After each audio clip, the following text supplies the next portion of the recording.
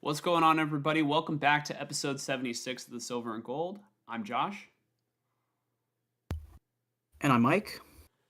and today we're going to have a live reaction to the 2025 NFL Draft. Sorry, I'm already distracted because we're right in the middle of the first round. We're going to bring you with an update real quick. Mike, what's the latest from the draft? Cam Ward got selected first overall, I'd imagine.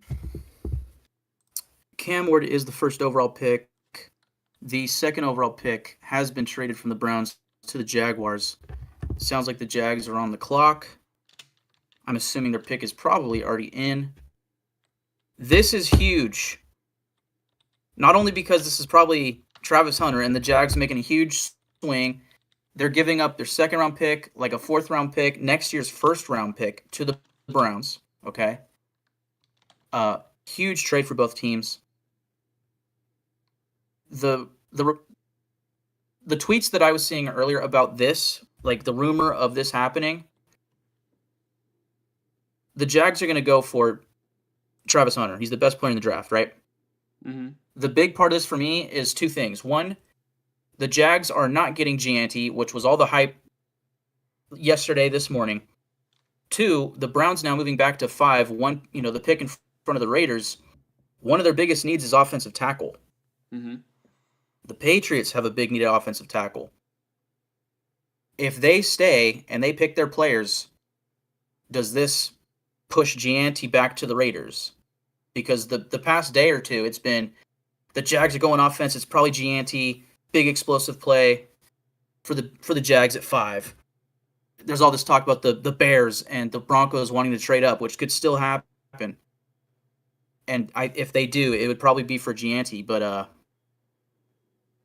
yeah, man, this is crazy. And I wonder what this means for the Raiders.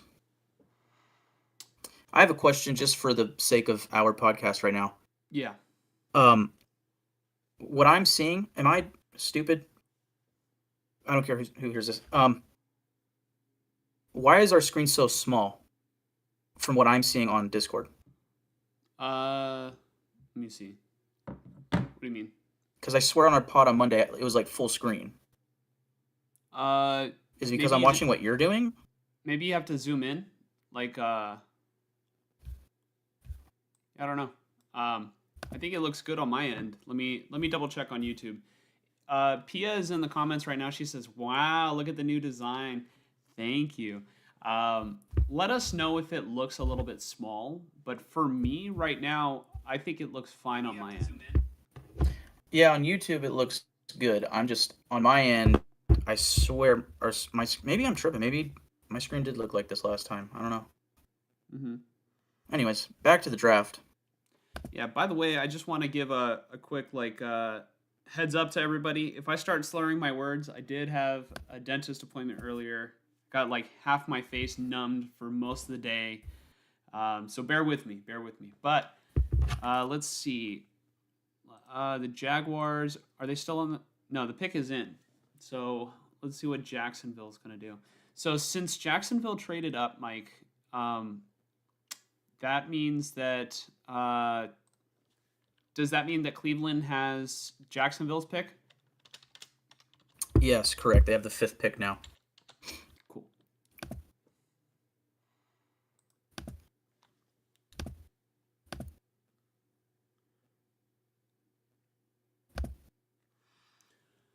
All right. Also, let me drop the link on Twitter.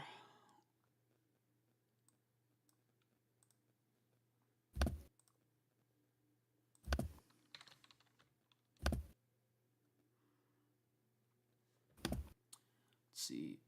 Post. One thing that Looks I like do notice.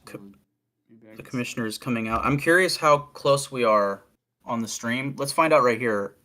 Is the commissioner about to announce the pick for you? Yeah.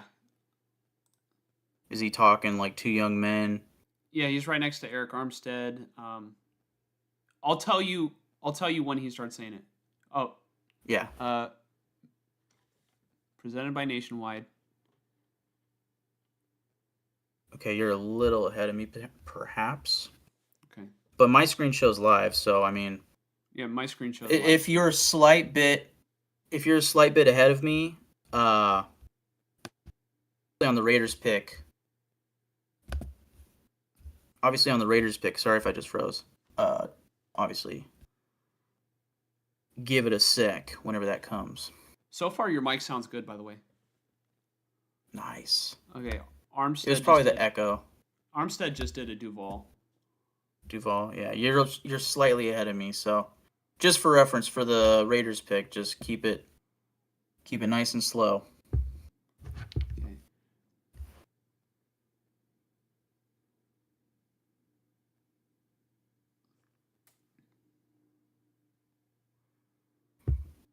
Yeah. Damn it, man.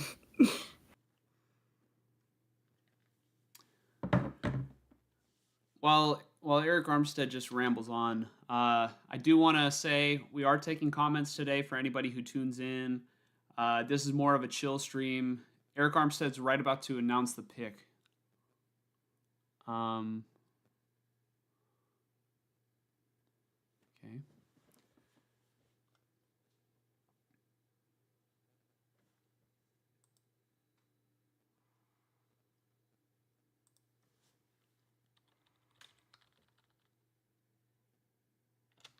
Okay. Did you get the pick? Yeah. All right. The Jaguars have Oh, selected Travis Hunter. Okay.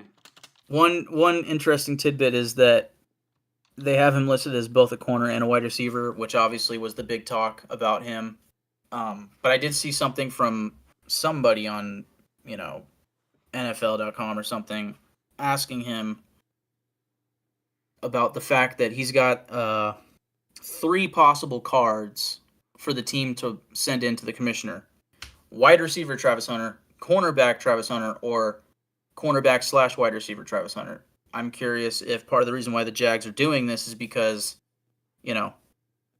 obviously he's a dual threat player. So I think from what he wants to do, what he's setting out to do, as far as being both a wide receiver and a corner, we've never seen this before. And I was listening to Bussin' with the Boys last night, and one of the guys in the background, now he's dancing, one of the guys in the background asked an interesting question, which was, what if he's, such an elite player at both receiver and corner, whether he's a Pro Bowler or, I think more specifically, if he's an All-Pro, like, could he be considered, let's say he makes All-Pro at both wide receiver and corner, which, bear in mind, Khalil Mack did that in 2016 at both linebacker and defensive end, right? Hello, Paulina. Shout out to Paulina. She says, "Hey, chat, watching from my desk at work." There's no better way to do it, Who cares about free time? There's no better way to work. Yeah. Get paid to have a good time. But basically, the question at hand from this guy on Bustin' with the Boys was, if he makes All-Pro at both wide receiver and corner, is he technically a 2-time All-Pro in one season?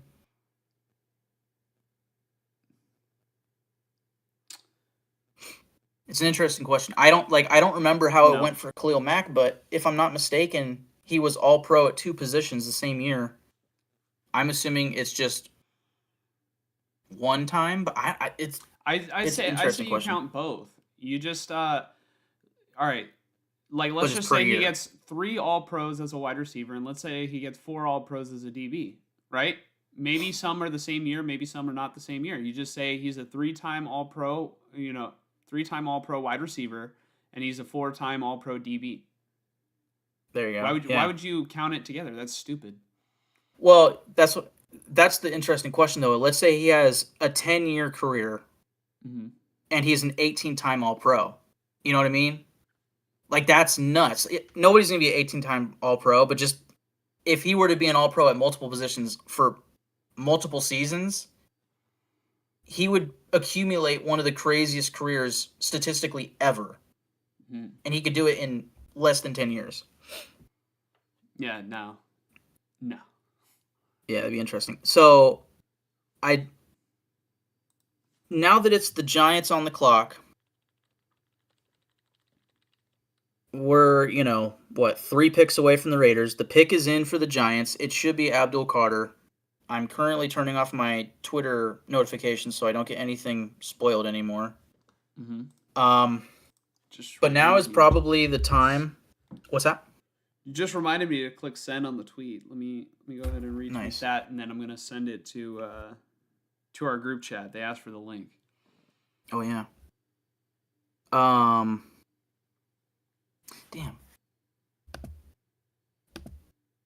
Can I zoom this in? I really can't. Well, anyways, I think now is probably the time to start talking about the Raiders pick and who we think it could be. Mm-hmm. Because before we know it, it's gonna be here. And This one's going by man. quick, right? This draft. I mean, we're already on pick 3. I feel like normally it takes like a full on week before we get the next pick. I know. Usually the first 5 picks just take forever. So I'll say this. We did our podcast on Monday, and at that point, I felt pretty confident that it was between Armand Membu, Jalen Walker, and maybe Mason Graham for the Raiders pick. And then Tuesday night or Wednesday came, and all these draft experts started putting in their final mocks.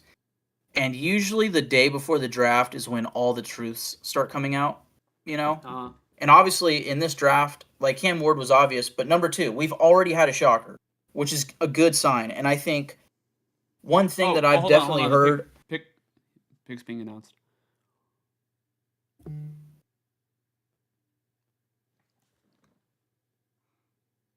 Yeah, that's what it should be. Yeah, Abdul Carter. Sorry to cut you off. Yeah, you're good. Don't do it again. No, I was kidding. I mean, admittedly, I probably just lost my track, but oh, okay. This draft is what's interesting about this draft is that. Yeah, thank you. Yeah. What's interesting about this draft is that there is a serious lack of consensus after these first 3 players. Like, now that New England is on the clock, I mean, really, the draft started when the Jags made that trade. That's awesome. That was big and unexpected. But now that New England's on the clock, the draft is officially starting as far as what the hell can happen, because there's been talk about the Patriots trading back. Now the Browns are sitting at 5, and then, then comes the Raiders. And like I said, Membu, Jalen Walker. If I ever call Jalen Walker Jalen Carter, I'm sorry. I mean Walker. Mason Graham. Yeah. I mean, he's a Georgia edge defender. He probably should be an Eagle. And Carter on the opposite side of Thibodeau, man. Yeah. I mean, Thibodeau hasn't exactly lived up to the expectations. Carter is a great pick. And then I think the Giants also have the old Panthers edge defender. I'm forgetting his name, but yeah, that's a trio of pass rushers. And Dexter Lawrence. They're building up a crazy D-line. Is it Brian Burns or is it another guy? Yes. Yeah, Brian Burns. Sheesh. But basically, okay, so my gist has been on the Raiders pick, it's going to be in the trenches. It's going to be offensive or defensive line. And then the other thing that I was saying was there's become this growing understanding that there is a lack of consensus in this draft. And I think after about really the 3rd pick, the value for these picks between picks 4 to pick 20, maybe even further down the line, isn't all that different. I think there are some obvious guys who are more valuable or whatnot, and I think a lot of those guys are in the trenches, and I think a lot of offensive linemen are going to go quick starting with New England. But it's just something to consider when we start seeing some shocking names going off the board, or some shocking names still being on the board going into tomorrow, like Shedeur Sanders. There have been mock drafts where Will Johnson does not get picked in the first round. There's mock drafts where Jalen Carter goes early. There's people who view him as a 25th rated player in this draft. There's people who view certain offensive linemen as a top 10 pick, 25th overall. What's his name? The old ESPN insider. Not, of course, now I'm going to forget his name. There's a guy who has Ted McMillan as the 50th overall prospect. Real quick, Enrique is joining the chat. You know, I was waiting for you to finish up your thought because I didn't want to cut you off again. But Enrique is here. He says, Pete Carroll clues apparently pointing to Jackson Dart. Mike, how would you feel if the Raiders selected Jackson Dart with their first pick? I'd be pretty disgusted. Not gonna lie. Yeah. My hunch has been building through the trenches. And I think one thing that I was getting towards with everything I've been saying is usually the day before the draft is when a lot of the truths come out with the mock drafts, and the consensus out of nowhere guy is Kelvin Banks Jr. for the Raiders. Between Vic Tafur, Daniel Jeremiah, Dane Brugler, and I think Peter Schrager still gave the Raiders Armand Membu, and that's kind of the second most likely guy. The wild card now, to me, because of the Jags and Browns trade, is Gianti. And what Vic Tafur has been tweeting is, if it's not Gianti, it's Kelvin Banks. So the Browns, to me, if the Patriots and Browns stick and they stay there, it could very well be Gianti. But Vic Tafur also tweeted they might just pick Banks regardless. There's also the possibility, I mean, really everything's possible, but there's also the possibility that the Raiders have just been blowing smoke the past month. And, you know, they really leaned in on the Gianti stuff. Maybe they get a team like the Bears to trade up ahead of them and pick Gianti and let another offensive lineman fall to them, or even a defensive lineman. 2 days ago, I texted you, my gut started leaning towards Mason Graham. And I don't exactly remember why. It's not the Christian Wilkins stuff with the Raiders are worried about Christian Wilkins' foot. I don't even believe that because he was at OTAs. And that could be smoke to get somebody to trade up for Mason Graham. I just think the way that the mock drafts went yesterday, my gut tells me it's Kelvin Banks. And obviously, I'm a Membu guy, and it would be a little bit of a sting to see Membu still on the board, and they take a different offensive lineman who, by consensus, is ranked lower. But the interesting thing about Kelvin Banks to me is coming out of December, he was easily the higher rated guy. And then with time, with the combine, with this, with that, Membu has risen, right? Membu has exclusively been a right tackle. That could change. He could be day one left tackle for some team, right? Let's say he goes to the Jets, left tackle. Kelvin Banks has been a primary left tackle. He might be a guard. I mean, the draft experts view him as a guard. He could also slide to right tackle for a team. What I like about Banks is it feels like he provides a little bit more flexibility to bring the best starting five, on the line week one. And he also provides genuine left tackle insurance behind Colton Miller with everything going on with his contract. Do I think that they're going Kelvin Banks? If they do, because of Colton Miller's contract, no. I think that whoever they pick is the top guy on their board, and that's their guy. the fact that Pete Carroll's going out there hinting at who they're picking, they're confident that their guy is going to be there. Yeah, or they're trying to bait somebody into trading up, so that way Maybe. there's another great player that slides to them at that spot. Yeah, I mean, honestly, just the way that this has gone so far with the Browns trading back, and like I said, they need a tackle apparently.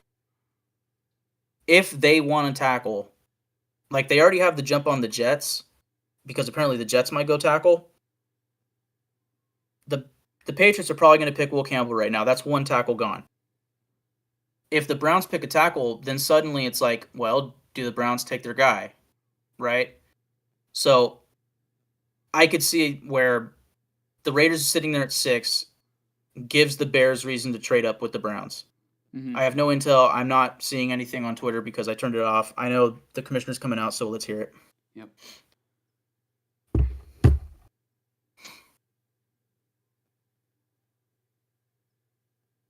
Okay.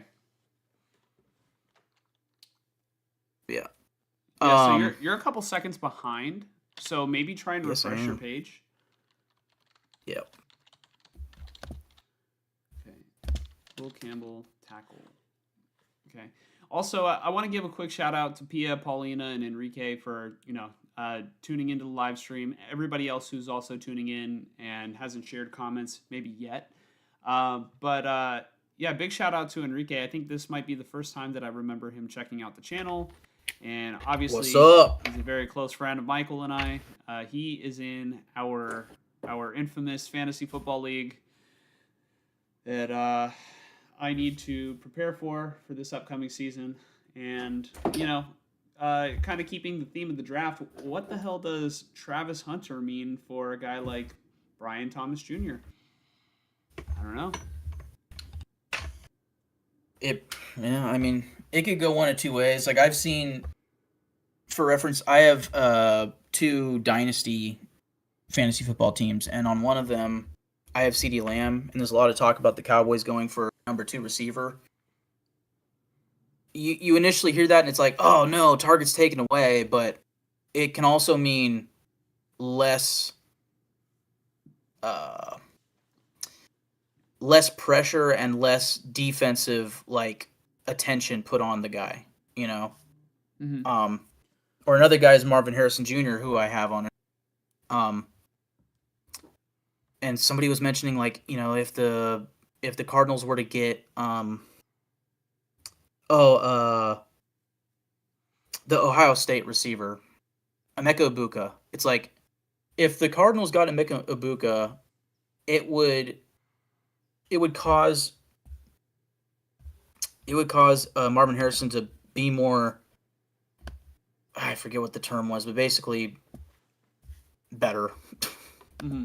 Less pressure, Really quickly, I just want to highlight how freaking sick our setup looks right now with all the draft slots at the bottom and the players who are picked. I'm just, this is the first time that we've done it this way, and I don't know, I'm mesmerized. I'm just gonna keep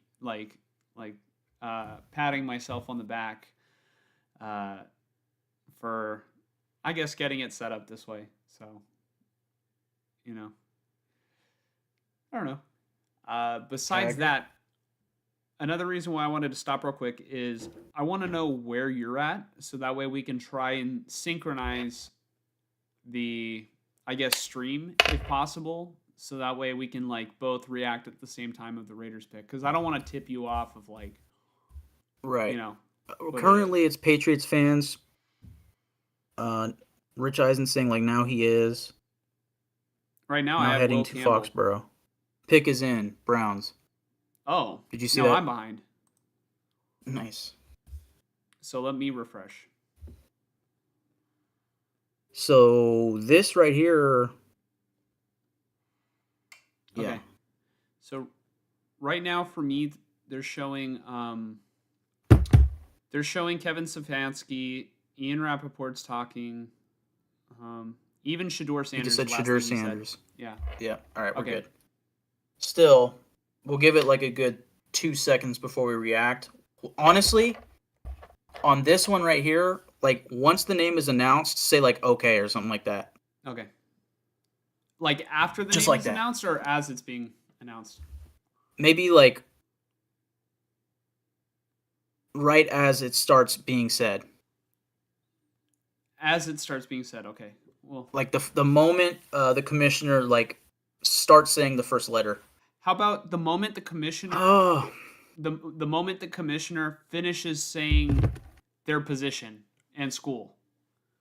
You know what I mean? there you go. Yeah. Like Ashton Gianti, running back, uh, Boise State. Like after state, we just go, okay. That way we know how close we are. We're like brothers, only closer. Freaking edit in the SpongeBob thing where he and Squidward were like attached. They shared a heart. So right now, All right, he is Goodell's, coming onto the screen yeah, or the Goodell's walking stage. out. Oh my goodness. All right. With the 5th pick.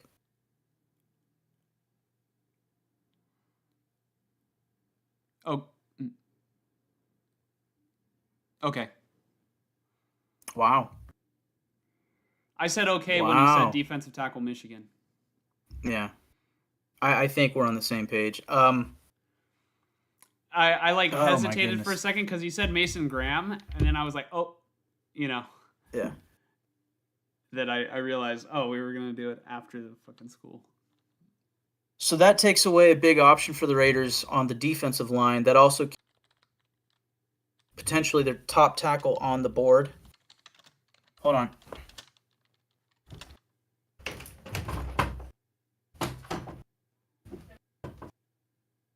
There goes Mike.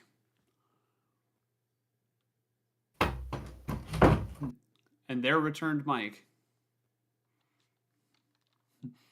Oh my. Okay, so I didn't expect Gianti to be on the board as of like the past 2 days. It's still so tempting. Okay. Here we are, Raiders pick. I'll tell you what right now, what I would like the most, what I would beg for right now is for the Raiders to trade back with the Bears. If the Raiders can get a trade back right now with the Bears, that would be so ideal because you can maybe pick up a 3rd round pick and you're probably still going to be sitting there at 10 with an offensive tackle on the board. Hopefully, it's your guy Kelvin Banks. My guy. No. The Raiders guy. I think from all the mock drafts and everything, the hunch is that it's Kelvin Banks. For some reason, my gut 30 minutes ago, actually, I guess over an hour ago, for some reason, something told me, what if it's one of the Georgia edge defenders in Jalen Walker or even Michael Williams? As Enrique said, apparently Pete Carroll's clues were pointing towards Dart. Good God, I hope not, man. That's such a reach. Tyler would just give the fattest Raiders. Bah! Yeah, I don't know. I don't believe the Dart stuff, man. I just think Spytek's been pointing at best player available, building the right way, surrounding the quarterback, with talent and, just I think he's a big proponent in building through the trenches. The top defensive just got taken off the board, so I don't know. I just think offensive line is where I'm going here. Let me play devil's advocate for a second. The Raiders' problem Yep. over the past couple of years has been not having enough good quarterbacks. And I feel like if they do take Jackson Dart, you can look at it this way. They're at least prioritizing the position. For once. Yeah, I don't like that at all. I think you can get a guy in the 2nd round with just as much potential, like as high of a ceiling. Like personally, I would be much more excited with a 2nd round pick, or better yet, trading up in the 1st round, because that's where these guys really should be going. I don't know, man. Again, I'm really hoping for a trade back. That's what I really want here. That Cleveland defensive line, my goodness. Yeah, putting him with Myles Garrett. Yeah. I don't know if I'm missing somebody, but the pick is Pick in. is in. So they didn't trade. Sorry, Mike. No, I mean that's fine. They have to get it right, you know. And bear in mind with trading back, you know, people tweeting about, you know, oh, hopefully the Raiders trade back. It takes two to tango, you know. Watch it be Shedeur. Well, who would you take? Shedeur right now at the pick, or would you take Jackson Dart? I'll tell you what, if I had to guess between the two, it would be Shedeur with the ties to Brady. I'm hoping for Armand Membu, obviously, Jalen Walker. Right, here we go.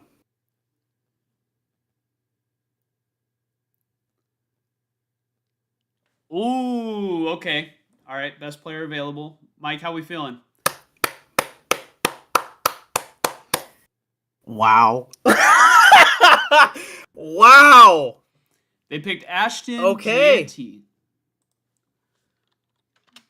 Oh my, see, and I was talking a lot about, you know, on Monday about you have to build the team the right way, yada, yada, yada. They can very well take a tackle in the second round.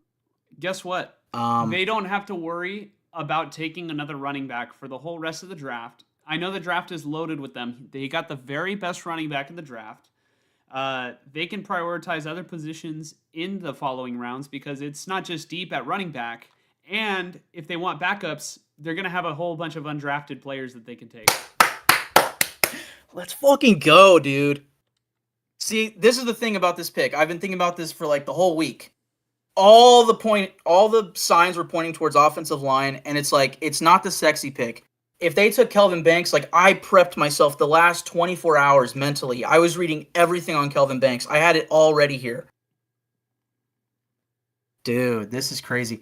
And it's like, this is how, like Colton, I remember the Colton Miller pick, which that was why I thought Kelvin Banks would pick. Hold on. Go ahead. Are we ruling out Jackson Dart later in the first round? Like the Raiders trading back up into it? You know what I mean? Like, what if he's like for real about getting Jackson Dart? You know, there's talks that the New York Giants might trade back into the first round. What if the Raiders have a plan to go back in late? No, I think it's very possible for both Jackson Dart or Shedeur Sanders. The thing is, you have teams like the Saints at 9. This is awesome, dude. This is the best pick they could have made. Okay. This is great. I think this is a great pick because you see guys like Jahmyr Gibbs, who the Lions were criticized for taking very early, but Jahmyr Gibbs is a blue chip player who's a difference maker on the football field. And right now, I mean, all right, if you're a Raider fan, would you rather take, I mean, personally, I always prioritize offensive line, but if they're not fully sold and committed on an offensive lineman in this draft, more than they are on Ashton Jeanty, sometimes it's better to go with the safer pick and get a blue chip player or a player that has high likelihood of becoming a blue chip player. Now you can build the offense around Brock Bowers, Ashton Jeanty. That's 2 blue chip players on offense for the Raiders. On defense, they've got Max Crosby, Christian Wilkins. Yeah, I mean, I don't know if I'd exactly call Christian Wilkins blue chip, but definitely a big piece for this team. Yeah, that's fair. They definitely need a corner. And that would be my pick in the second round. Obviously, getting an offensive lineman at some point in this draft is vital.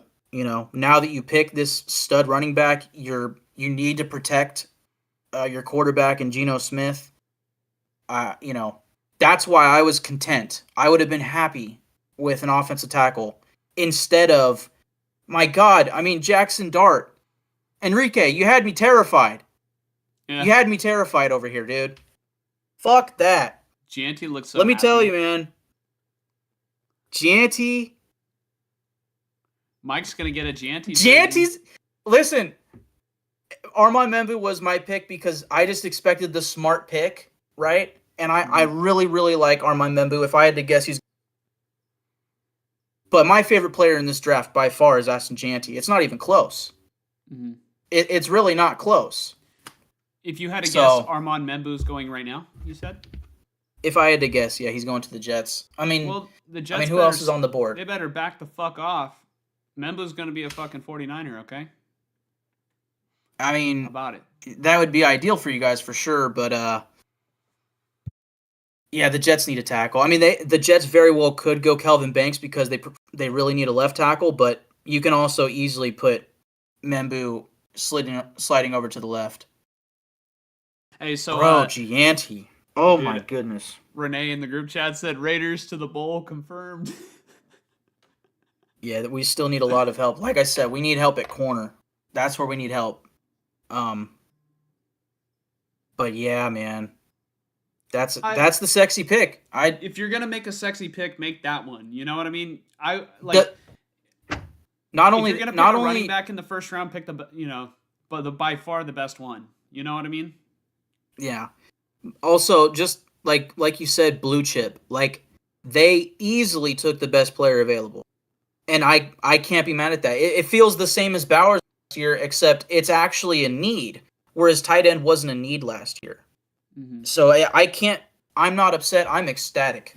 I just, there was talk. I know Vic Tafer like a month ago was saying it sure seems like Spytek is pretty content with the starting five of this offensive line, whatever it will be after training camp.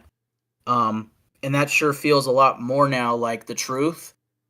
When you pick a running back like Gianti, you better be right, because like I was saying on Monday, the offensive line sort of sets the floor for the team, whereas the talent of your running back gives you a glimpse at the peak, the ceiling of your offense or your running game.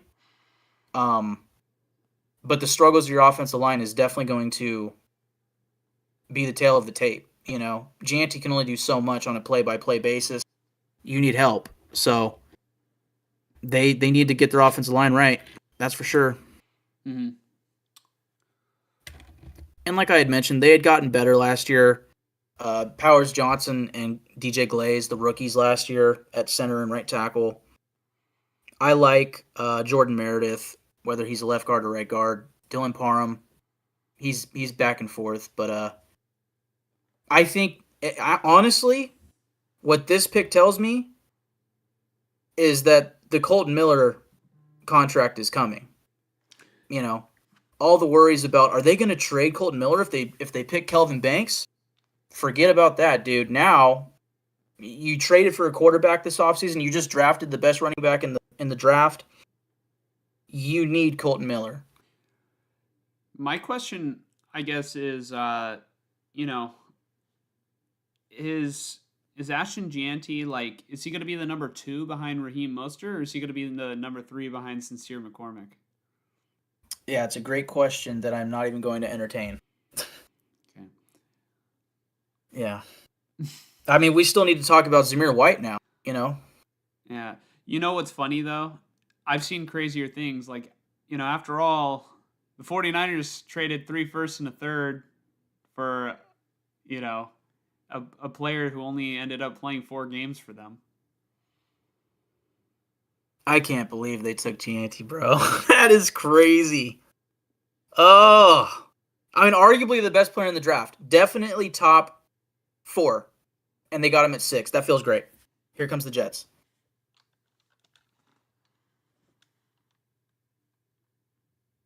Fuck you guys. Yeah. Excuse my French.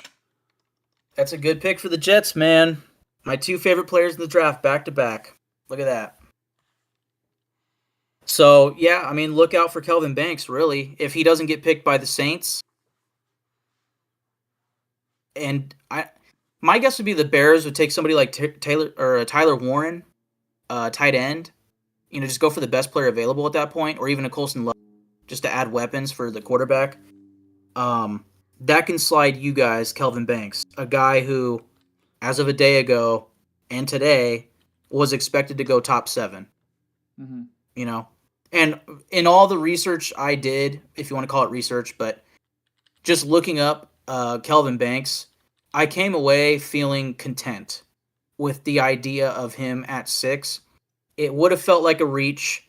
It would have felt like the non-sexy pick that you're not overly excited about, but you can at least come away pretty confident that, yeah, that's a smart pick. That's going to make the offensive line better, And for a left tackle prospect who is projected to be a guard, like if you start him left guard day one, that is a huge need for you guys.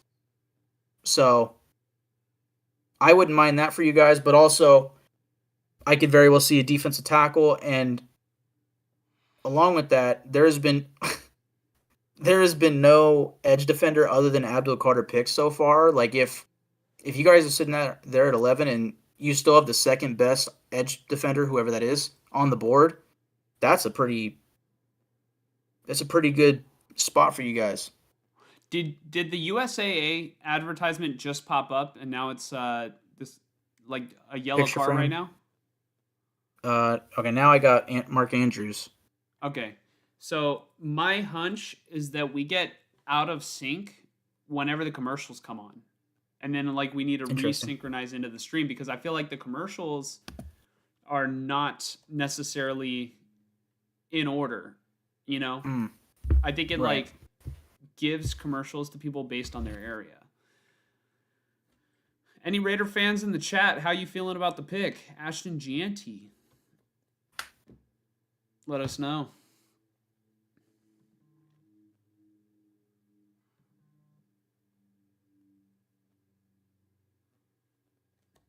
Hey, I hella forgot because we weren't able to like witness the first pick. We all knew it was gonna be Cam Ward, but I was gonna be like, fuck, like no,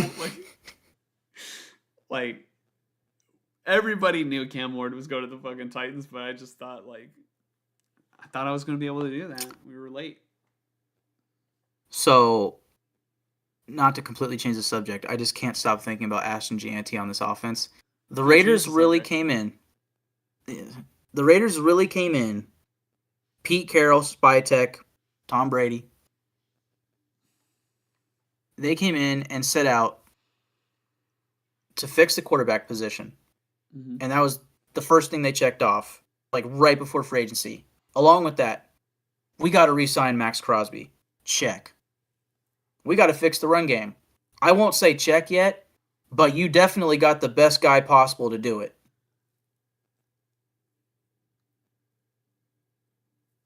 All I'm thinking about right now is just the past two first rounds.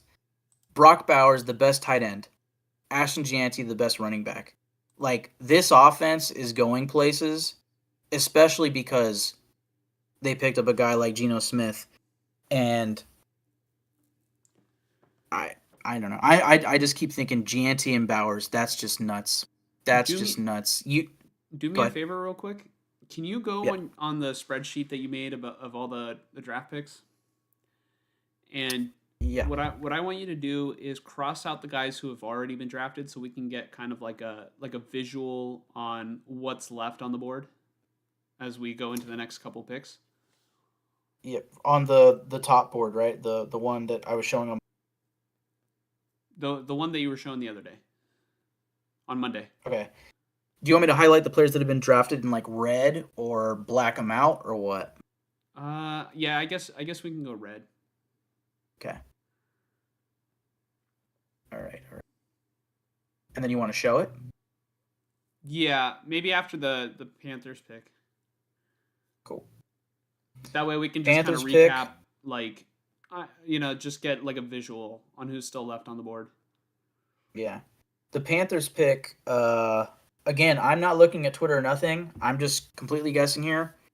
I can absolutely see Jalen Walker, which would be Daniel Jeremiah right now, it's on the screen. That's his next, the top prospect according to him at 5. He's got him listed at linebacker, but he can very well be an edge defender.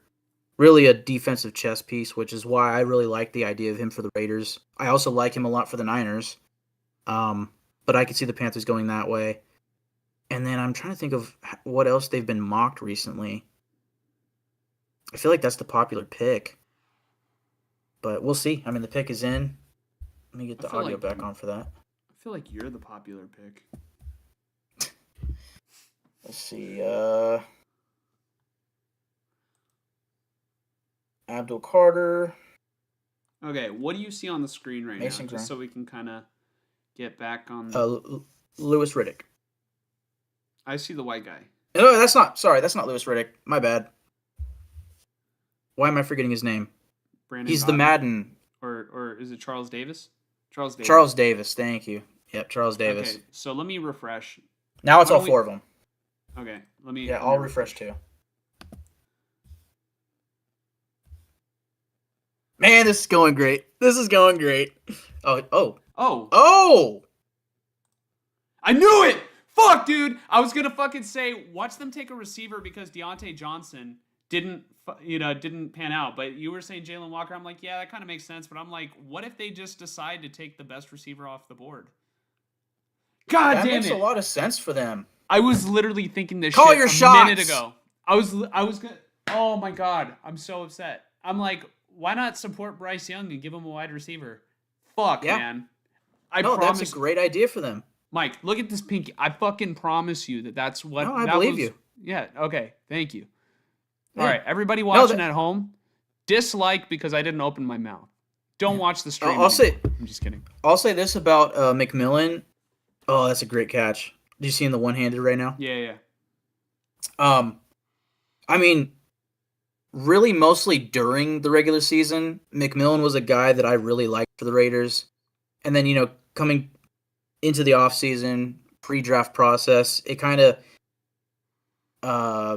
he became one of those guys that the consensus really all over the place on.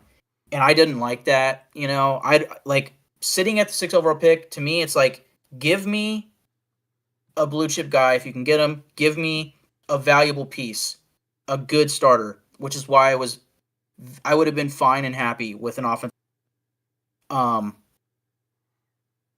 McMillan, man, yeah, he was the wild card pick for me. Like after Jalen Walker, and the offensive lineman, and obviously Janty still being there. Janty was kind of the guy, other than Membu for me.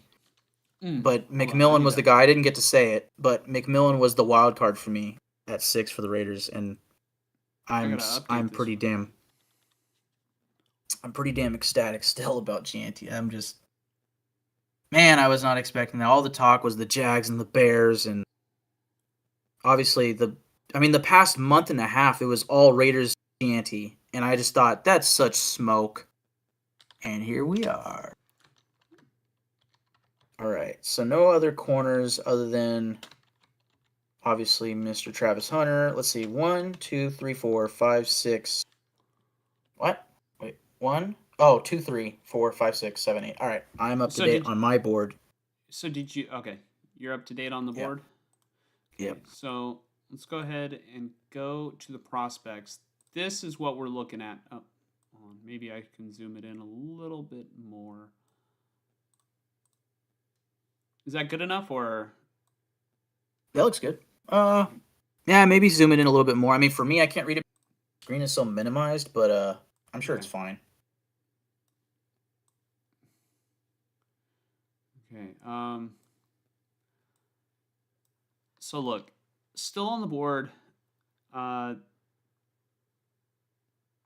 right. Let's start talking Niners. So for the Niners, I don't think that they're interested in Shadur Sanders or Jackson Dart, or really any of the quarterbacks in the first round. There is Gray Zabel, the guard from North Dakota State. Yes. Who is on the board. Dude, positional flexibility right there for the starting 5. Gray Zabel he probably don't prefer that. You probably prefer him at guard or even center. Like, I've seen a lot of people saying he's the best center in this class. Zabel makes a lot of sense for the Niners. Mm-hmm. Continue. By the way, you did cut out there, but for the most part, it has not been cutting out like last time. Very good. Gray Zabel, is definitely an option. Kelvin Bakes Jr. is still on the board. Tackle. Let's see. I don't see them picking a running back in the first round.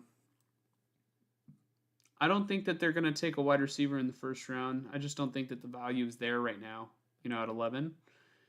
Honestly, George Kittle I mean, there's all these reports about the contract situation going on with him. Could they take Tyler Warren and like how they did last year when they took Ricky Pearsall when Ayuk was threatening to hold out? Could that be a strategy? Hey, Tyler Warren is best player available. Yeah, yeah, he's one of the best players available, and then also uh, you can leave Kittle in to block while Tyler Warren goes and runs routes. Like I know that they just paid Luke Farrell, but I think that it wouldn't yep. hurt for them to have another good tight end. There's also Colston Loveland from Michigan, who's also available. I think I would rather have Tyler Warren though. Um, He fits the Niners more. Warren. there, I mean, the 49ers could also reach. I think right now maybe the smartest thing to do would be to trade back. You know, trade back a Right. couple picks if possible, if there's a suitor. But there's Jahad Campbell who could maybe step into the Dre Greenlaw role. Uh, Another player, there's Jalen Walker, Shamar Stewart, Michael Williams. You know Here comes the those Saints selection. those three edge rushers are also available. Let's see. This could be anything. Kelvin Banks, another tackle. Okay, so Kelvin Banks Jr.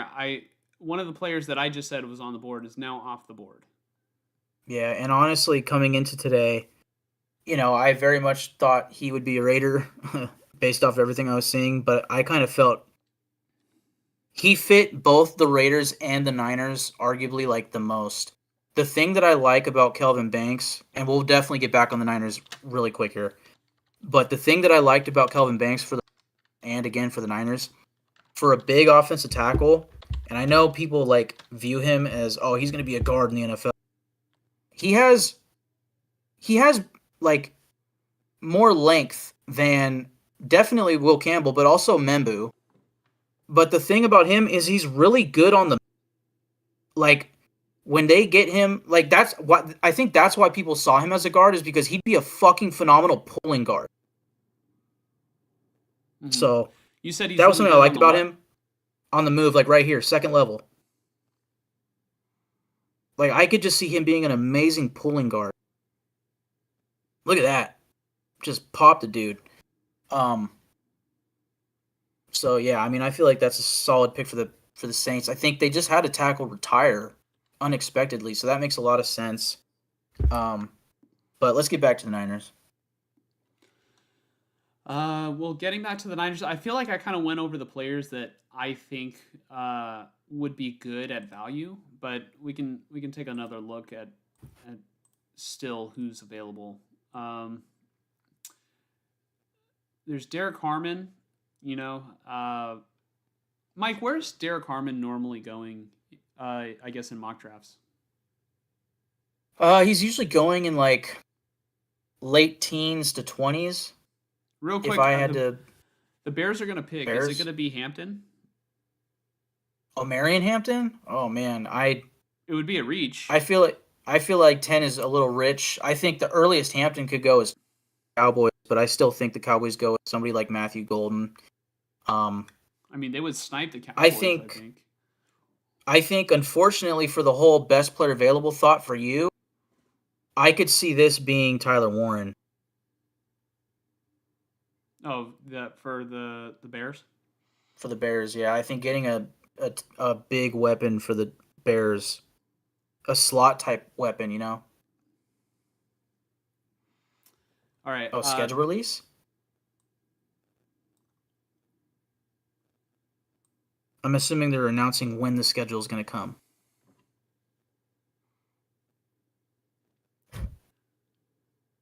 While she's going on, there's Will Johnson still available. There's Jade Barron, who's the more physical corner, as Mike mentioned in the last episode. Um,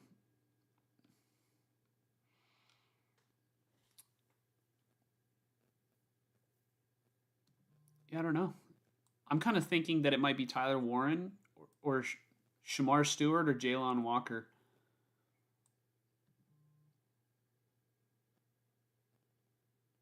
I think I'd be happy with any of those picks. Um,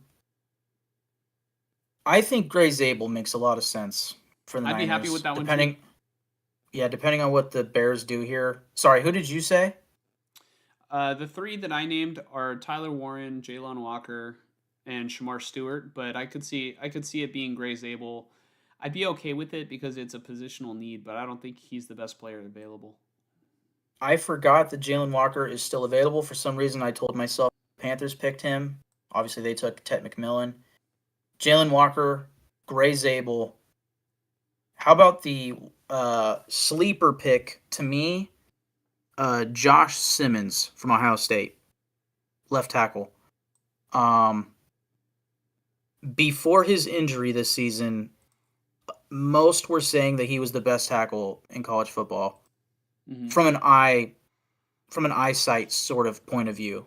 You know, that was the other thing I liked about Kelvin Banks was like statistically, as far as pressures given up and everything, Kelvin Banks was the best tackle. But then like when you pop on the film, it's like Armand Membu kind of just pops, and then Will Campbell was like the stalwart, like just Mr. Consistent. Mm-hmm. Whereas Josh Simmons was like arguably the best one in a limited time. Here comes the Bears. Here comes the Bears. Don't spoil it because I think you might be a split second ahead.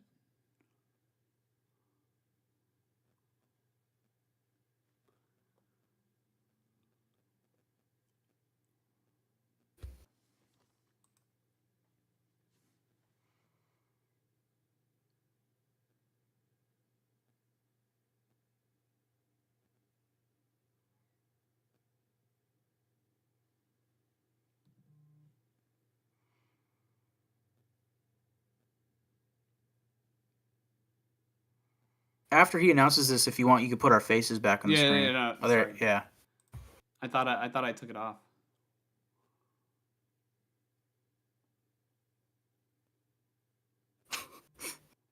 I thought he just said they selected one of his teammates, and then he said Walter Payton. I was like, what?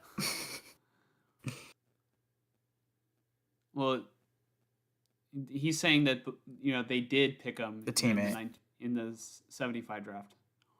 Mm.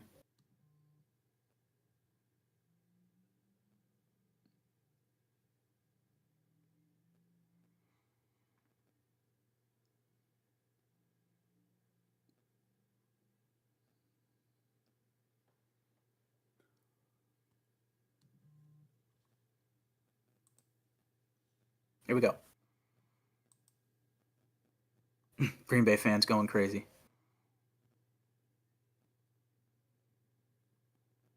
Oh. Ooh. Tyler Warren's still there for you. Tyler Warren's still there. We might see a run on tight ends right here. Yeah. Dude, wouldn't it be crazy if the Niners trade George Kittle? I mean, if you want to get picks, take Tyler Warren, trade Kittle. I could see it, especially considering, they're kind of in this retooling phase right now. I think right now, I know Brock Bowers had the most, catches for tight end, rookie, yada, yada. And I'm not going to sell that short, obviously. I'm the Raider fan. But, like, Brock Bowers. George Kittle was arguably the best tight end in football last year from an overall standpoint. If you're going to trade him, this might be his peak value, At least it's not going to get any higher than right now, that's for sure. Maybe 2 years ago it was higher because he was younger, but, Mm-hmm. Do I recommend trading Kittle? Not necessarily. But I'll tell you what, a team that would just make so much sense to trade for him is the Tennessee Titans. You just drafted a quarterback first overall. Kittle lives in Tennessee. He has like a huge field, big property, all that stuff. Like, it would make a lot of sense for him, and I think he'd enjoy it in a way. I would have to imagine the Titans have money to spend. I could be wrong. But I know he's seeking like top 10 tight end money. But regardless, it looks like in the background there, it's saying the pick is in for the Niners. I know they're still showing Colston Loveland right now. Do you want to both refresh right now? Yeah, let's refresh and let's talk about it. Okay. Well, if the pick is in, I'm gonna assume that they're either going best player available in probably Tyler Warren. Shanahan utilizes tight ends. They're so vital to his offense. Um, yeah, I mean, otherwise there's Gray Zabel who would replace Aaron Banks, or at least I would assume, unless they just Shanahan does what he does best and doesn't trust his young players, right? But Right. I mean, here's I the thing just about Gray Zabel. Again, he has the positional versatility to where I think Gray Zabel will the best starting five possible because he can be your starting center day or your best left guard. Obviously right guard is settled with Pooney, right? yeah, right guard settled with Um, Pooney. We're gonna probably want to refresh once we come back from commercial, right? yeah, yep. But at least And this then gives us and then time to we're gonna talk want about to it. try and synchronize it.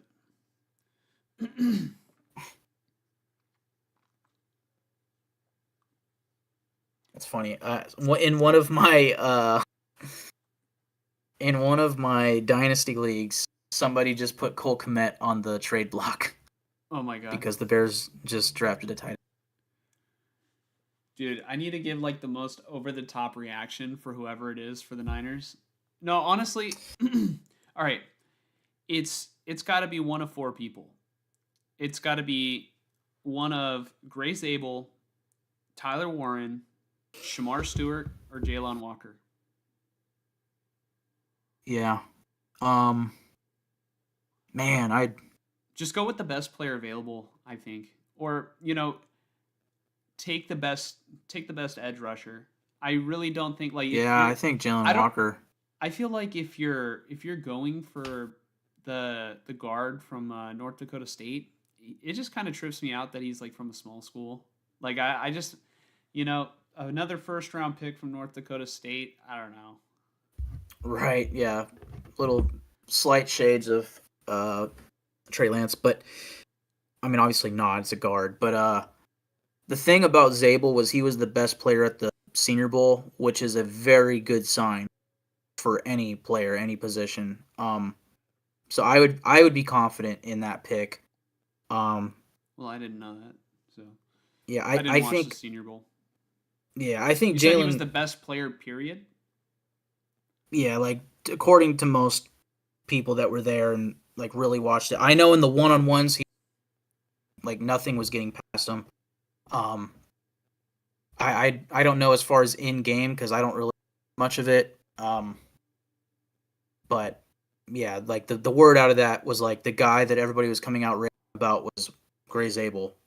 This guy who this is another reason. I mean, it's a Niners pick. I don't want to talk about Kelvin Banks anymore, but I'll get back to that point if I think about it. Mm-hmm. Uh, Also, we see Greg tuning back into the stream. He says, Genty for Raiders. We need to keep building the offensive line like we did last year. Hope that Conley Jr. is there for us in the second round. Greg, we will yeah, get back out to of the Oregon. Raiders after the 49ers are done with their pick and after we like react to it a little bit. But hold that thought. Your comment's still going to be on the screen unless we get an influx by you. And the other, the wild card pick right here is Josh Simmons again, but I do think it's between Jalen Walker, Shamar Stewart, Gray Zabel. The Niners need so much help on the defensive line. I think they should probably go with the edge. Yeah, but I could also see a defensive tackle. You have Walter Nolan, Derek Harmon, even Kenneth Grant. That's a position that I think is deep enough to where you can go for that in the second round. We're out of the break. You want to refresh real quick? Yes. Also, maybe they should go with Kenneth Grant, so that way 49er fans will ironically have to buy a Niner jersey with Grant on the back. Yeah. Well, it'd be even better if somebody whose last name was Cohn. Here we go. Okay. Main stage video. Are you hearing that? Yeah. Yeah. So please direct your attention to the main stage. You might be a bit behind me right now, so I'm Oh not yeah. going to react. Yeah, I'm gonna refresh again. I want to hurry. Okay. Okay. Come on. Come on. He just said Navy. Oh, it's going. I'm refreshing and it's going hella slow. He's still talking right now, so Okay. he's Cool. talking about the Army. Introducing the Oh, San here we go. Francisco 49ers. Okay. You got the group of guys right now, Yeah. and now it's back to the stage. Okay. So you're like like a little bit ahead of me. So Here. don't Right. react. Yeah, he is about to start talking right now.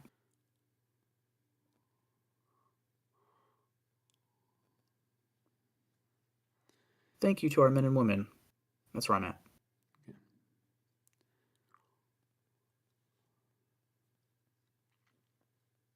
Any final guess? They're gonna take an edge.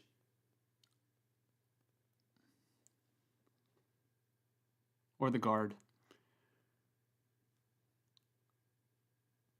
Michael Williams. Okay, so I called it with the edge.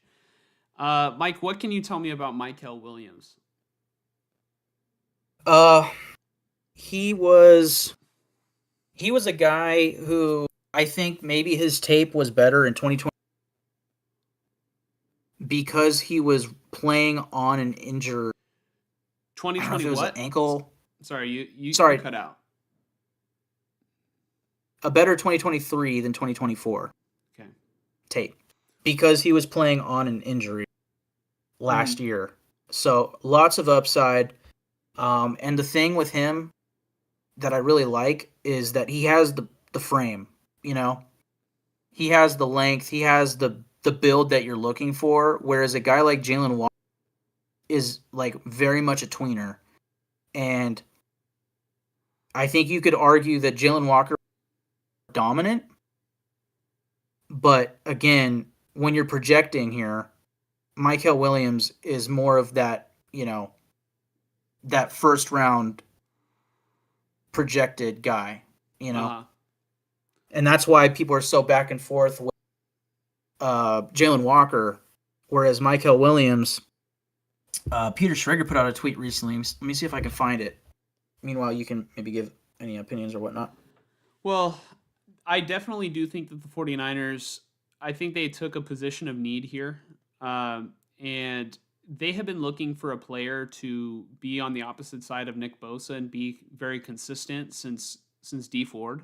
You know what I mean? They've had guys like Arden Key come in. They've had guys like Cleveland Farrell come in. But they never had like a solid starter, a starting caliber player opposite Nick Bosa. You know what I mean? Over the past couple years. So, I mean, I personally, I would need to see a little bit more from Michael Williams. Like, just watch his tape a little bit more. Right. But I can easily fall in love with the player if he's solid. You know what I mean? Yep. Yeah. And this is again kind of your in a good way, your typical Shanahan John Lynch pick of, going for the trenches, going for the defensive line. Yeah. Here comes I mean, the Cowboys pick. I like the school he comes from, Georgia. They're very physical. Yeah. So. Oh, that's the Eagles right there. That's the just picking Georgia guys. So yeah. Mm-hmm.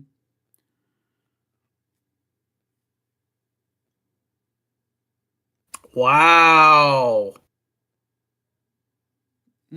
Tyler Booker. Tyler Booker. Good fucking pick, Cowboys. That's your typical 12-year Cowboys all-pro lineman right there. He's going to be a stud for them. What a fucking pick. Here's the tweet from Peter Schrager. Having spent the entire weekend on 3 days ago, here are two names who will go higher than where the mock drafts have them going right now. Number 1, Michael Williams. And sure enough, they go, what, 10, 11? Hey, Mike, leave Discord and come back in because it's starting to cut out a little bit more. So I'm just wondering if, like, maybe you just need to come out and come back in. Okay.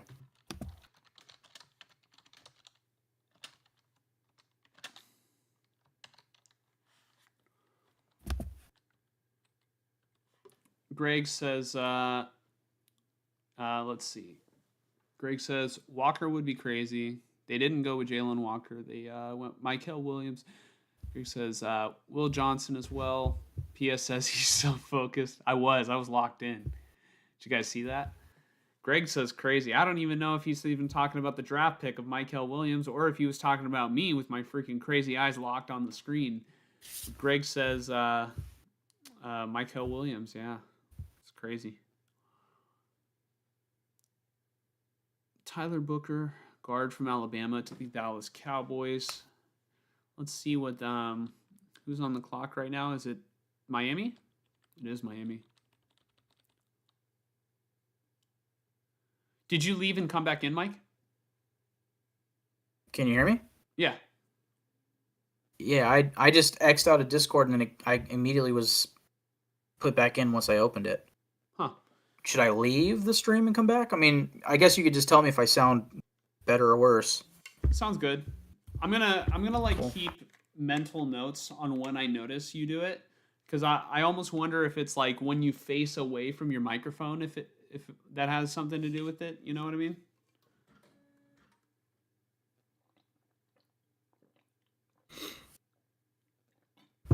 Wow. Greg probably with a comment that you're probably agreeing with. But they might take Tyler Warren is the thing if he's there. Yeah, I He's not going to honestly be I can there. see he shouldn't be. I think the Colts. Yep, I think the Colts will take Tyler Warren in 2 picks. Or I don't think Miami would. That's stupid. They have what's his name? Johnny Smith. Miami needs a tackle. They should damn near take Josh Simmons. I mean, I don't know who else would be an Atlanta offensive lineman for them. Atlanta's definitely not going to take another tight end in the first round anytime soon. Yeah, I think Atlanta is the next spot for Jalen Walker. God damn.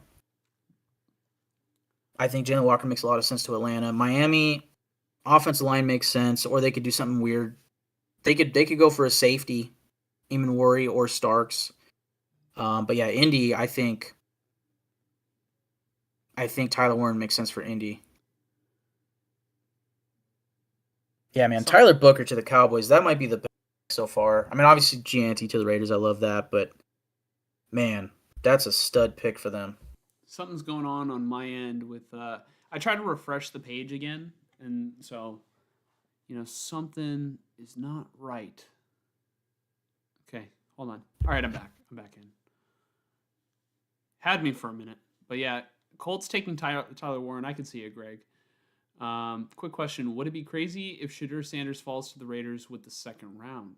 I don't think it would be crazy. I think it. What's kind of funny is I almost forgot that Shedeur Sanders was in this draft. I almost wonder if the Raiders are going to trade back up into the first round and take a guy like Jackson Dart, because Enrique was in the comments earlier saying that I guess Pete Carroll was I guess giving hints of like that the pick would be Jackson Dart. Well, they weren't going to take him at number 6. The hints were now in hindsight. The hints were which is interesting that they felt confident that they were getting Gianti because people trading up for Gianti. But I mean, if it was for Dart, like you're saying, also yeah, sorry. That's weird how no, you're good. It's just when you do that, then I'm taking out. That's funny. If they were for Dart, then for one thing, I'm thanking God that Gianti was on the board. Because if they didn't expect Gianti there and it was like, well, if you take him because he's a chip guy, then thank God. Could I see them trading back in for Dart or Sanders? Sure. But my hunch is Spytek likes his picks. And I think, like, looking at a lot of these mock drafts, I think somebody's going to be there at the top of the second round that's like, whoa, he shouldn't be here. And realistically, the smart move for the Raiders as far as drafting a backup quarterback is waiting until the third or if not the fifth. for a guy, for depth, because no matter what, as far as Geno Smith's contract goes, he's the starter the next 2 years. Whoever they pick at quarterback, he's not starting for 2 years, and that's how it should be. They should develop a guy. I like the idea of that. I don't like the idea of, like, I'll accept it if it happens. It's way better than reaching for a guy at 6. Like, I'm happy that didn't happen. But I think if you're trading up in the first round, you're using that second round pick, and then you're probably giving up like a fourth round pick too. That's a lot of value. When again, I think if they just sit back and they're gonna have like the fifth pick of the second round, like there's arguably gonna be a guy, if not multiple guys, that everybody thinks, how are they not a first round pick? And they're gonna be able to just sit back and take them. That's what I would want. They got to keep going with the best player available approach, and that's not any of these that we think might go in the first round. Shedeur, Dart, Shuck, Milroe. I don't like it. Now, I will admit, of all those names, the guy that's actually intrigued me the most the past couple of days, I think if you want to develop a guy for 2 years, Milroe is the guy, because he is the only one of those guys who has a dynamic trait, which is his legs. And he has a deep arm. He can throw it deep. He just needs to develop his intermediate and stuff and like his processing. That's developable, if that's even a word. Like that can be developed. His speed, like typical Al Davis, you can't teach speed. Jalen Milroe could be fun. And I would accept that as their second round pick. I just don't like the idea of trading up. I'd prefer them not to be back in the first round tonight, but we'll see. Yeah. Right now I'm looking at you see the bottom where we've got like all our picks, or not all our picks, but all the draft picks. Yeah, McMillan, Kelvin Banks. So I think that there's a limit to how many characters can be there. I'm going to get rid of the front portion where I say, NFL draft live reaction, and I'm going to get rid of the part that says picks, and I'll probably get rid of some of the spaces too in an attempt to try and fit everything. Yeah. I mean, worst comes to worst, you can also obviously take out like first names. Yeah. But yeah, for right now, you can get rid of like the picks and, or not picks, but the words like NFL draft picks. Like you can get rid of that. We know what it is. Okay, so the Dolphins just picked. Did you get the name? No. So you missed it? No, just now. Just right now. Kenneth Grant. Okay. I'm ahead of you then. I'm refreshing. Kenneth Grant, defensive tackle. What the fuck is going on here? Damn it. What the hell just happened? Okay. Okay, so I think you're right. I'm gonna take out first names. Yep. Cool. I might just abbreviate it with I'll just put the first initial, right? Yeah. Yeah, I like that. Abbreviate it. There hasn't been a lot of trades. Yeah, no, I mean, that was kind of the expectation was there wasn't going to be a lot of movement in the first round. That's honestly why I meant to say this earlier. I'm more excited for tomorrow than I am tonight. And getting Gianti was awesome. And I'm still glowing about it. Wow, look at that board from Indianapolis. That's 2 walls worth. That's awesome.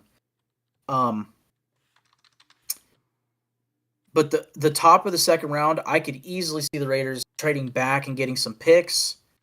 But regardless, with all the quarterbacks and everything, and the leftover first round talent, there's going to be a lot of movement tomorrow when the draft starts back up, I think. And really, all the late rounds, like that's when teams make trades. Trading in the first round comes with a lot of a high price. And I think this year, I think teams are feeling that the price isn't necessarily worth it besides the Jaguars.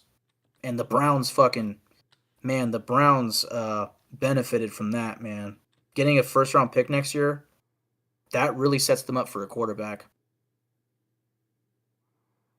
next year.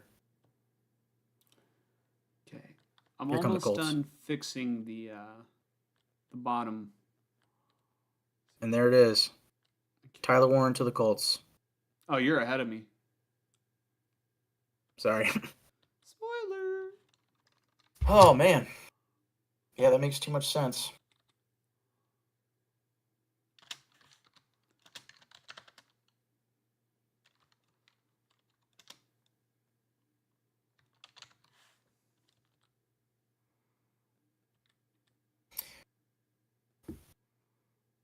Oh, wow. That one-handed catch is crazy.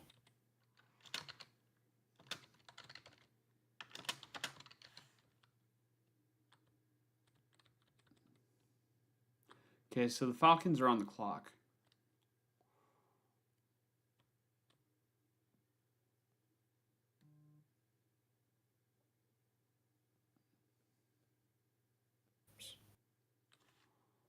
Okay, Michael Williams.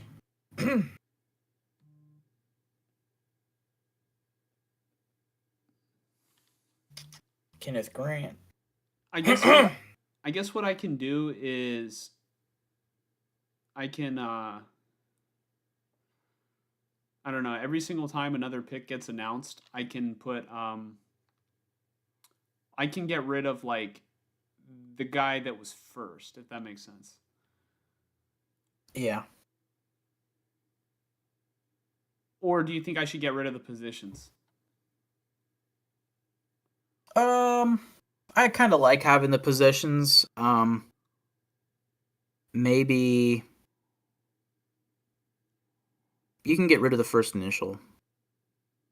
Okay.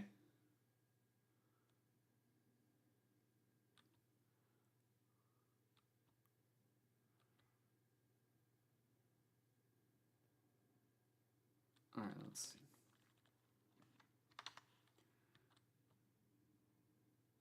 I think Jalen Walker's the next pick, if I had to guess. Are you surprised To that the he fell that Falcons. far? I'm half surprised. I mean, the Raiders made sense. The Panthers were really the hot team for him, so once he didn't go to the Panthers, I think it became less shocking that he's still on the board.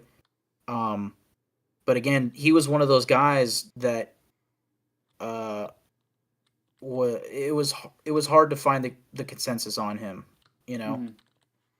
So it makes sense.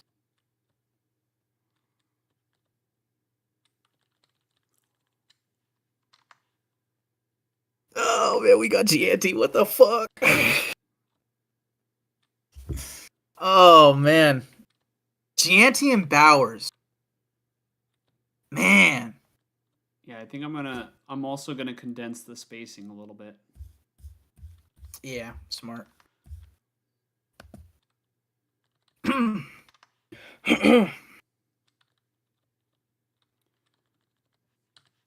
I guess I'm just interested to find out when and if a quarterback is gonna, if somebody's gonna trade back up into the first round and take a quarterback, or if they're done. Well, I think the big domino is the Steelers at I think 21, I think they're taking and then Shadur. you can see Shadur. I could also see if they were kind of dumb, I could see them taking Milrow. You can and Dart. Dart is the other one. Um, Personally, from like rumors, my hunch is the Giants want to trade back in to the first round to get Shadur. If Shadur somehow does make it out of the first round, I want to say the Browns have the first pick in the second round. Imagine the Browns getting the. Oh shit! The Browns didn't get Travis Hunter. Oh man, the Jags. Well, never mind. I was gonna say Shadur and Travis Hunter being on the same. So yeah, I think it's gonna be the Giants. If I had to guess, the Giants will trade up, try to jump the Steelers, or they just pray that the Steelers don't take them. Like, let's say the Steelers take Dart, Giants trade up with, like, I don't know, the Chiefs at 31, and take Shedeur to get the 5th-year option. And then I could see the Saints going for somebody like Tyler Shuck. And if he were still there at the Raiders pick, I could see the Raiders going for Milroe. And that would be a lot of, like, a mad dude. 2 years from now, imagine the offense if he pans out.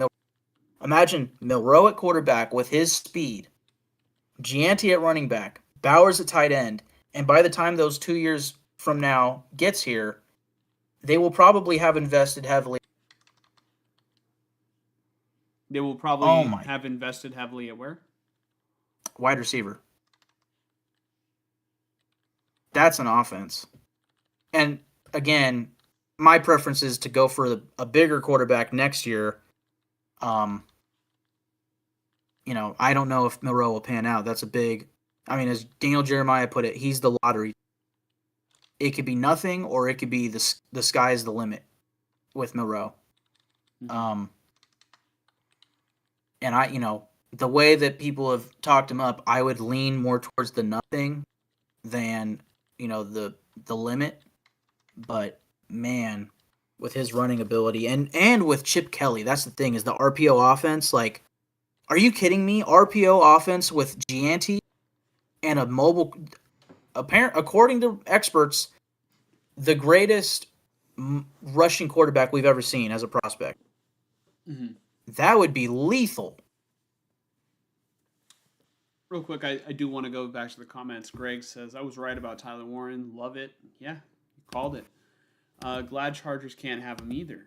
It's a great point. Yes. Both tight ends. That's huge. Rams could take Sanders. I don't see it.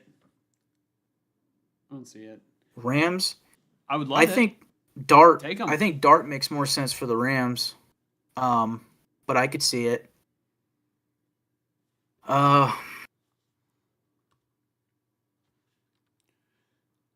Hey, you know what the Barron Falcons, is still available.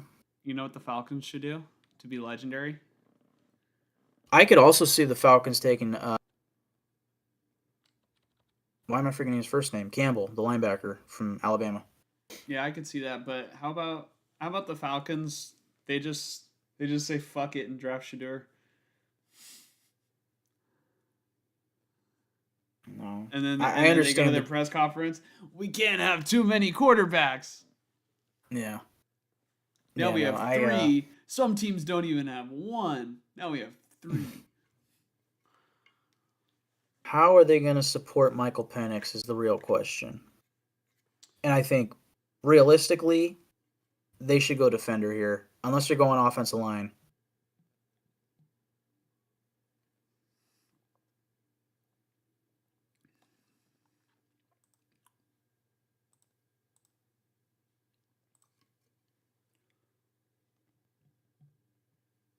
I think it's Jalen Walker, if I had to guess. You get an edge defender, you get a linebacker, you get a little 2-for-1, you get a defensive chess piece. Yeah. And he's from Georgia. Like, it makes a lot of sense. We're almost halfway done with the draft. Yeah. I'm excited for tomorrow, man. The Raiders are going to get somebody at the top of the second round that's of high value. What I'm really looking for in this first round is which corners make it out of the first round. Notably, Trey Amos and potentially Will Johnson. A guy, Will Johnson, who 2 months ago people were mocking to 6. Now he has, a potential injury scare, according to scouts and stuff, to where you're going to get a potential top 10 talent falling to the second round. Maybe. I won't guarantee that or anything, but if he did, man, that would be a hell of a start to the draft. My goodness.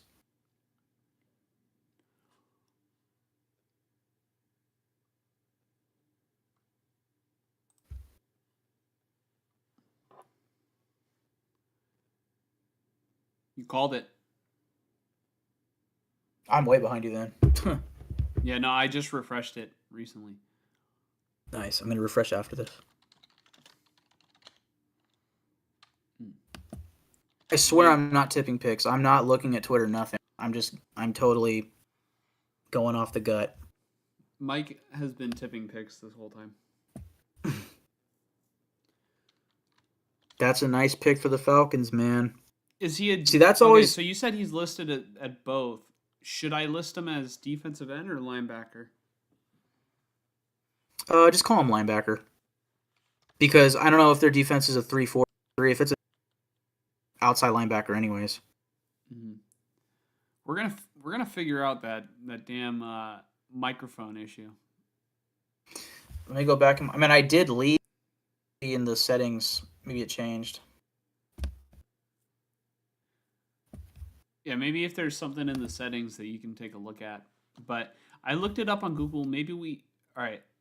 There's there's restarting your computer, which I don't think will fix it. There's updating your audio drivers. That might fix it. All right. Let's see. Disabling quality of high service packet priority. What? Okay, advanced. I got show a warning when Discord is not detecting audio from your mic. Switch voice channel warning. Show a confirmation prompt. You can hear me, right? Yeah. Okay. Lower the volume of other by this percent. Okay, that doesn't matter. Okay, enable quality of service high packet priority. I have that off. Oh, you have that off? Yeah. Okay. So keep that off. You don't want that on. Yeah. Automatic gain control is currently on. Uh-huh. I have okay. Advanced voice activity. Turning this off may help if your voice is not being detected by the automatic input sensitivity. That is currently on. I should turn that off. Yeah, maybe try turning that off. Okay.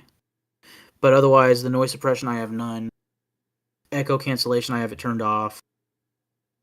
That's about it, yeah. And then input volume all the way. Input volume again, half.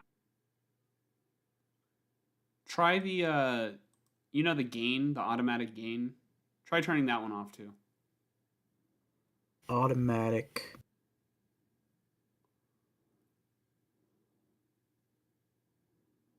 gain control. Okay, turning it off.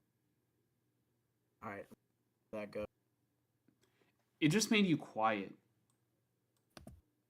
I still sound quiet right now. Yeah. I'm still in. Well, for one thing, I guess I never left it. When I went through the settings earlier. Uh-huh. Let me come back and then... turn back on the gain control, because I think it did a good job of making you loud enough.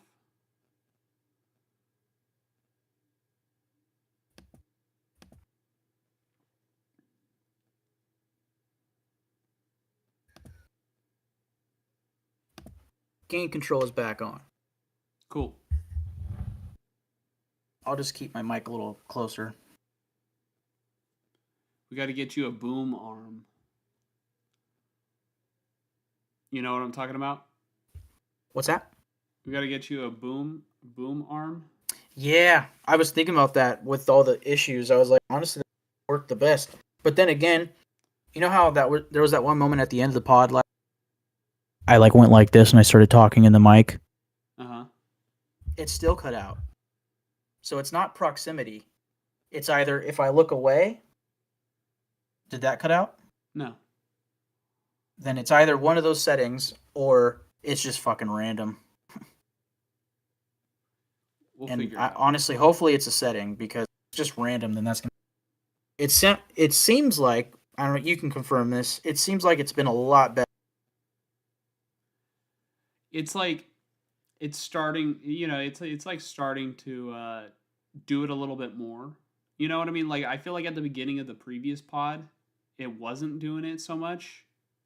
And then towards the end was when it started doing it a lot more. I wonder if it has to Well, do. I wonder if it has to do with like,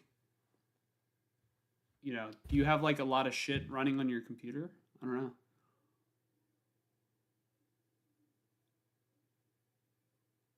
Doesn't sound bad. It's just, here and there it'll have the occasional cuts. yeah. Well, I guess at the end of the day, just let me know when it cuts, and then I can repeat myself. Cool. And Um, then we'll work on fixing that.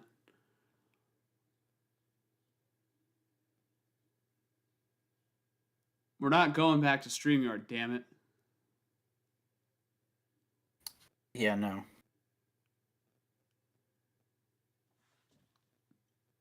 Cardinals select. Well, there he goes.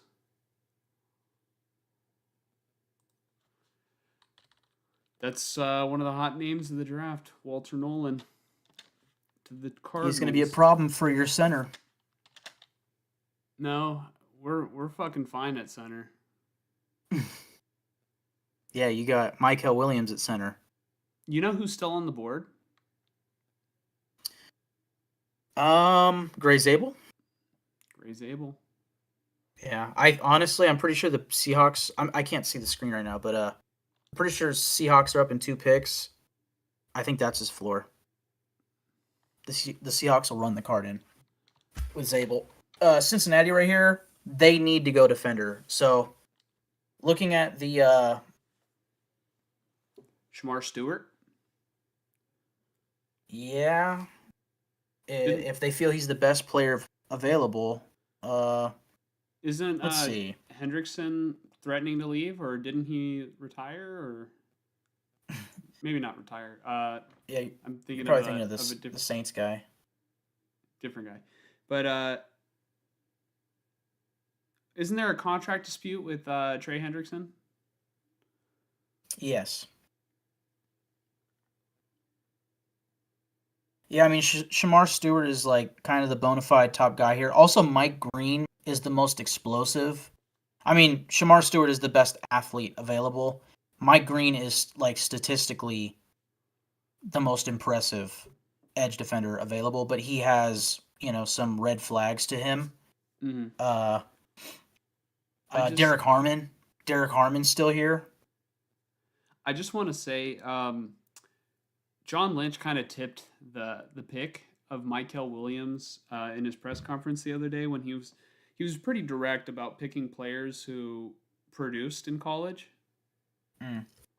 So I think that out of the defensive ends that were there available, maybe Michael Williams was not the guy who was, he wasn't the athletic freak that Shamar Stewart or Jalen Walker was, but he definitely didn't. He have more production in college.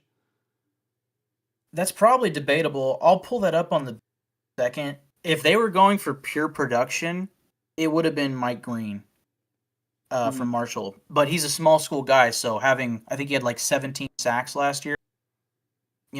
That kind of checks out for a small school guy. Like, you kind of hope he does that shit. But yes, as far as production, that, if anything, that tips you towards them not picking Shamar Stewart. But again, because Michael Williams was playing on the injury, I want to say last year he had like 3.5 sacks. The year before that he had like 4.5. Which sacks isn't everything. It's also tackles and stuff. Let me pull it up right now. Let's go to edge. But I know one thing that that the GM for the Niners did say was something they're looking for is somebody who could set the edge. And if I had to guess, that's something that Michael Williams is strong at in his game. Mm-hmm. So I'm going to go Michael, then Shamar Stewart, then I'll finish off with Mike Green, statistically. All right, let's go with the like combine results as well. So first off, his height, Michael Williams 6'5", weight 267. He is less than 21 years old. That's nice, getting a young guy, because you got guys in this draft like from the guy from Toledo, who's 24 or 25. Anyways, hand size 10 and 1/4 inches. Arm length 34 and 3/8. That's very good. Wingspan 82 and 7/8. That's good. Statistics. Or you want me to read the strengths for Micah Williams since he was your guys' pick? Yeah. I'll just read from Dane Brugler's The Beast on Micah Williams. I'm also gonna re-update right here for the Bengals pick. I don't getting there, but not quite there. Okay, Micah Williams looks the part with an NFL frame and arms the length of an anaconda. Uses crazy length and raw strength to jar blockers and force through bodies. Promising bull, swipe, and push-pull maneuvers. Violently tears through tight end blocks. Loose, flexible athlete with long strides to capture the corner. Models his game after Myles Garrett. Nice. You would hope he models his game after a guy like that. Able to slip and circle around guards from inside alignment, which is nice. Multiple right there. Closes fast on the quarterback when he has an lane. Functional strength to stay square and anchor down to stop the run.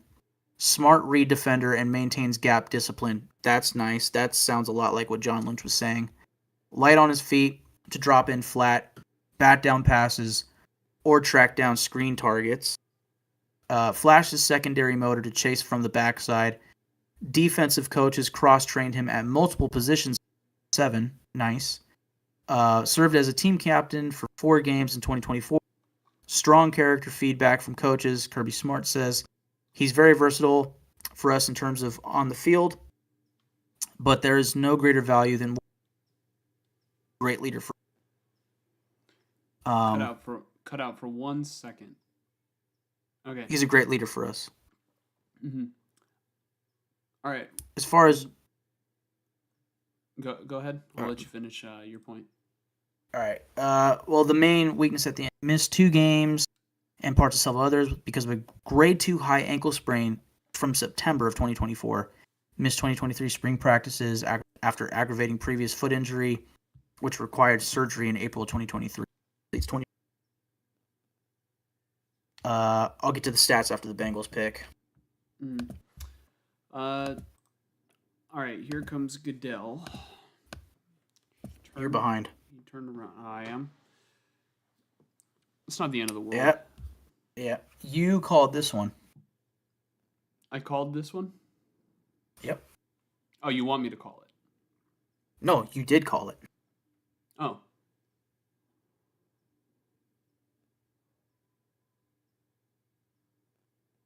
Called it. This is a good pick for the Bengals. That's a good pick. I mean, a 10.0 out of 10.0 athletic score. They need defenders bad. Like you said, Trey Hendrickson on the contract dispute. Ideally for them, you pair both of them together, but Shamar Stewart looks like a guy who's going to become a pretty dominant edge defender in the league. Mm-hmm. That's good for the Bengals. Okay, so continuing on Michael Williams. Okay, here are his stats. 2022, he started 2 games out of 15, but he played in all 15. 28 tackles, 6.5 tackles for loss, 4.5 sacks. Okay, so I was a little wrong. 2023, 10 starts out of 13 games, 18 tackles, 6.5 tackles for loss, same as the previous year. 4.5 sacks, same as the previous year. 1 forced fumbled, 2 passes defended. And then 2024, 5 games started in 12 games played. So he started less games because of injury. 21 tackles, 8.5 tackles for loss. He did the best this past season as far as tackles for loss. 5.0 sacks, also the best in his time in a season. 2 forced fumbles, 1 pass defended. So actually, he did gradually get better, even in limited time last year. So, a lot of potential there for Micah Williams. Mm-hmm. And then, I like it. Just for fun, huh? I like it. Yeah, no, I honestly, just reading all that, Micah Williams sounds great. Let's go ahead and look at Shamar Stewart as the pick, and then for shits and giggles, we'll do Mike Green after. And I'm just going to do the stats on this. So Shamar Stewart, 2022, 6 games started out of 12, 23 tackles, 3.5 tackles for loss, 1.5 sack. 2023, 1 game started out of 13, 11 tackles, 2.0 tackles for loss, 1.5 sack, 2 passes defended. So actually less statistically than Michael Williams. 12 games started in 2024 out of 31 tackles, 5.5 tackles for loss, 1.5 sack. So each year he had 1.5 sacks, 1 forced fumble, 2 passes defended the final year. So he gradually got slightly better statistically, but I think, the eye test is where Shamar Stewart really passes. And if he can finish in the NFL, it's going to be sketchy for, opposing offenses. Yep. And then Mike Green out of Marshall, I think. Yes, Marshall. 2023, started 1 game out of 12, 43 tackles, 9 tackles for loss, 4.5 sacks, 1 forced fumble. 2024, 13 games started out of 13, 84 tackles, 22.5 tackles for loss, 17 sacks, 3 forced fumbles, 2 passes defended. Jesus. In what span? In 1 season. 17 But that's sacks. 17 sacks, 22 tackles for loss, 84 tackles total. For Mike That's Green? insane. From Mike Green in 2024. He Okay, was a first-team Bosa. All-American. First-team All-American. And who got Mike Green? Who was that? He's on the board. He's still available? Yeah. Wow. Damn it. I think Gray Zabel is the pick for the Seahawks. Yeah, I'm on Mike Green watch and Derek Harmon watch. And then of course the quarterbacks, you still have Matthew Golden at wide receiver. Who else? Who else is out there? Really The quickly, corners, all the corners. I'm going to put the depth chart back up. Is it up to date? Yeah, I'm making sure it is, but I'm pretty sure it is. Okay. I'm going to slide it back down to the players that are available just so we can kind of get an idea. I'm too good at this, dude. I should have made a mock draft. All right, the Seahawks are going to pick. So let's see who they take. You are behind me.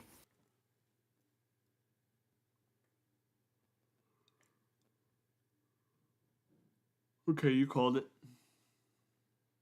That's why you said that you should do a mock draft, because 2, 3, 6. Yeah. You called it. 8, 9, sir. 10, 11, 12, 13, 14, 15, 16, 17, 18. That was pick 18. Okay, yeah. The depth chart is up to date. Okay. Let me update on the on this here, because the Seahawks just picked so Zabel. Not a lot of trades today. No, just one. But honestly, I think now we are entering Steelers coming up, and the quarterback intrigue. I think this is where we could start seeing trades possibly happening. Buccaneers are still on the clock. Clock is going down, so we're definitely up to date right now. Cool. Mm-hmm. I hate when the third round comes around and all of a sudden stop announcing the picks and it's like the next team's already on the clock. Shit always annoys me. It's like, what are we waiting for? Mm-hmm.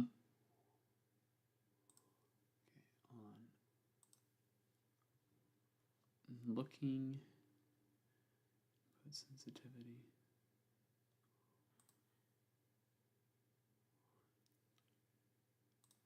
Hey, Mike. Yeah. All right, so go back to Discord real quick. The Discord settings. Hold on, let me turn down Peyton Manning because he's fucking loud. Gosh, my back. All right. Voice and video. Yes, voice and video. One more thing, which I think will be better. Um, so you see where it says input sensitivity, and then it automatically determine input sensitivity. Yes. So just Turn that off. turn that off, and then make sure it's slid to either minus 60 dB or minus 70. We're currently at minus 60. Okay. I say you can leave it there, and if there's still issues, we can slide it a little bit more. So that way, whenever you cross that threshold of decibels, it'll pick up your mic. Gotcha. If that makes sense. Yep. Just I guess keep me updated on if I'm counting out or not. I think that might fix it. You know what I mean? Because then it's not Discord trying to determine whether or not you're speaking. You know what I mean? Yeah. It's going to be literally just anything that your mic catches from that sound, from that volume or not, or Yep. above, will pass through. Very nice. So I'm hoping that just fixed the issue. Because I looked on Reddit, and it says the date right now is the 16th of April 2025. This has been happening with me, and I believe the solution that has worked with me is to turn off the automatic input sensitivity and manually setting it to minus 70 decibels. I had fine audio and video since 2021, and suddenly in the last couple of days, my friends were telling me that my mic kept cutting out, or kept cutting off. I had tried all your solutions here as well, even changing the mic source and input cables, and this input sensitivity thing disabling seems to have fixed it for me. So hopefully that was it. Hopefully. That'd be nice. Yep. So let's see, where are we at in draft land?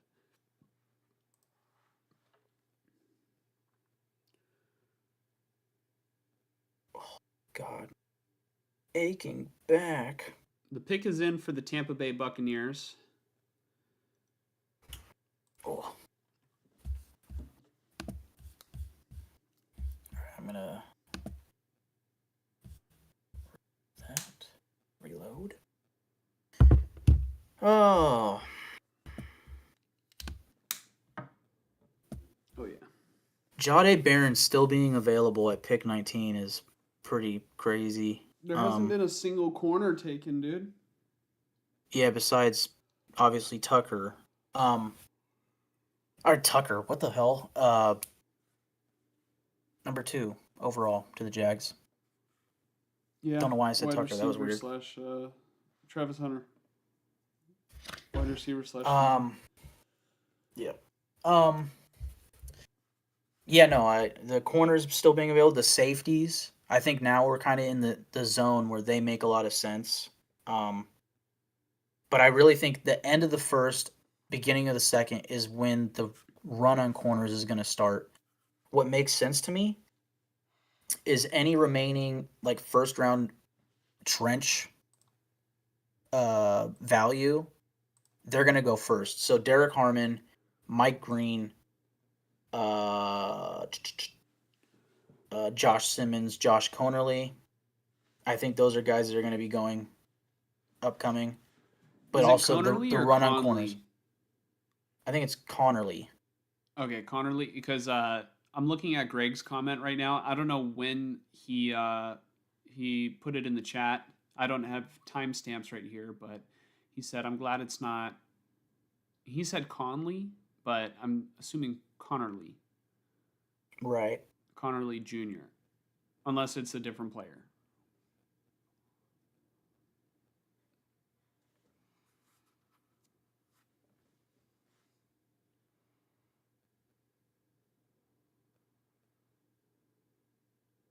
Oh.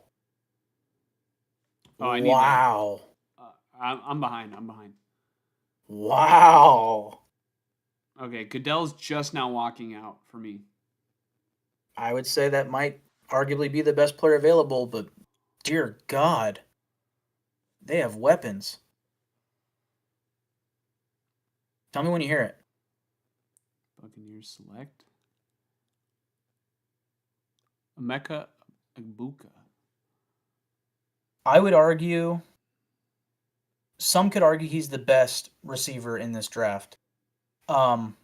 He's more of the number two, the dirty work guy, Mm-hmm. and just the surefire, security blanket. They just signed Chris Godwin. Chris Godwin to $30 million per year or some shit. Obviously they have Mike Evans, but last year in like the second round they took another guy. Yeah, McMillan. Yeah, so they're just loaded up at receiver for Baker Mayfield, and they got obviously the running backs with. Man, that's. I mean, I guess they're just setting up for the the end of the line for Mike Evans and Chris Godwin. Yeah. Their future at receiver is secured. Man, I missed the commercials where it was like, I'm Baker Mayfield, and Hulu's giving me a lot of money to say Hulu has live sports. Hulu has live sports. And he goes, get money. Okay, so let's see. Tampa Bay.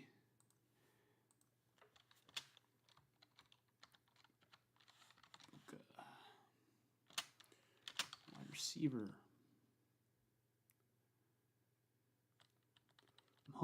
I'm hoping the rest just fits all in one line here.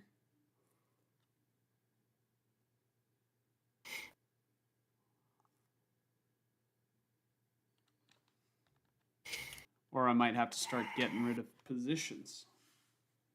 Or more spaces. But I feel like the spacing is good the way it is. Nah, it doesn't. The entire thing doesn't fit. You see how it goes? You see how it says Kansas City 31, and then it doesn't show the Eagles 32? Yeah. I mean, you could just get rid of the Cleveland to Jax thing and just make it Jax at 2. Yeah, that's true. And get rid of wide receiver / DB. You could just put nothing for Hunter, honestly. That might be enough to get 32 in there. Although once you start adding more names, it's going to go down. Names, yeah. Yeah, so I mean, you could probably start getting rid of the positions. Positions, yeah.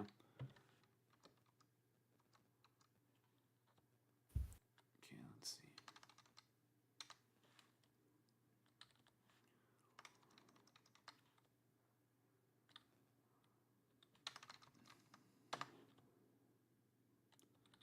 Don't mind me, everybody.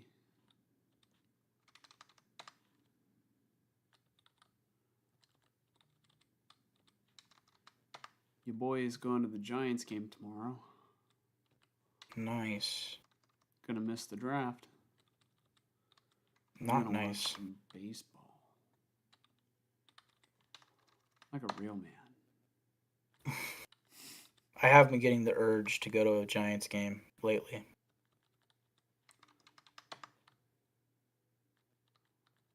I'm finalizing my sleepers list, and then we could put that on the screen if you want. Cool. Once I'm ready. Oh my God, once my back is ready. Jeez. Oh. You just reminded me of Pia's favorite scene in the Minecraft movie, or her favorite line. When Jennifer Coolidge goes, oh my God, not again.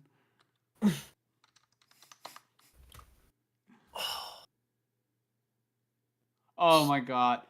Now I'm saying oh my God because Pia just commented, she goes, I can go by myself. I didn't mean it like that. I said I'm going to the Giants game. Maybe I'll go by myself. Well, Mike, I'm in trouble. Pia thinks I don't want to go to the Giants game. Even though me bringing it up is a sign that I'm excited to go. Yeah, no, I didn't take it as a negative. Baby, come back. You can blame it all on me. All right, 30 likes in the stream, and I'll take my sweater off. I'm just kidding.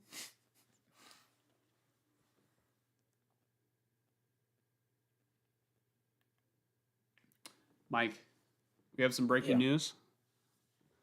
Yeah. Pop Mart has crashed. I repeat, Pop Mart has crashed. Anybody trying to get Labubu's, it's not happening. I don't even know what that means. They're these like stuffed animal things that just kind of came out of nowhere, and like, I don't know if it was like endorsed by like Rihanna or somebody, but like they just became insanely popular, and like, I've just been seeing them all over TikTok, and like everybody. Pia said, "I'm gonna miss the draft, Josh." It's okay. It's okay. I'm gonna find out who the Niners pick one way or another. It's not gonna make a difference if I see it live or not. I feel like the most important is the first round. Of like figuring out like the first round is definitely the expected starter, but second and third round you're really hoping for starters there too, especially honestly the way that the Niners team looks right now. No offense, but like you need defensive linemen, you need offensive linemen, and I think you can find starters on day 2. And again, in this draft specifically, I think the value in this draft is in the second to third round. So I'm going to be locked in tomorrow. I'm really mostly excited for tomorrow.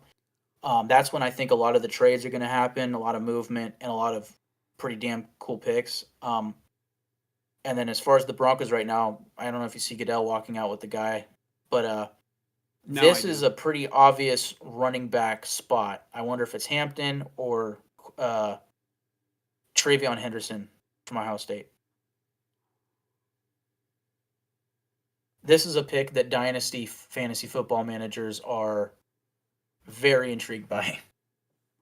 And also, there was hints and rumors that, the Broncos want to trade up to the top 10. If the Broncos had gotten Gianti, that would have been diabolical. It would have been terrible. So far, so good today. Terrible for I'm the just Raiders. curious.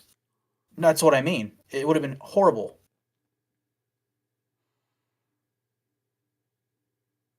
Because the Broncos are set up perfectly for a running back right now. Like, of all the teams that need a running back, the Broncos are the team that's like, give them a running back and watch out.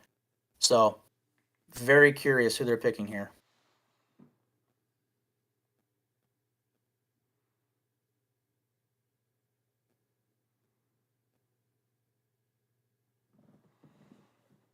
Wow. To pair with Surtain. You motherfucker. I was trying to listen. I didn't say who it is. I just said to pair with Surtain. I know. I couldn't hear it. Oh, no. Sorry. I'm just playing. Well, I'm not joking, but it's not a big deal. Yeah. All right, so Baron. I haven't cut out since we changed that one setting. Nope. Not once. That's probably it then. That's probably it. That's great news, right? Oh, hell yeah.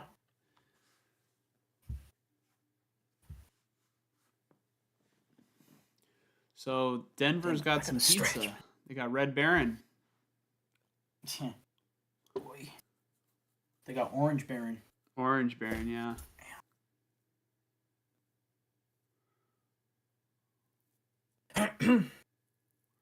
Glad that you're wearing more than just underwear this time. Yeah.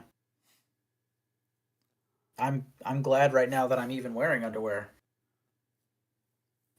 Yeah, that is. Aren't we all? Is true.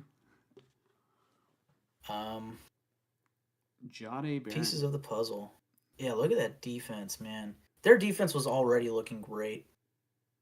Also, all the Broncos need is a running back and a wide receiver, and they are fucking loaded.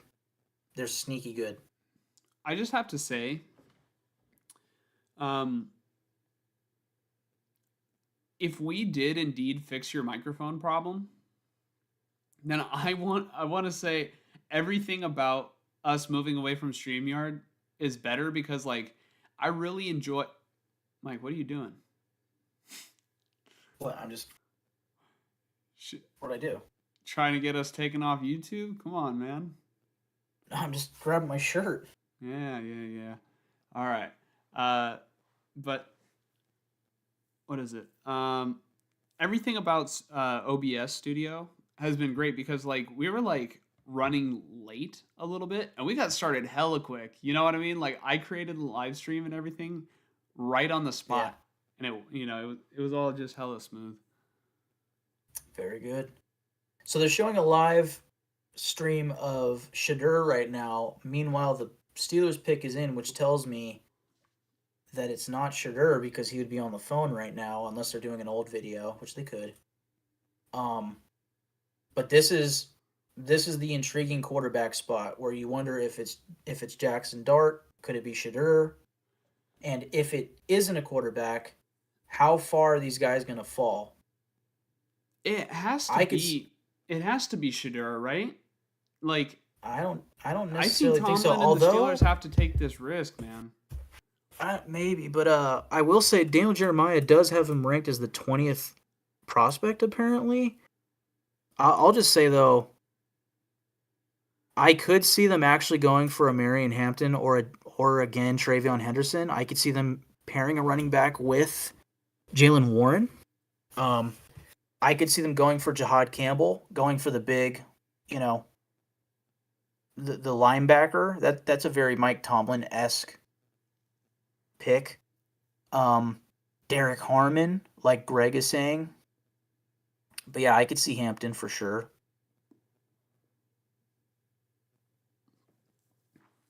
I think it's got And to be now Shadur. Tyler just texted that the Chargers are on the clock. Ooh, I hope this is Hampton right here. Goodell's walking out. I hope it's Shadur. Okay, hold on. Don't react.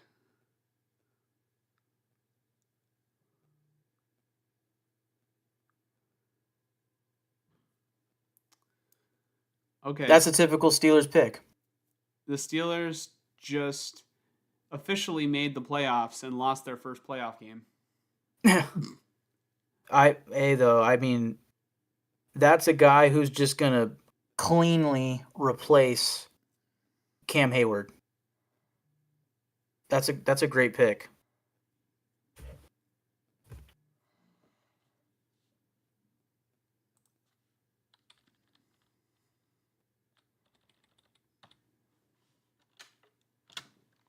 Man, I mean, if they can keep T.J. Watt in the building, God, that's a nasty duo.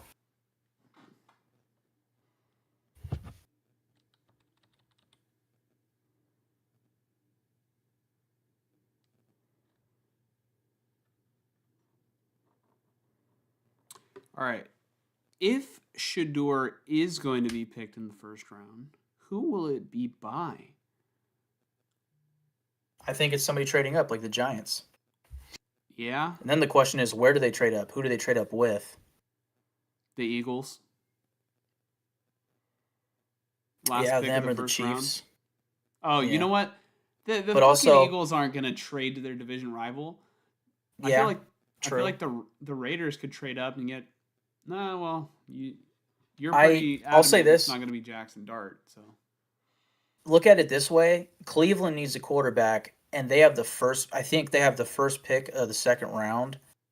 Like, if the Giants, if in theory the Giants are trying to trade up, which that was the reporting earlier, that they're trying to trade up in the late first round, like, they also kind of have to. This commercial's stupid. They have to kind of, in a way, bid against themselves just under the assumption that somebody else like the Browns or the Raiders or whoever, the Saints, might trade up for a quarterback. So, although it might be ideal that they go for, the Chiefs pick at 32, what if somebody trades up to 31? Chiefs aren't at 32. Thank God they're at 31. So, if they go for the Eagles or the Chiefs at 31, who's to say somebody doesn't trade up to 28?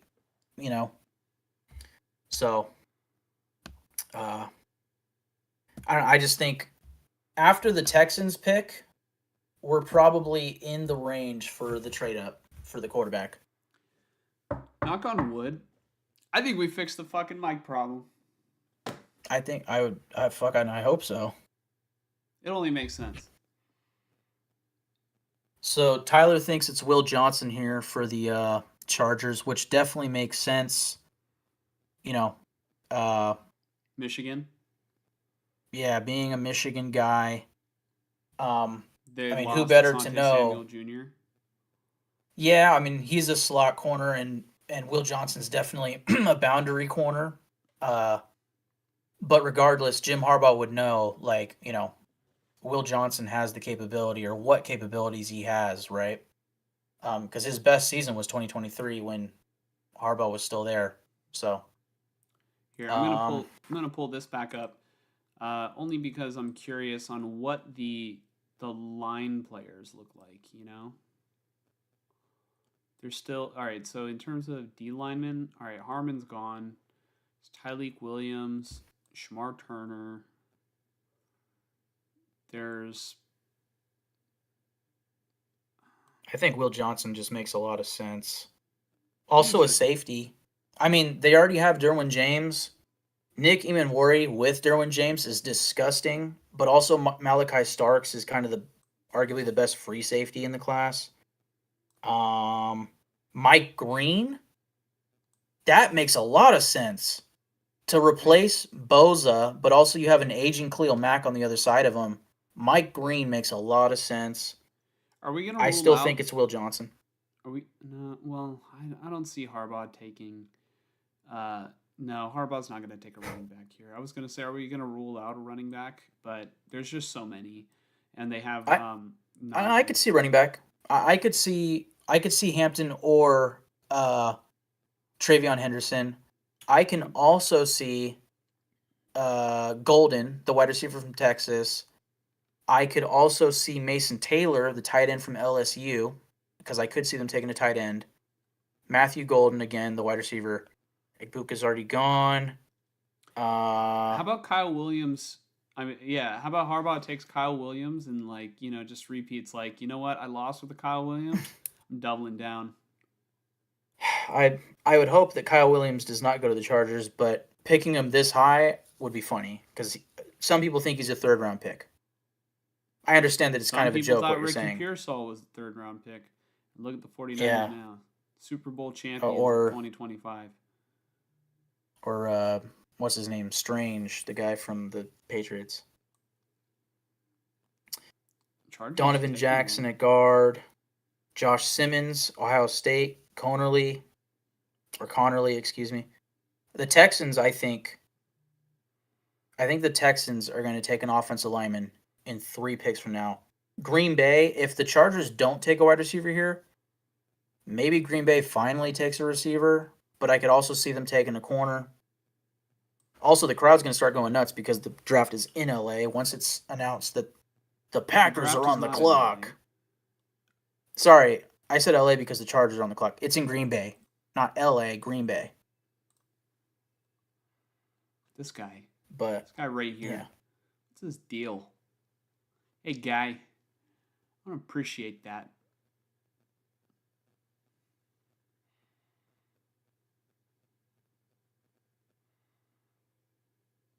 Dude, our chat box is so sweet.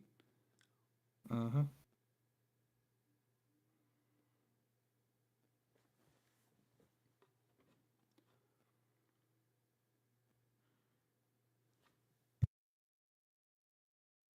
Oh,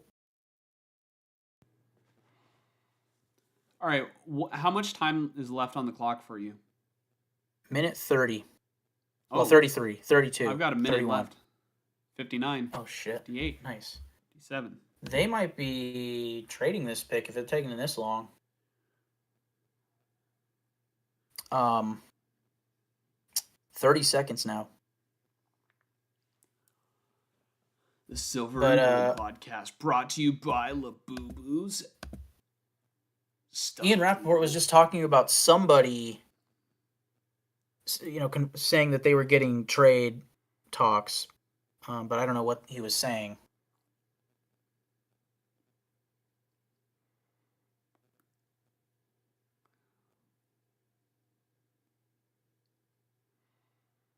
How we doing in the chat, Greg?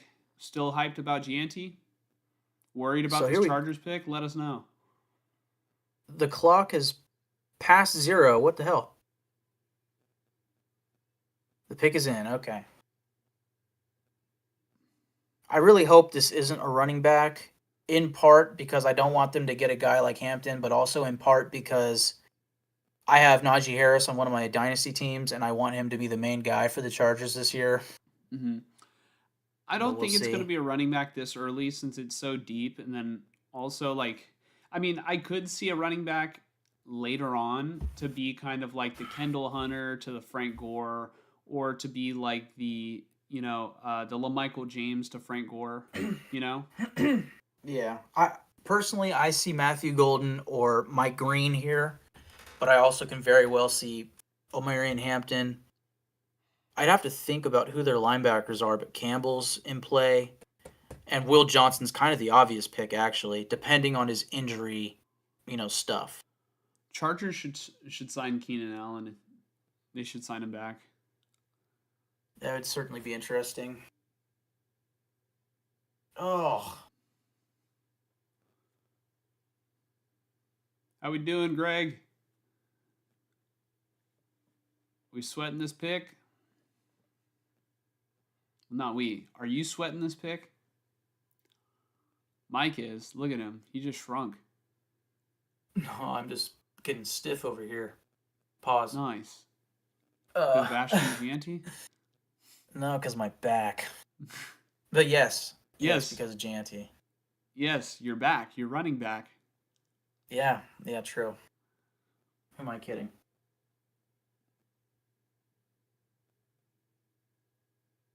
The pick is in. The I'm power taking within. forever on this one. The power within. Here comes the commissioner. The power within.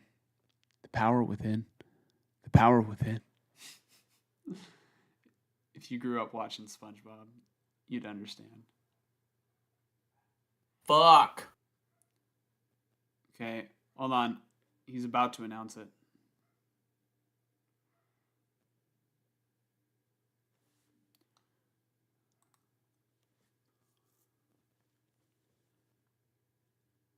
Wow, dude.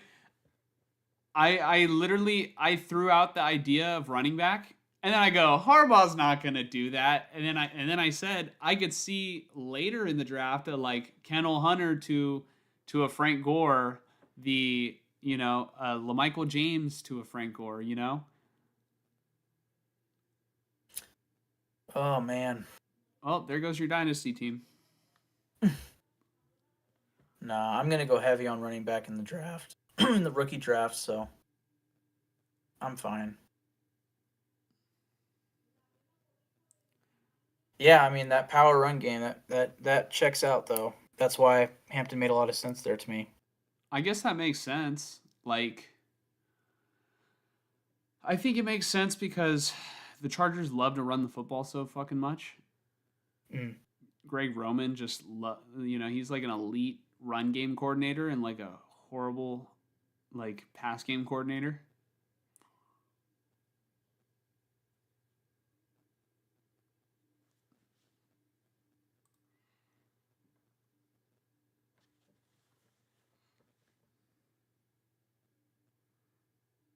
Here come the Packers.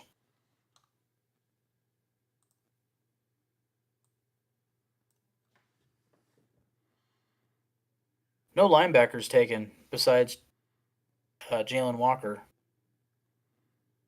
The popular mocked pick here is a corner like Maxwell Hairston. I'm curious if that's what the Packers do. We'll see.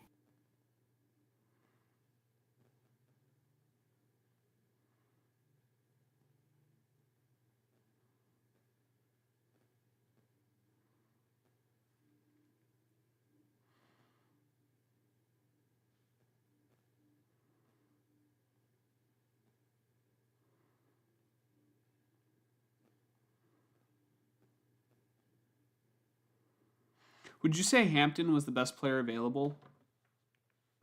I think according to Jeremiah, no, the best player available was Jahad Campbell. I would be happy if the Niners were able to get Campbell. If they trade back into the first round and do it, people would compare it to Reuben Foster. Yeah. But like, people would be like, "Welcome back, Solomon Thomas and Reuben Foster," because it would pretty much mirror what they did in the 2017 draft.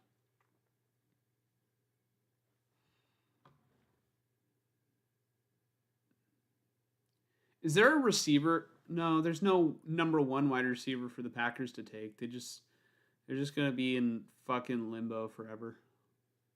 Yeah.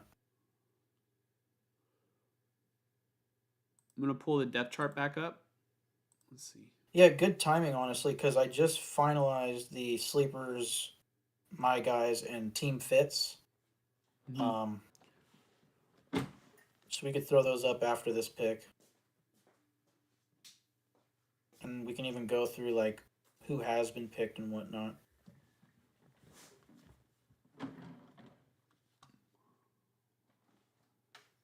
So Hampton's gone. Oh man, that's true. The draft is in Green Bay. The ongoing joke has been they never do a receiver in the first round. How funny would it be that they finally do it right now with like a Matthew Golden? Is he really that good, Mike? Matthew Golden? It's weird. The way I look at him is he's a really fun like number 2 receiver. All He- the Packers have honestly- are fun number 2 receivers. That's the problem. That's why I don't really like it. That's why if I were them, I'd rather go with Mike Green or best corner available. Depending on what their needs are, but really they should go best player available. So maybe Jahad Campbell. But the thing I with feel like that would be a great pick for him. Campbell? right, yeah. I mean 23rd overall, you can get Jeremiah's 12th ranked player. The thing with Matthew Golden, he came on like kind of late at Texas, like really just this past season. He kind of transformed mid-season into their number 1 guy. When I watch him, he comes off to me like a poor man's Antonio Brown, which is like seemingly high praise. Like I'm emphasizing the poor man version of that, like he's not going to be a world-beating crazy stats guy, but when you watch him, it's like he's a mini version of Antonio Brown to me. But there's probably a better comp out there, to be honest. I just don't know what it is. Okay, I need to update this thing at the bottom because I did not account for Hampton. Oh yeah, Marion Hampton. Damn it! The fucking Harmon, Chargers got him. Hampton, Golden. Okay, so it's gonna go Harmon. Green Oh, Bay. All right, so they're gonna cheer hella, and then they're gonna Mm. boo heavily after, because the Yeah. Vikings are picking after. I'm going to refresh right now. Cool. I will do the same. That is a great idea.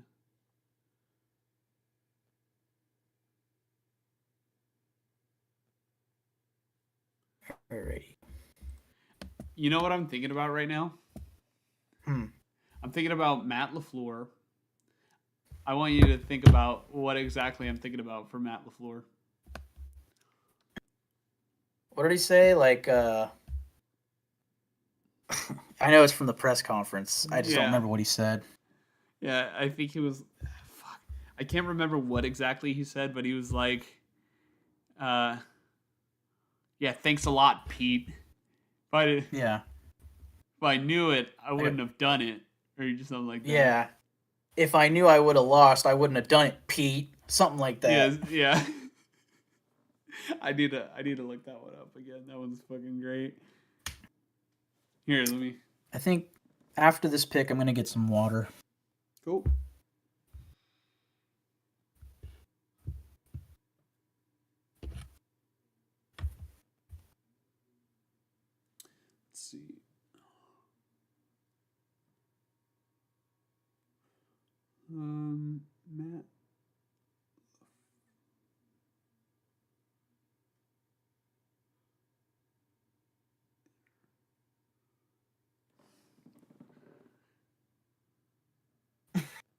Tyler's text, RB? What the fuck are we doing? Yeah. Uh,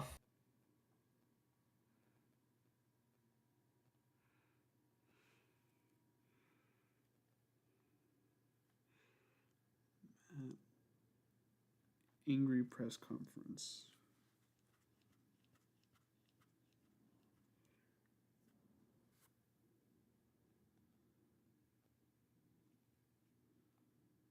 Where is it?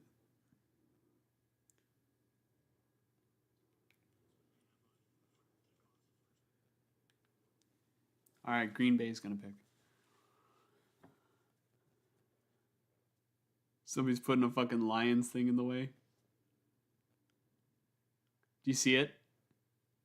They're putting Bears Oh, and yeah. Lions in the fucking camera. It's hilarious.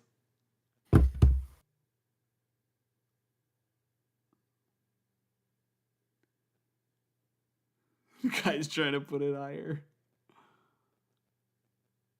you just throw it.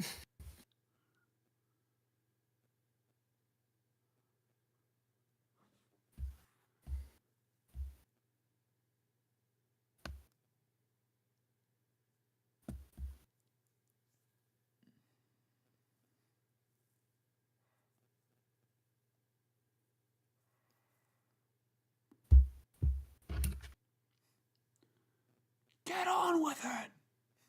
Yeah.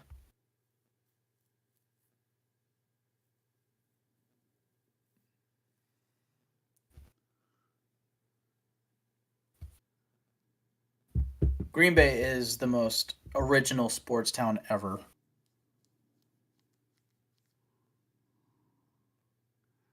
Are you sure it's not Utah?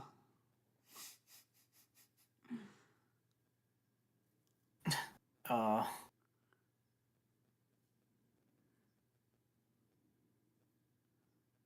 here we go.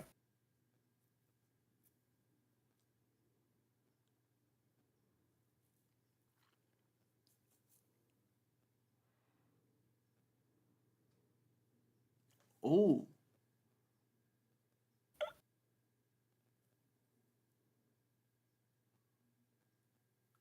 Okay. Yeah. Damn. I like that. I like ca- that announcement. That was cool. That was pretty They good. pandered to the crowd. That was Yeah. cool. They finally fucking caved in. Campbell is still on the board. I think Campbell would have been a better pick. Yeah, well. All right, watch the highlights. I'm sure they'll play the highlights soon. Tell me he isn't like a mini-me version of Antonio Brown. Watch, they're Well, going if to cut he the is, commercial. then It's he's going to the piss me right off. pick. Right.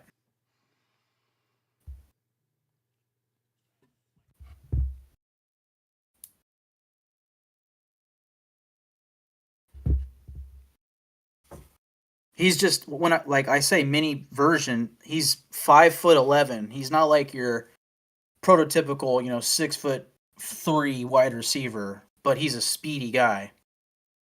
He Matthew Golden's the guy that ran like a 4 what did he wear, like a 4.33 or 4, let me find out, dude. He ran a fast 40. Real quick, And I don't think he plays that fast, but go ahead.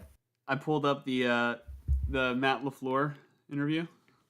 What do you Yes. think happens when you have to cause a first half like that, where you got nothing? I mean, you saw Pete. I mean, we got our kicked. If I knew, it wouldn't have happened. Matt, they didn't blitz until. That's a BS question, man. What do you think happens? I got just the snark. 4.2940. Sheesh. Yeah, 4.2940. Almost According as to fast. Dane Brugler's The Beast, he was the 15th ranked prospect. He just went 23rd overall. Yeah, I mean him, Jaden Reed, Josh Are we- Jacobs at running back. How dare you even I mention like- Jaden Reed's name? Why the hell is he even on that team? They don't use him. Yeah, well, maybe now with Matthew Golden, it's going to get better. Here comes the highlights for Golden. Yeah, add more target competition. That'll help him.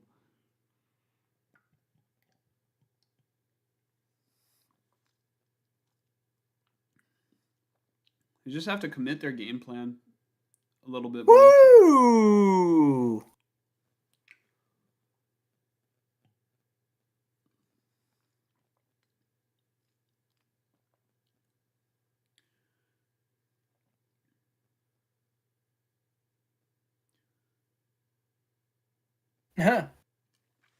Never seen that before. Yeah. He doesn't know it's Go Pack Go, but that's all right.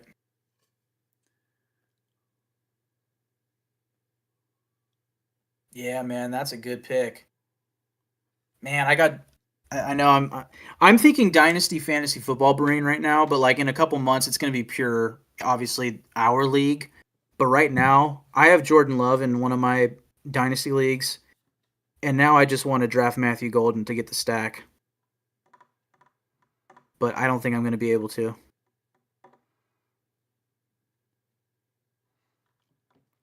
Definitely All right. intrigued. Do you want to?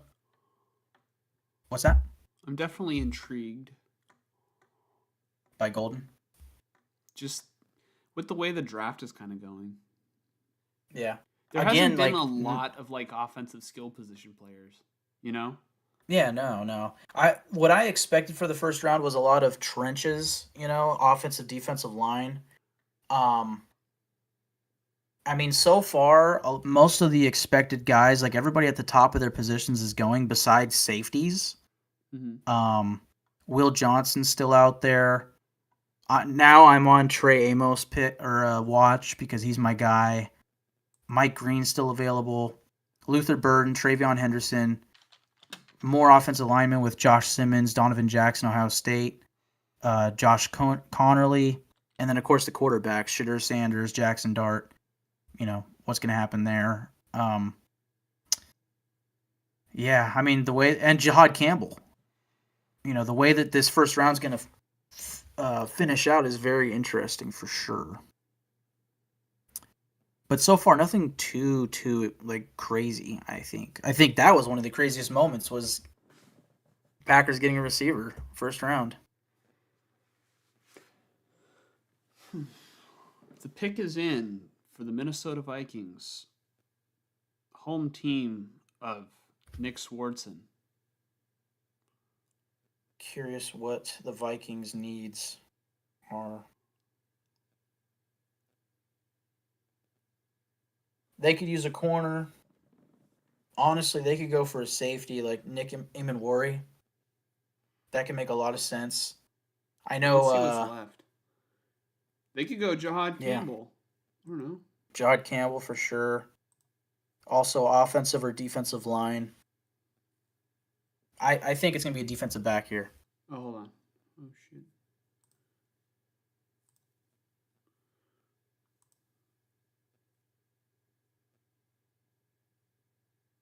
Nope. There you go. Okay. More linemen.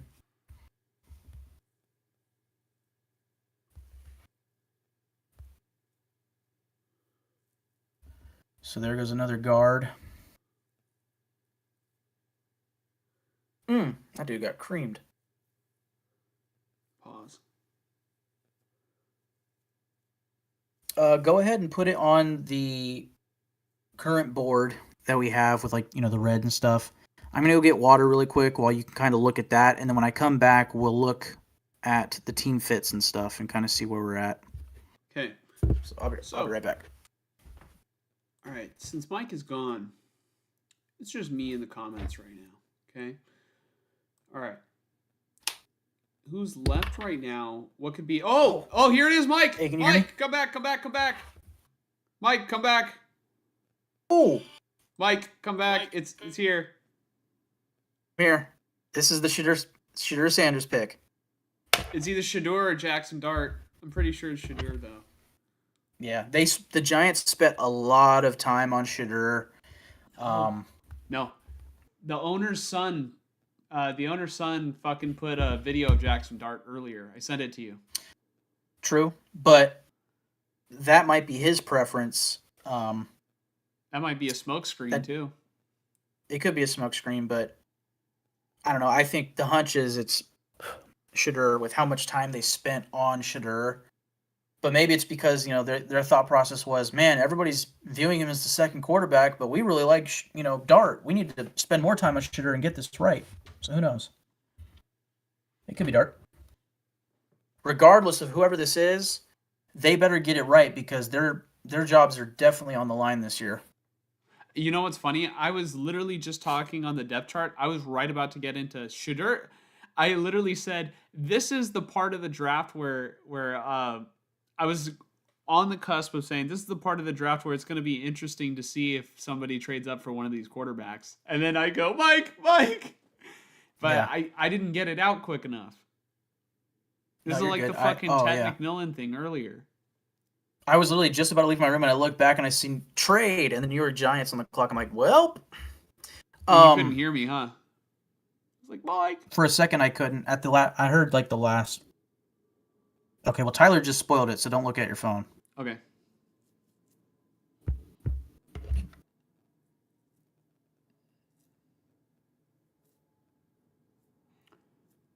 I haven't been looking at my phone to avoid spoilers. Where Mike? Mikey, come back.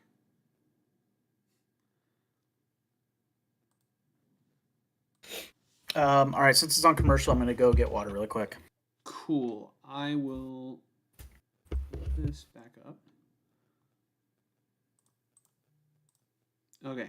So I do not know. I do not currently know what the pick is, but I could see where it's Jackson Dart because of the owner's son putting a video of Jackson Dart and then removing it.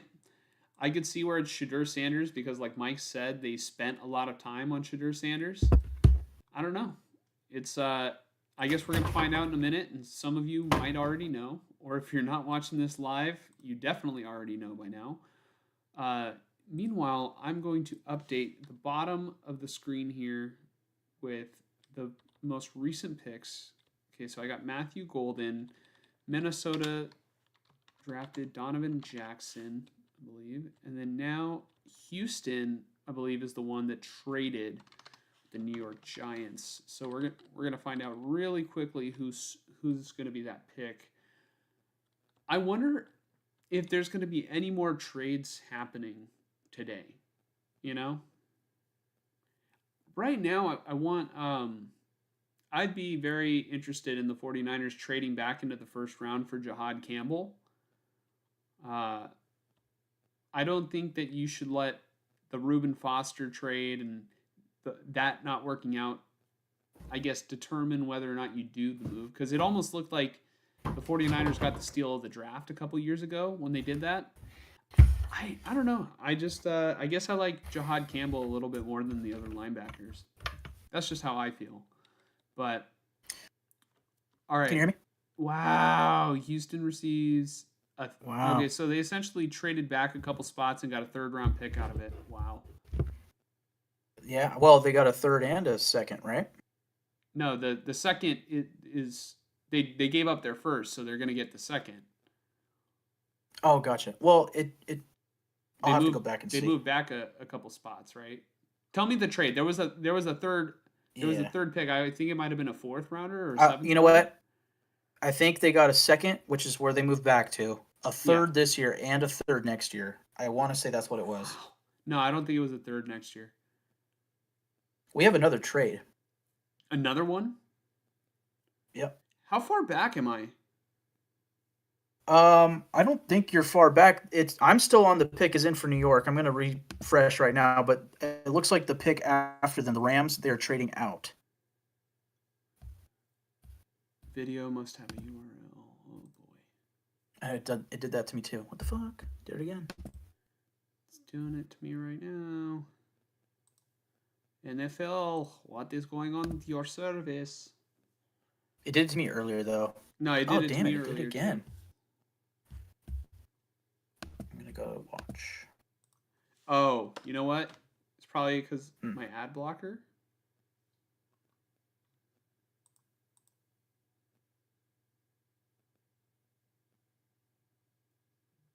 Okay, I think I'm back. Yeah, I'm back in. Nice. Not gonna look at my phone.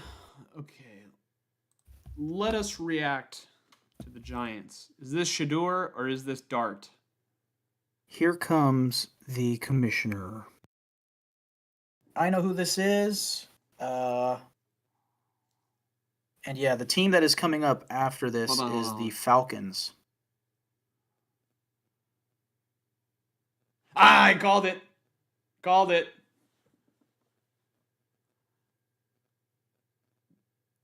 I called it, Mike. Yes, sir. The You know owner's what? son. Jackson Dart. Jackson Dart. You want to call somebody a poor man's version of somebody? Jackson Dart is the poor man's version of Josh Allen, which checks out with the head coach of the Giants. I'm forgetting his Jackson name. Dart is a but- poor man's Will Levis. No, I'm just kidding. No. I think he's right in the mix of rich man's Will Levis and poor man's Josh Allen. So the Falcons trading up. I'm curious if this is for Jahad Campbell. That'd be a good pick. Is this for a corner? Because I know they need defense, but also, do they want to help? Michael Penix and go for somebody on offense? I'm curious. I also wonder if the Texans partially traded back. For one, they got a good deal, which I need to find still. But also, sorry. The pick before the Giants trade up was Donovan Jackson. I'm curious if that was the Texans guy because they need offensive line bad.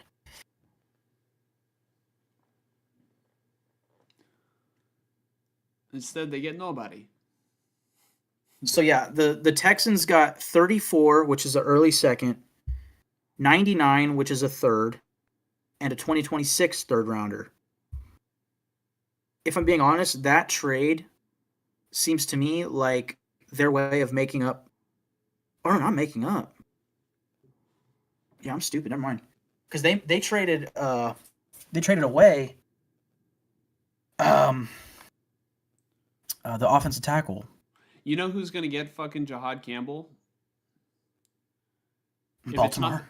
If it's not the Falcons, it's gonna be fucking Baltimore, and then because they always have great players fucking fall in their lap, or it's going to be Washington. Yeah, Washington would make a lot of sense for them. With Dan Quinn, oof.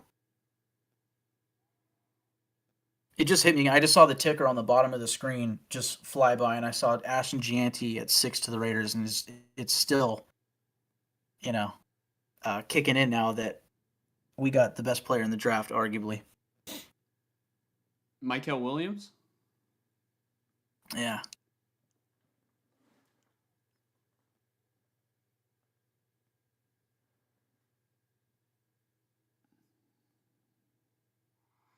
Russell Wilson's got to be thinking, man, I can't believe this. I'm unlimited. Well, that's the thing I was going to say until I found out it was Dart going to the Giants. If the Giants took Shadur Sanders, they would have had the nastiest quarterback room in history as far as personalities. I mean, just the biggest ego-filled quarterback room you could possibly make. No offense. It would have been great. And I love Winston, Jameis Winston. All right, Falcons received 26 and a third-round pick. The Falcons gave up their first-round pick from 2026 to make this move up. Wow. The Rams just loaded up for next year's draft, probably to get a quarterback. That's a great trade. If the Raiders could have made that trade, I would have taken it in a heartbeat. That's a great Falcons move fans, for the Rams. If you're in the chat, R.I.P. this might be worse than 28-3. No, it's definitely not. But it really just depends on who they're picking here. Whoever this is has to be, worth the pick. I could see it being Josh Simmons if they feel he's the best tackle in the draft. Otherwise, for the value, it's Jahad Campbell. Cleveland's going to move up with Philly to pick Shador. Maybe. He's announcing it now. Yeah. Oh, Where'd you have him? I mean, it's not really about where I had him, but he's another one of those guys when you're looking for production. Like, I'm pretty sure he has crazy stats. I want to say he was a guy who a year ago people thought James Pierce. Mm-hmm. People thought a year ago James Pierce Jr. might be the first overall pick, but he didn't quite live up to the hype there, I guess. So he ends up being a late first round pick, but still, a top end. Damn, so they got him and Jalen Walker. Yeah. They just doubled up at edge. Man. Who's the and do they still have Grady Jarrett, I think. the defensive tackle? I believe they do. I'd have to look at the roster, but oh, I'm getting on the screen. Jesus. Yeah, there you go. 10 sacks, 14.5 tackles for loss in 2023. So here's Campbell coming off the board, I think, To Baltimore. Yeah. or Washington. Wow, James Pierce. He could also go to Detroit too, but I feel pretty good that it's one of these next 3 picks, and I will punch my computer screen if it's to the fucking Eagles. Yeah, I think Washington is Campbell's floor. I'm very curious what Detroit does. And again, with Shedeur Sanders on the board, is somebody going to trade up? I could just see Dan Campbell like, yeah, I like Shedeur. He's got grit. You know? Like a Damn right. what's his name? Dutch Vanderlyn. Greg says Raiders need to trade up ahead of the Browns to get Shedeur Sanders. How much is that going to No, they cost, don't. though?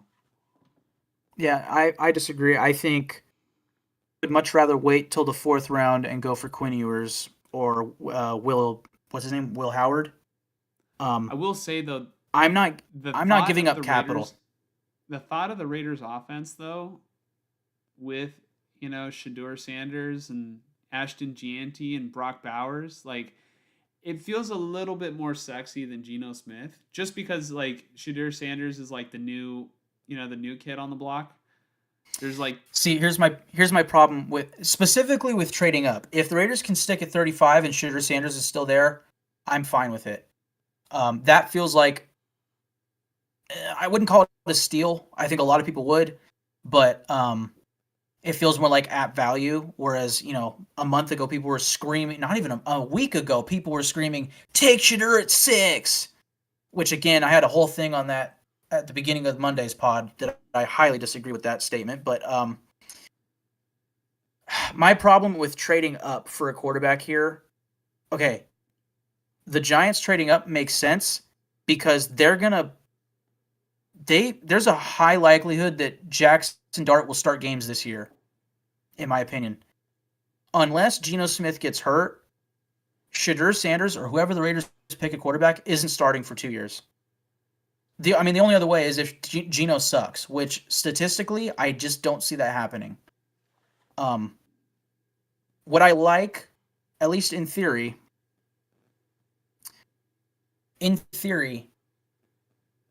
I like the idea of the Raiders picking a quarterback to specifically develop him for 2 years. A la the Green Bay Packers and Aaron Rodgers, Jordan Love. Jordan Love, I mean, I think I said this the other day, but like Shedeur Sanders is kind of a poor man's Jordan Love, or maybe like they kind of track similarly in the sense that it makes sense for them to be developed, and that's why I like Milroe. And then the wild card, unfortunately, is Tyler Shuck, but I really hope the Saints go for Shuck, or I guess Sanders. But I don't like the idea of trading up. Like, look at what the Falcons just gave up. I'm not giving up a future first. The fuck for a guy to wait for 2 years? No, no. Think about, I'm- dude. Honestly, that poor owner, dude. Last year with fucking They wanna win now. Penix, Last year with Penix, I don't mind that pick at all. I don't mind the Penix pick I know, but like because look dude, at them. Okay, but all right, fine. Last The- year, the was more- giving okay. Kirk Cousins the money. The money, yes, Last year, we're giving Kirk 1,000%. Cousins the money, and then this year with, well, I guess the issue is doing the Penix move after giving Kirk Cousins the money, but Right. the root of the issue is giving Kirk Cousins the money. But I will that say, happened, and then the owner looked so confused as to why people were like so upset and everything. And then now the fucking like I feel like Raheem Morris, I don't know, maybe he's not expecting that he's gonna keep his job for that long, so he's like all in on this year. Hmm. I don't know. You know what I mean? Like, why would he fucking save a pick for next year if he like might not be the coach? It's like maybe we'll kick that can down the road and worry about that next year. right? Yeah, I mean, I think it's between the Falcons and the Buccaneers pretty clearly for that division right now. I mean, obviously it's not the Saints, and then it shouldn't be the Panthers. And I think with the offensive weapons they have, and now the defensive line weapons they have on the edge, I like the idea of the Falcons kind of going for it. And I think, that regime probably needs to, because usually for a lot of these teams that fucking, just keep the turnover going and going, like the Raiders and this and that, like 2 years is kind of your limit to show that you have something. Otherwise, you might get fired. So I think it makes sense for them to just be like, fuck it, let's go all in. We like these guys. They're high on our boards. Let's get them. Mm-hmm. I mean, to double up at edge, like you want to talk about high value positions, they got it. Okay, so I'm predicting Campbell. As long as he's on the board, I'm predicting Campbell with these next 3 picks. Well, really, this pick right now with the Ravens, and then Washington. I'll give you Campbell makes a lot of sense. Otherwise, Josh Simmons. Or Will Johnson. Yeah, but the injury issue. I'd say Mike Green, but I like Jahad Campbell All right. here. We I got the answer. Oh, of course. Oh, Yeah. best safety in the draft. When I Makes said sense. Will Johnson, I guess I was in the right mindset of, or maybe a DB, because there hasn't been a lot taken. Yeah, that just makes too much sense. But it went with safety. Okay. So now Detroit's up. I'll tell you what, if I had to guess the next 3 picks, Detroit, They need another Josh linebacker, Simmons. right? if they need another linebacker, they could take Campbell.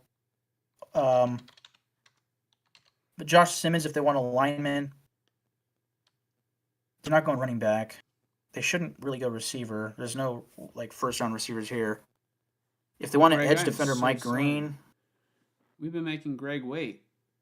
He says Sanders plus Gianti is a crazy combo. Like I said, it's more of a sexy duo, right? Yeah.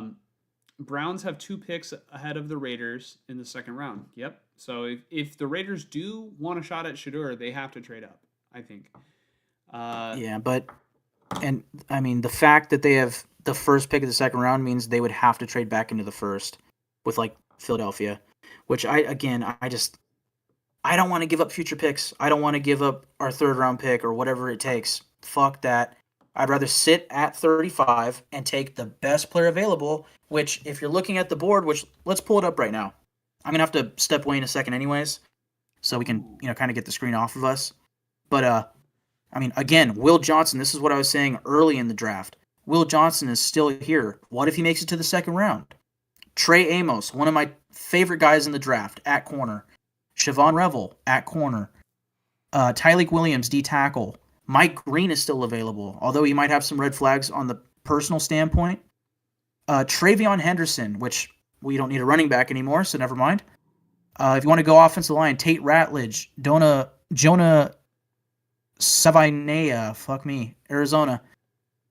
Josh Simmons, Ohio State, which there is a connection there with Chip Kelly. Josh Connerly from Oregon. Ariante Ursary from Minnesota if you want to go tackle. So there's plenty of options there. And then again, if Shadur Sanders goes, I think Jalen Milroe is a possibility for the Raiders. And if you can get a guy like that without having to trade draft capital, that's a fucking win to me. And I'd prefer not to trade anything. If anything, I would prefer to trade back. So Greg says, Unless you take a corner. He said he liked Pierce Jr. in the combine. Says Walker and Pierce Jr. makes their defense nasty. I'm talking about the Falcons, excuse me. Maybe Ravens- Greg can confirm if the Falcons have who the Falcons have at D tackle. Anyways, continue. And again, Yeah, I'm gonna Greg have does- to step out in a second. Okay, like for good or No, just maybe for the next pick or something. Just put it on the. Just actually, I gotta go right now. Can you just put it on the list? or I can take you off for right now too. I can keep my camera on the Sure. screen. Try it. All right, cool. Just let me know when you're back. Yeah, I can hear you. Yeah, cool. I don't hear you at all. But as I was, I was just gonna say, if you can hear me right now, Mike, I was literally thinking before the stream, if I had time, I need to put a picture so we can put like a placeholder there while we're like away. You know what I mean? That'd be kind of cool. All right, so let's see. I'm gonna be taking Greg's comments. Greg says, Mike was asking Greg if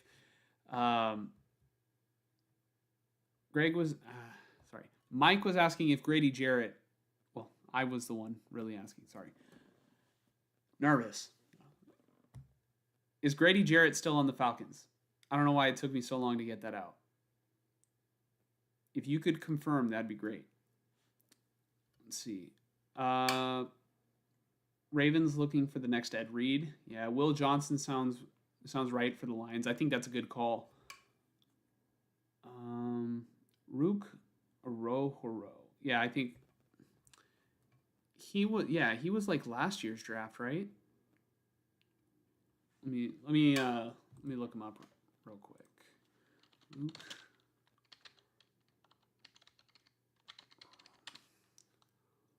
Rook. He's the defensive tackle for the Atlanta Falcons. Is Grady Jarrett not still on that team though? Like, is that their 4-man front right there? Also, the Lions pick is in. They're over there celebrating in their war room, or I guess draft room, whatever you want to call it. All right, let's see the Lions selection. With the 28th pick, Lions select Tyleik Williams, defensive tackle, Ohio State. Okay. Well, there's still Jahad Campbell's still on the board, man. Fuck. The Niners have draft capital. Do they want to move up? You know? I know they might be scared off by the whole Reuben Foster thing, but I don't know. Got to replace Dre Greenlaw. I like D Winters, but you know, if you can get another guy, why not? Let's see. Our lads have Falcons pick of the year, pick of this year at both outside linebacker. They have one old dude at defensive tackle. Should take a defensive tackle later in this draft for the Falcons. Yeah, I mean, here, let me look up Grady Jarrett.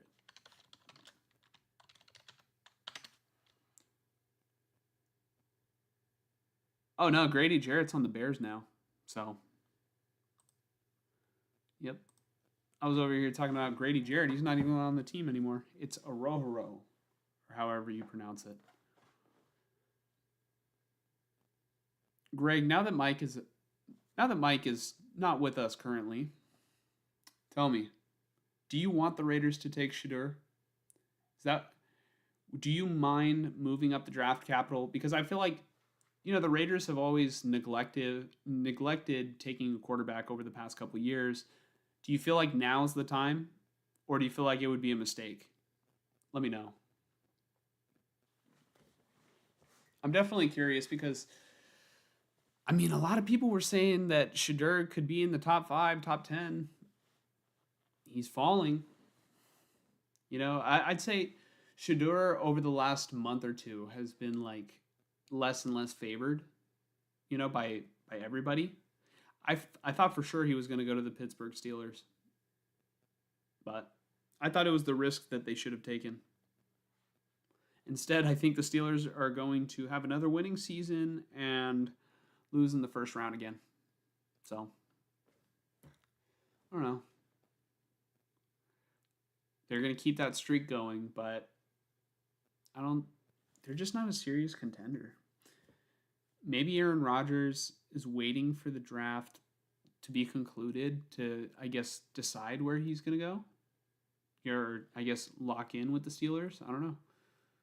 Greg says, I was high on Sanders last October. Geno Smith feels like an option where we were trying to kick the can down the road. That's kind of how I feel. Although, at first I was kind of like very critical of the Raiders wasting a 3rd round pick on a guy that I don't think is going to be able to win a Super Bowl. And I thought like the Seahawks had won that trade. And I mean, really, you can kind of look at it that way because they ended up getting Sam Darnold, for no draft capital, and then they came up on a 3rd round pick. And I mean, Geno, I think, is better than Sam Darnold, in my opinion. I think that, he plays better and has a better track record over the past couple years. But my thing is, neither quarterback is going to win you a Super Bowl. And so the Raiders, instead of having a 3rd round pick in order to get a guy who might have potential, like maybe Shedeur Sanders might. I'm not a big Shedeur guy personally, but I'm not right 24/7. You know what I mean? Sometimes you got to take risks on these players. Josh Allen was a very unpopular pick. Look at him now, right? Then again, that doesn't mean that you have to take a risk all the time because Mitch Trubisky was an unpopular pick. And look at him now. So I could see both sides of the argument. Like, I don't know. I just think that Shedeur has such good genetics with Dion, but I personally wouldn't want him on my football team because I wouldn't want Dion to be like very outspoken, and like kind of, I don't know, just kind of be the shadow or the elephant in the room at all times, because he's very high profile. It's just kind of how I feel. But maybe I'm wrong. Let's see. I was high on. Oh, I already got to that comment. If Geno Smith plays like Jimmy G and Minshew, why not get a quarterback this year? I think Geno Smith is better than Jimmy G and Minshew. I don't think you have to worry about that. Geno Smith is the best quarterback in the AFC. Hold on. I will get back to that stupid ass comment from ML Forrester, but 1 second. Let's see. I got to check my phone.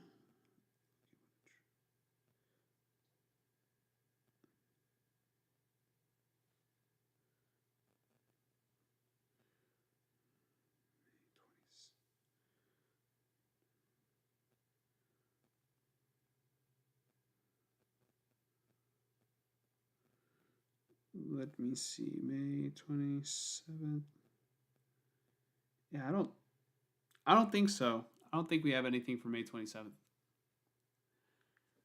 All right, the pick is in for Washington. I think it's going to be Jahad Campbell. I think that would be a great pick.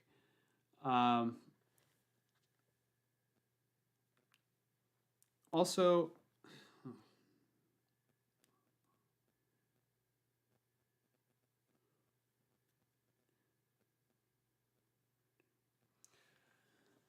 okay, let's see. Greg says, oh, hold on. Let me listen to the pick and then I'll get to the comments.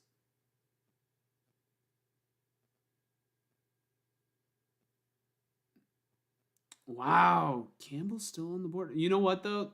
I think this is a smart pick, prioritizing offensive line though, because you got to protect Jaden Daniels. I actually like the pick.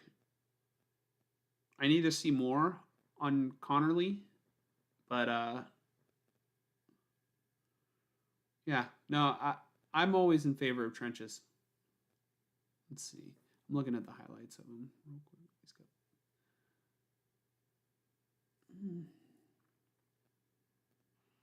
Okay, he's big. He's got size.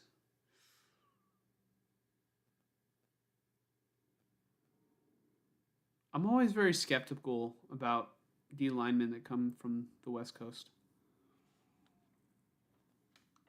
I think Mike is back. Mike, you're back on with us. Welcome back. I to am the back. Silver I do and have Gold. food. I do have food with me, so I'm going to kind of be on and off. But I will say, Just eat, dude.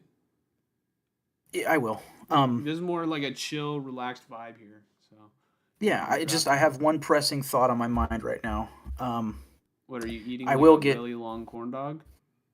Yeah.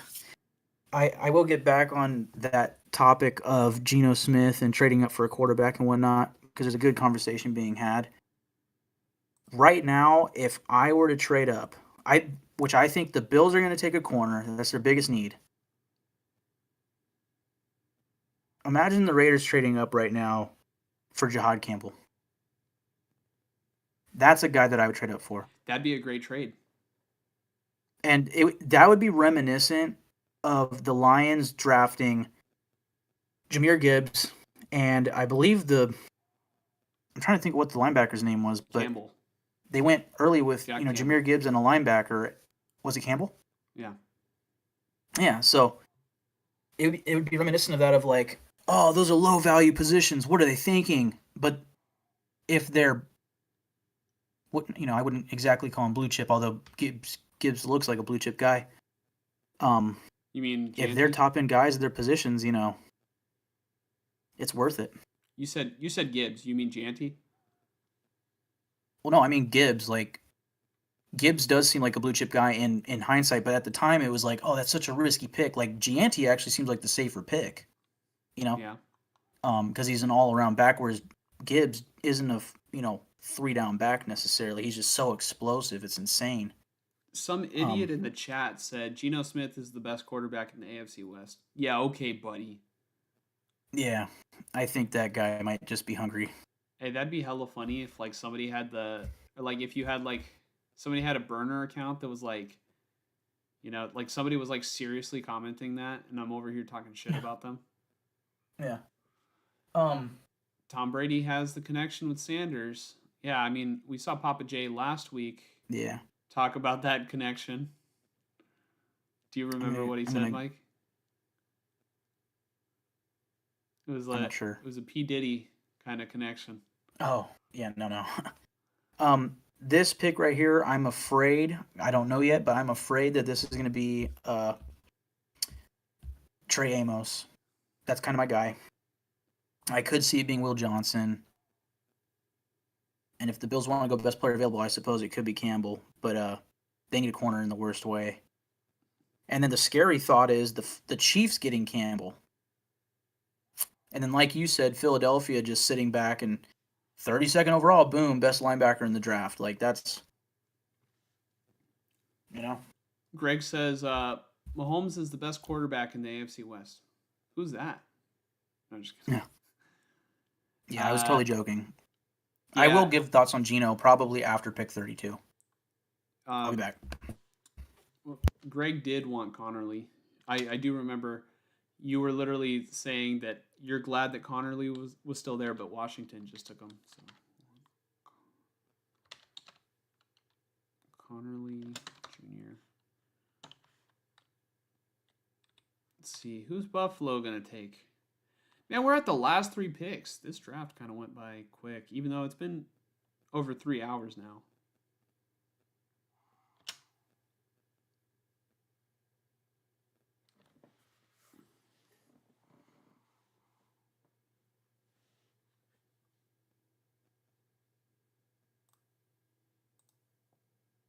I guess I'll just leave. I guess I'll just leave Mike's thing there. It's a little Raider logo.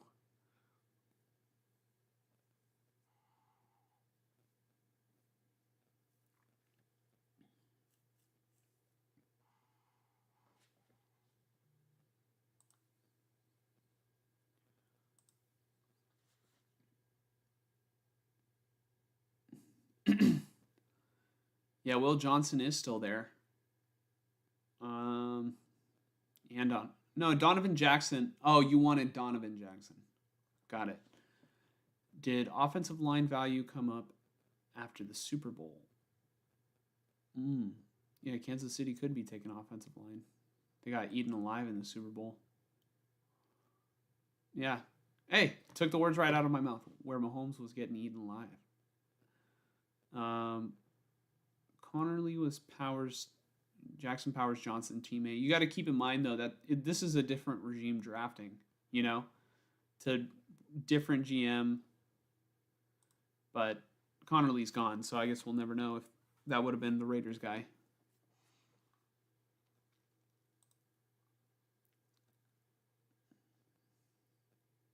All right, Tommy, let's make the pick.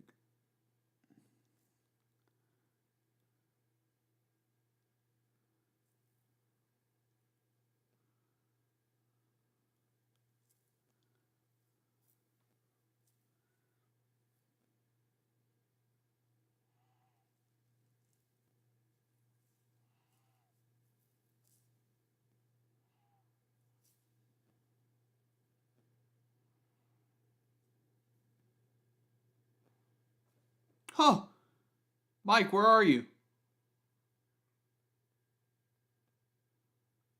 Mike.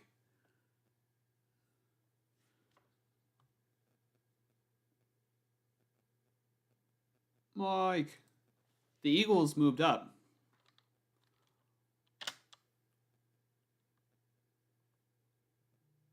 Let's see here. Why do I feel like the Chiefs could do a double trade? All right, Buffalo, so Hairston.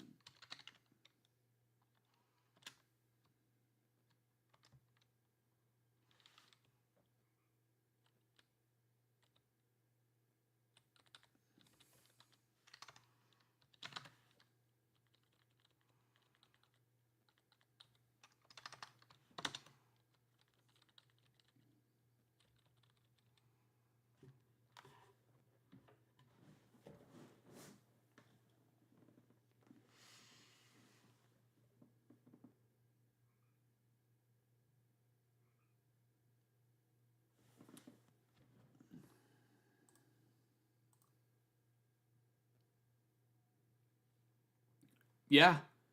What did I say earlier, Greg? Do you remember what I said? I was exaggerating, but I said I would punch a hole in my freaking computer monitor right now if the Eagles get Jahad Campbell.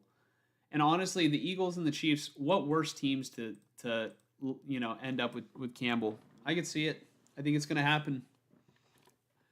Or, I mean, yeah, I think it's going to be Jahad Campbell. Come on.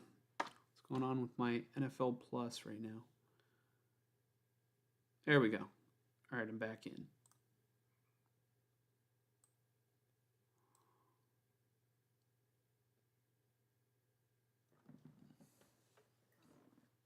Man, Will Johnson is still on the board.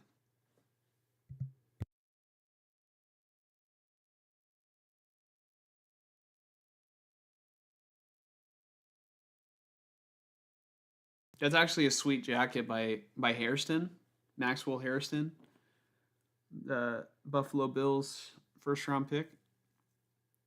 If you have an opportunity in it, or if you missed it, watch him open. Dang, the Chiefs just got like a free 5th round pick. I am back only in audio form. You can hear me? Yeah, I can hear you. Dude, the fucking Eagles moved up, dude. Yeah, by one pick. They're jumping the Chiefs for somebody.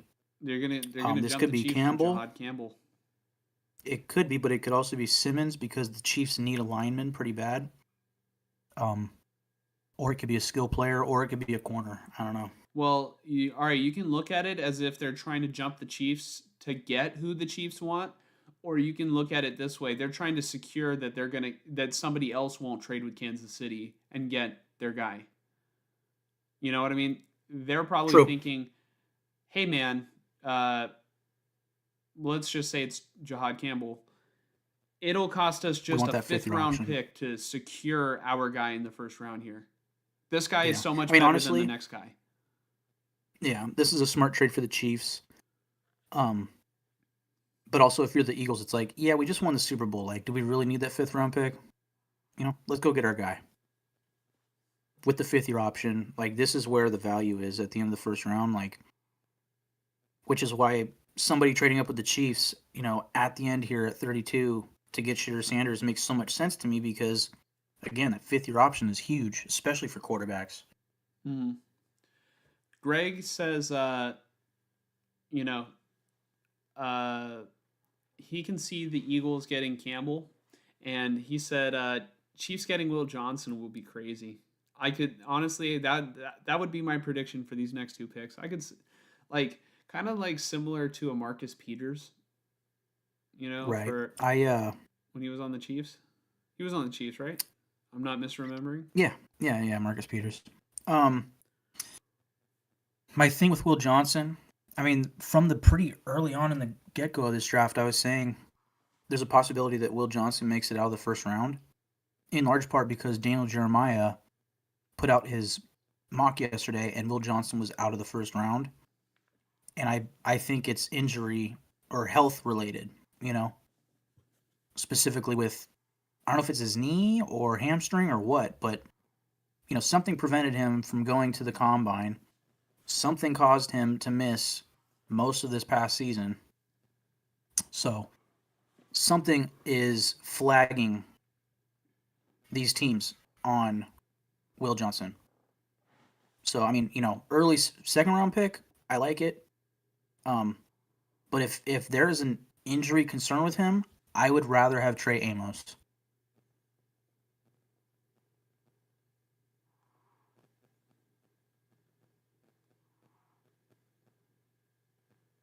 I'll be back sometime after the next pick is announced. Yeah, I mean, Will Johnson falling to the Raiders would be perfect. It's just a matter of, you know, what is this injury that teams are so scared of, you know? But again, in my opinion, I was worried that Trey Amos was going to go in the 20s tonight.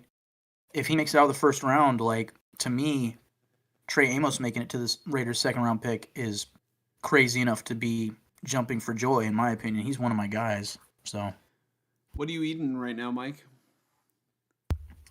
I am eating Dave's hot chicken, something that I think you have never had and you need to have. No, you know, I was going to ask you, what should I get at the Giants game tomorrow? I kind of want to try the meatball sub. It's like a brand new menu item.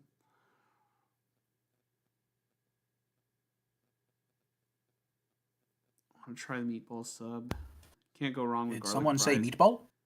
The chicken nachos that my mom got at the game that we went to last time was hella good too. So tomorrow it's Cleveland, Houston, Tennessee, Cleveland, Vegas. I can see Cleveland trading out of one of those two picks. Houston hasn't made a pick yet. They should make their pick, but then again, they could trade back again and get a haul. Tennessee's not taking a quarterback. So it's intriguing. But I think the run on corners is starting with Maxwell Hairston. Which, by the way, I don't care for Maxwell Hairston one bit. Like, he's fast as fuck, but that's about it to me. I'm fast as fuck, boy. Yeah. So let's see what the Eagles do. He's Jahad Campbell. I'm going to refresh my video.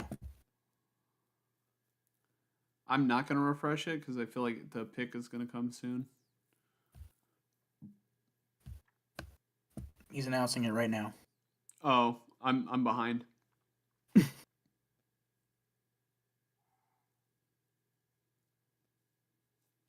All I'm going to say is wise decision.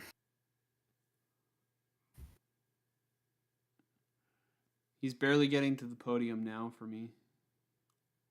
Man. I'm going to mute myself, but I'll be listening to you. This is crazy. I can't believe the Eagles just got this.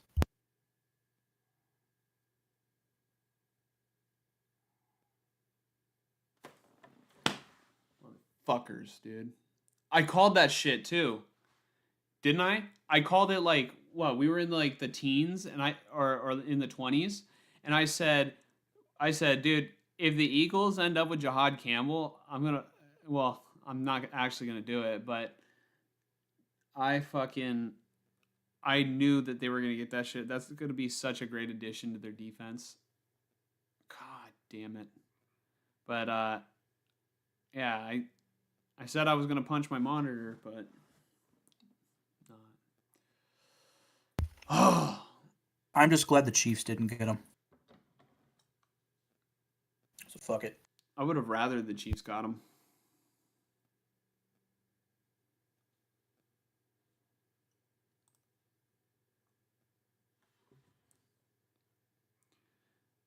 Washington had one job.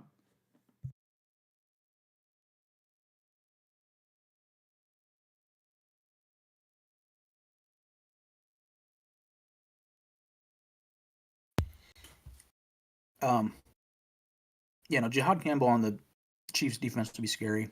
I will say, I agree with Greg. Mike Green makes a lot of sense for the Chiefs. You can have him opposite. Oh, that's disgusting. Opposite Karlaftis, next to Chris Jones. That's just ruthless. But also, on Monday, I was talking about the Chiefs just sitting back at 32 or whatever pick and waiting for their center, who is arguably the best center in football now. And they picked him, he fell to them because he was injured. I could see the same thing happening right now with Josh Simmons. Get a left tackle at 32. You have the capability to let him rest. You don't need to force him onto the field. Let him get right. He's possibly the best tackle in the draft. And you get the fifth-year option at a vital position to protect Mahomes, who's not going anywhere, you know? That would make a lot of sense to me for the Chiefs right here. That or Mike Green.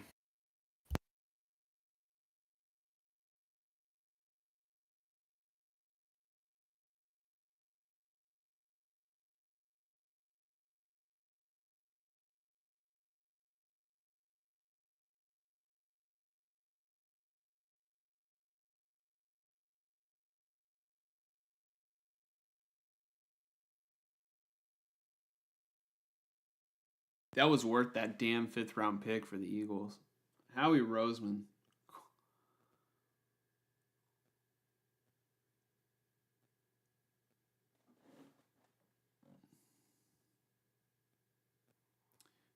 Greg says the Eagles have been taking players that he wants over the past couple of years. Probably besides Jalen Reagor. Did you hear Aaron Rappaport just now? What do you say? Rappaport was saying that the Eagles were trying to trade up as early as 22 to the Chargers for Campbell. But it kept not working out, and they end up with him at 31 anyways for only a 5th round pick. That's just typical Eagles draft, dude. It just falls in their fucking favor every time. It's insane.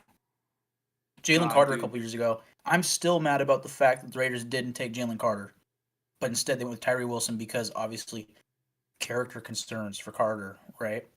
Which is probably the same reason why Mike Green hasn't gone yet. And somebody's going to get a fucking stud.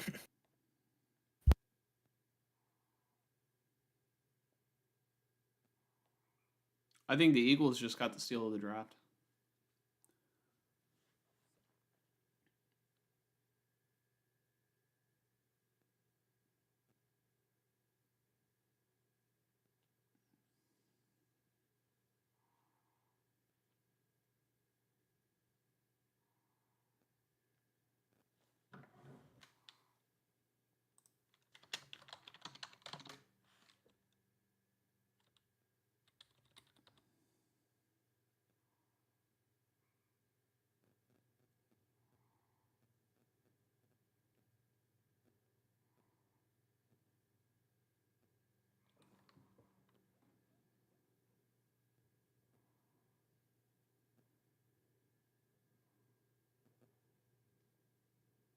No.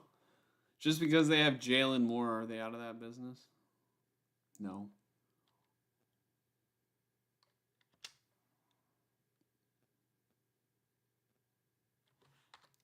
Well, Mike, I'm so sorry. Mike is probably upset back there.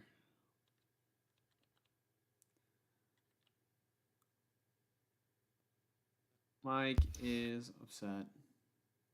I wouldn't completely say that I'm upset. It's just that's just typical, you know. And knowing the Chiefs and knowing the way that this all goes, that's going to work out amazingly for them. After overspending for what's his name, Jalen Moore. Mm-hmm. Like Jalen Moore is just a stopgap left tackle for them for 1 year, and then Josh Simmons is going to come in a year from now and just be a fucking Pro Bowler for them. Who did the So Lions yeah, it's take? annoying. Tyreek Williams, D tackle. What I'm not upset about is the fact that if I had made a mock draft, I might have had a fucking winning mock draft. I was calling picks left and right tonight. I'm not even gonna lie. Shedeur Sanders fell to the Browns. At the very least, he fell to the second round, which does not shock me at all. And that's why every single person saying we should take Shedeur at 6 can lick on something. Yeah. If you really feel me. I'm over here trying to get the names to fit. I'm taking out the juniors from the names.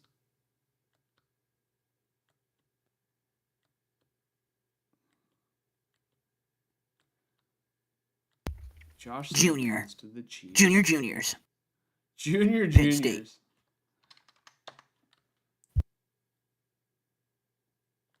Connerly Jr.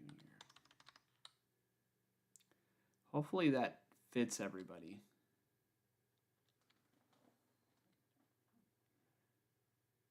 Greg says he wanted Mason Graham at 6th.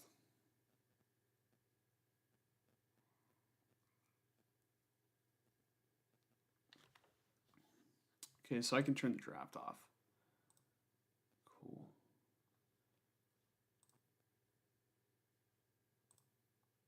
All right, Mike. Any last things you want to touch on before we get out of here tonight? Besides your food? Yeah, if you're willing to give me like 5 more minutes, I can actually come back on the camera. What are we going to talk about for the next 5 minutes?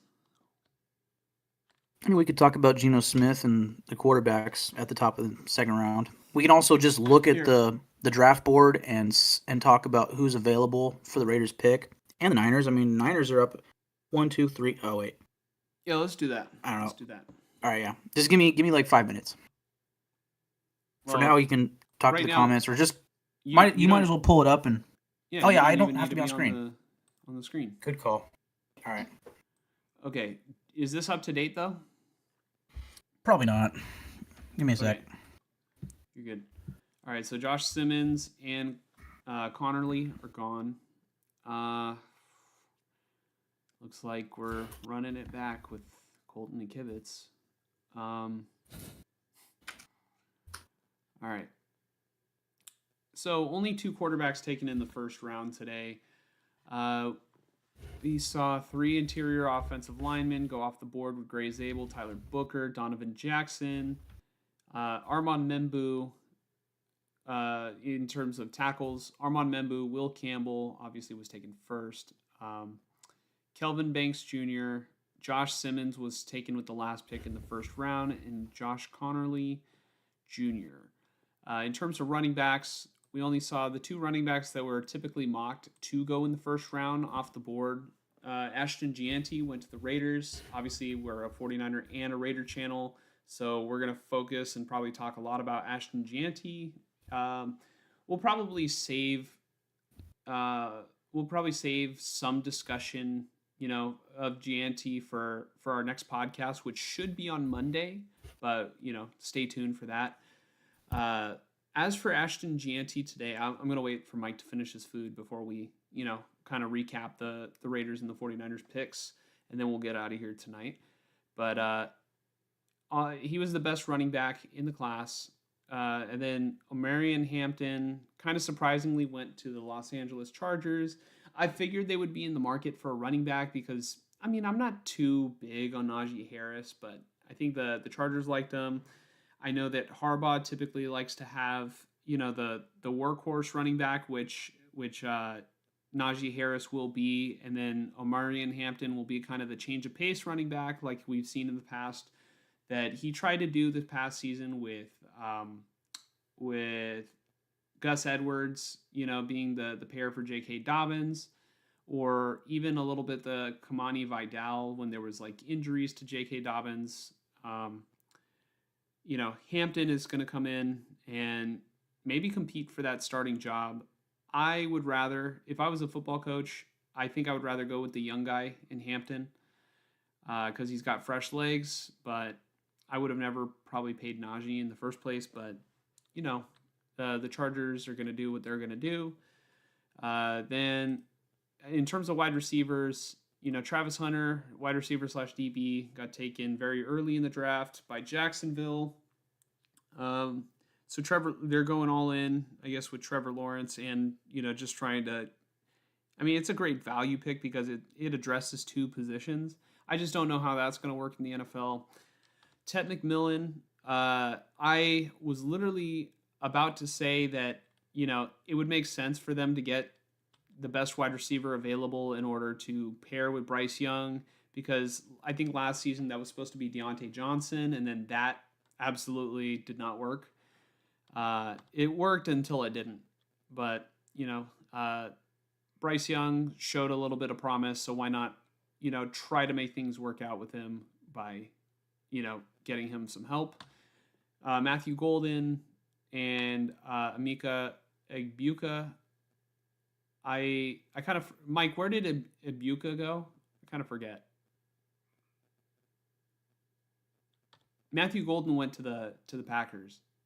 Mike might have a mouthful of Egbuka went to the Buccaneers. Oh, that's right. So yeah, there's a lot of receivers on the Buccaneers. I think that honestly just kind of tells you they felt pretty strongly about Egbuka, but it might also tell you that they didn't feel very strongly about Jalen McMillan. And then tight end Tyler Warren fell to the Indianapolis Colts, which I think was, that was a really good value that the Colts got. We'll see what they'll do at quarterback. I know they've got Anthony Richardson and Daniel Jones, I believe. So I don't know. I don't see the Colts as like a serious contender this year. Who was it that got Loveland? They got him pretty early. Chicago. Chicago got Colston Loveland, the tight end out of Michigan. In my opinion, the steal of the draft was Jahad Campbell to the Philadelphia Eagles because I feel like he's going to make an impact on their defense.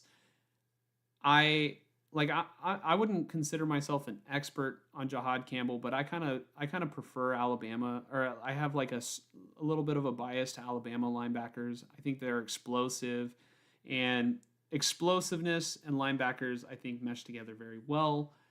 And the Eagles defense was already nasty. You add a little bit more nasty and explosiveness to it, I think it's going to be a good pairing. In terms of edge, Abdul Carter, I think, was drafted 3rd overall to... where did Abdul Carter fall, Mike? I guess I can... Giants. Okay, he went to the New York Giants opposite Kayvon Thibodeau. Jalon Walker went to the Atlanta Falcons, I believe. Shamar Stewart, I'm trying to remember where he was drafted.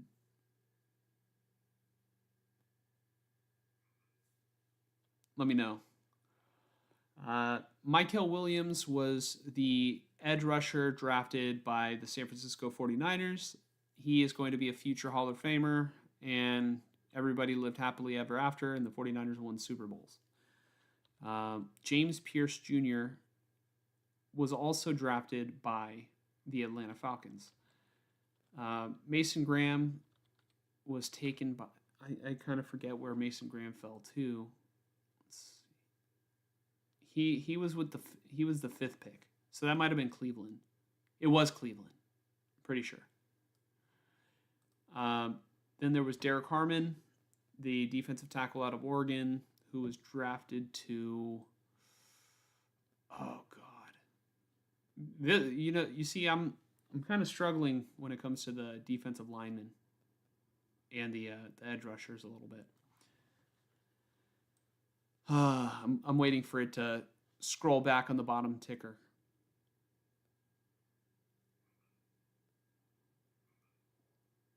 Okay, I'm just gonna wait for it.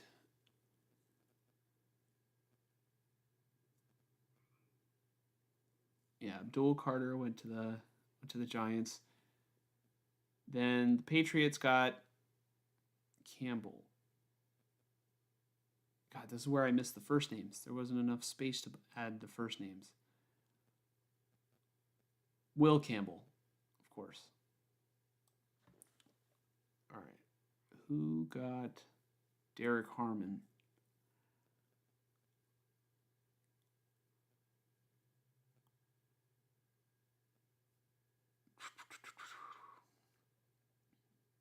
I guess I don't need to focus on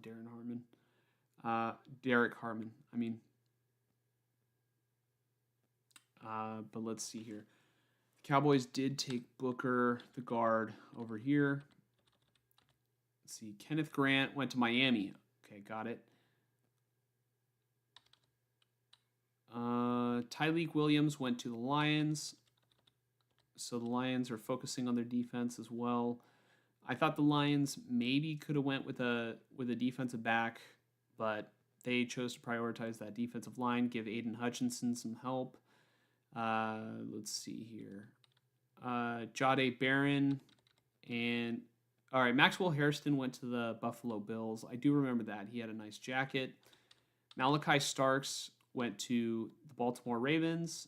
You know, like Greg said in the chat, they're looking for their next Ed Reed. I don't know if he's going to amount to Ed Reed. Ed Reed was a really good player. But this is kind of where we're sitting with the remaining available players. There's still a ton of running backs to take. In terms of the Raiders, they don't need to be looking at running back. They can probably have a guy fall to them, being an undrafted guy to kind of pair up with Ashton Jeanty. Shedeur Sanders is the notable player that's still left on the board, of player that maybe was expected, very early on to be a first-round pick, maybe even a top 10 pick, but he kind of fell. Let's see. There's not really a whole lot of offensive tackles, I'd say, that are left, in my opinion. Maybe some interior offensive linemen. But yeah, tackles are always hard to come by in the middle rounds. Let's see. Yeah, running backs, there's a whole surplus. Still a couple good wide receivers, I'd say. Hold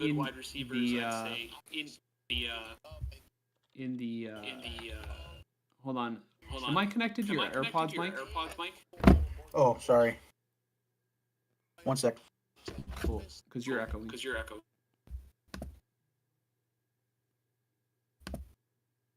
All right, now you're good. All right, cool. Maybe we can turn the echo detection back on, since I think it was the input thing. But True. I say we leave it how it is. But all right. Yeah. Wide receivers, there's still a couple good players left. There's Kyle Williams. There's Elick Ayomanor. I don't know how you pronounce it. There's Savion Williams. And let's see here. Tight end is kind of a little bit. I'd say the two. Obviously, the two best tight ends are going to be taken in round one, but I don't know how I feel about Mason Taylor. Mason Taylor was a guy is- that was thought to be a first rounder. Elijah Arroyo, maybe a third round guy. Fannon's kind of the underrated, sleeper guy. Mike Green still being available. Really, I guess the real question is, like, who are the top what I think the Raiders have like the 5th pick in the second round. So who are the top 5 players available? You got Shadur Sanders, Ariante Ursary, Will Johnson. Will Johnson, although I might at this point put Trey Amos above him. Also Siobhan Revel. You have Nick Eamon-Wari at safety. I mean, my God. He could fit pretty good. You have, again, Mike Green. Shamar Turner's the next highest rated D tackle. Carson Sweshinger at UCLA, the linebacker. There are plenty of names right now. Mm-hmm. All right, let's finish out the show. I guess with like, I'm gonna call the topic maybe final thoughts, or should I go? Should I go? Raiders take Gianti. We already kind of talked about Gianti a lot, though. You know what I mean? Like, I guess let's talk about it for 5 minutes. How about that? Yeah, I mean, just because we're not going to come back until at least Monday, if not possibly even later. We'll see. But probably Monday.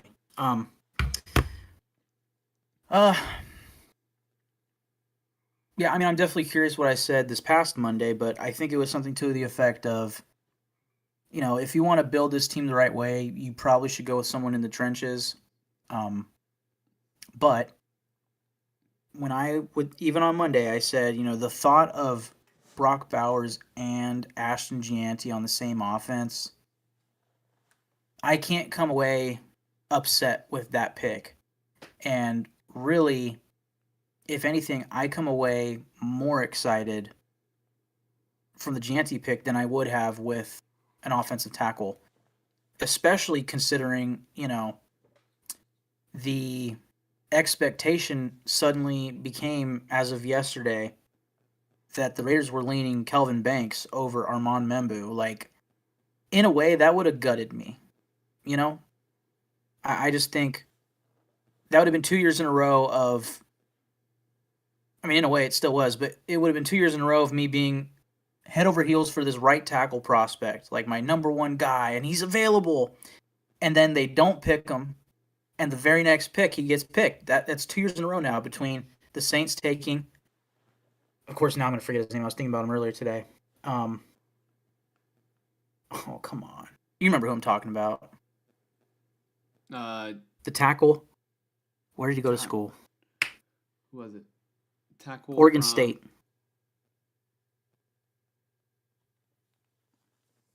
Right tackle. I think they have him at left tackle. Which actually is interesting because they took Kelvin Banks. So they went double tackle the past 2 years. Last year's draft. Yeah, last year's draft. Yeah. I keep thinking Olufashanu. It's not him. No, it was. Why am I forgetting his name? He was my guy last year. All right, just go on. It'll come to me. Yeah. Point being, the Raiders passed on my guy at right tackle in favor of the best offensive player in the draft and skill player. And I just can't complain about that. You know, like, I think from a team building perspective, I mean, look, Travion Henderson's still available right now. Quinshon Judkins is still out there. A couple other, you know, top end running backs to pair with the depth of this class. You know, like they could have absolutely gone Fuaga. Armand, Talaisi Fuaga. That was my guy. And then this year Armand Membu. You know, it's like they could have gone with the just day one starting offensive lineman. Just put forth your best starting five, and then round 2 or 3 or 4, you get the running back. I would double dip. Even with Gianti, I'm still taking another running back in this class, preferably now in the 6th round when you have 3 picks. But you got to double dip in this draft. You just have to. Somebody like LaQuint Allen or Brashard Smith would just be perfect.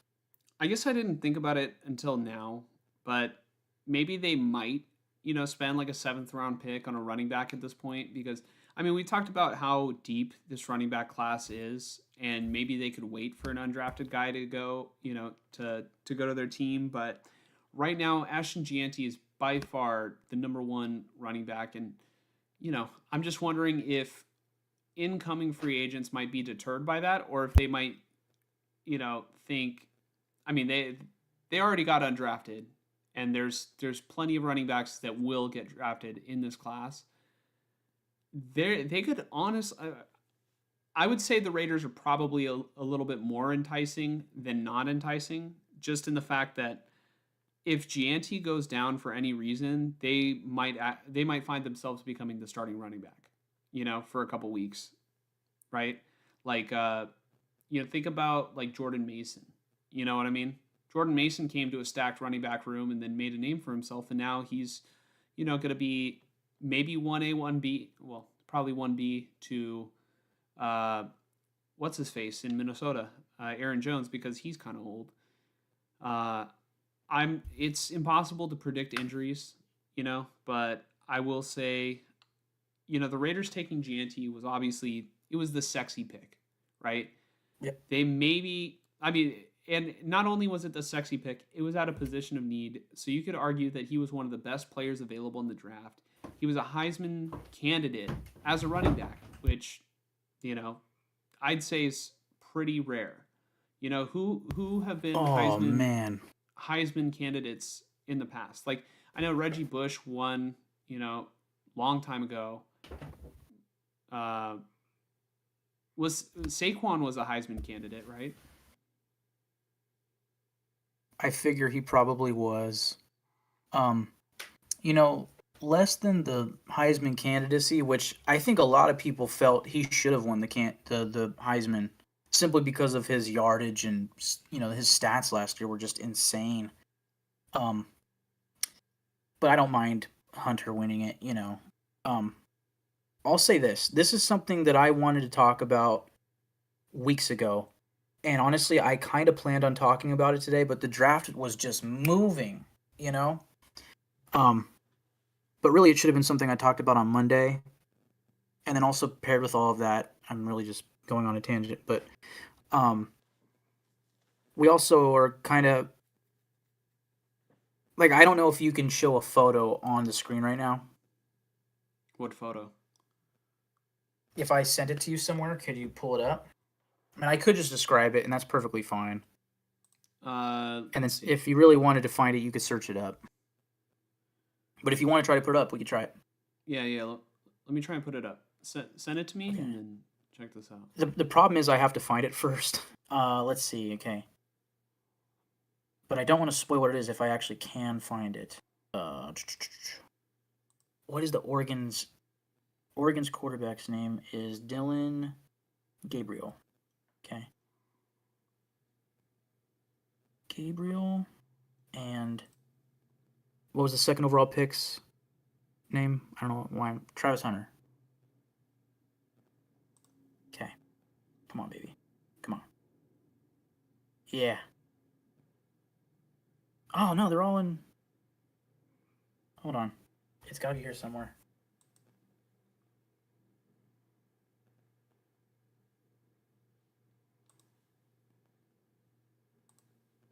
I'm going to find it, man. And I should have saved it when I saw it, like months ago.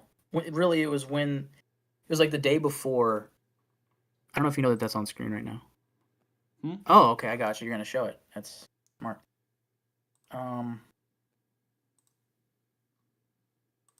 Let's see. Maybe. Let me go window capture.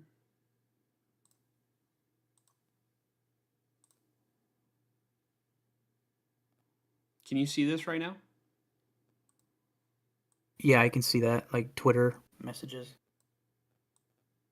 Okay, well, I'm not finding the proper photo, but this one still works for me. Would be very cool if I still found it, man.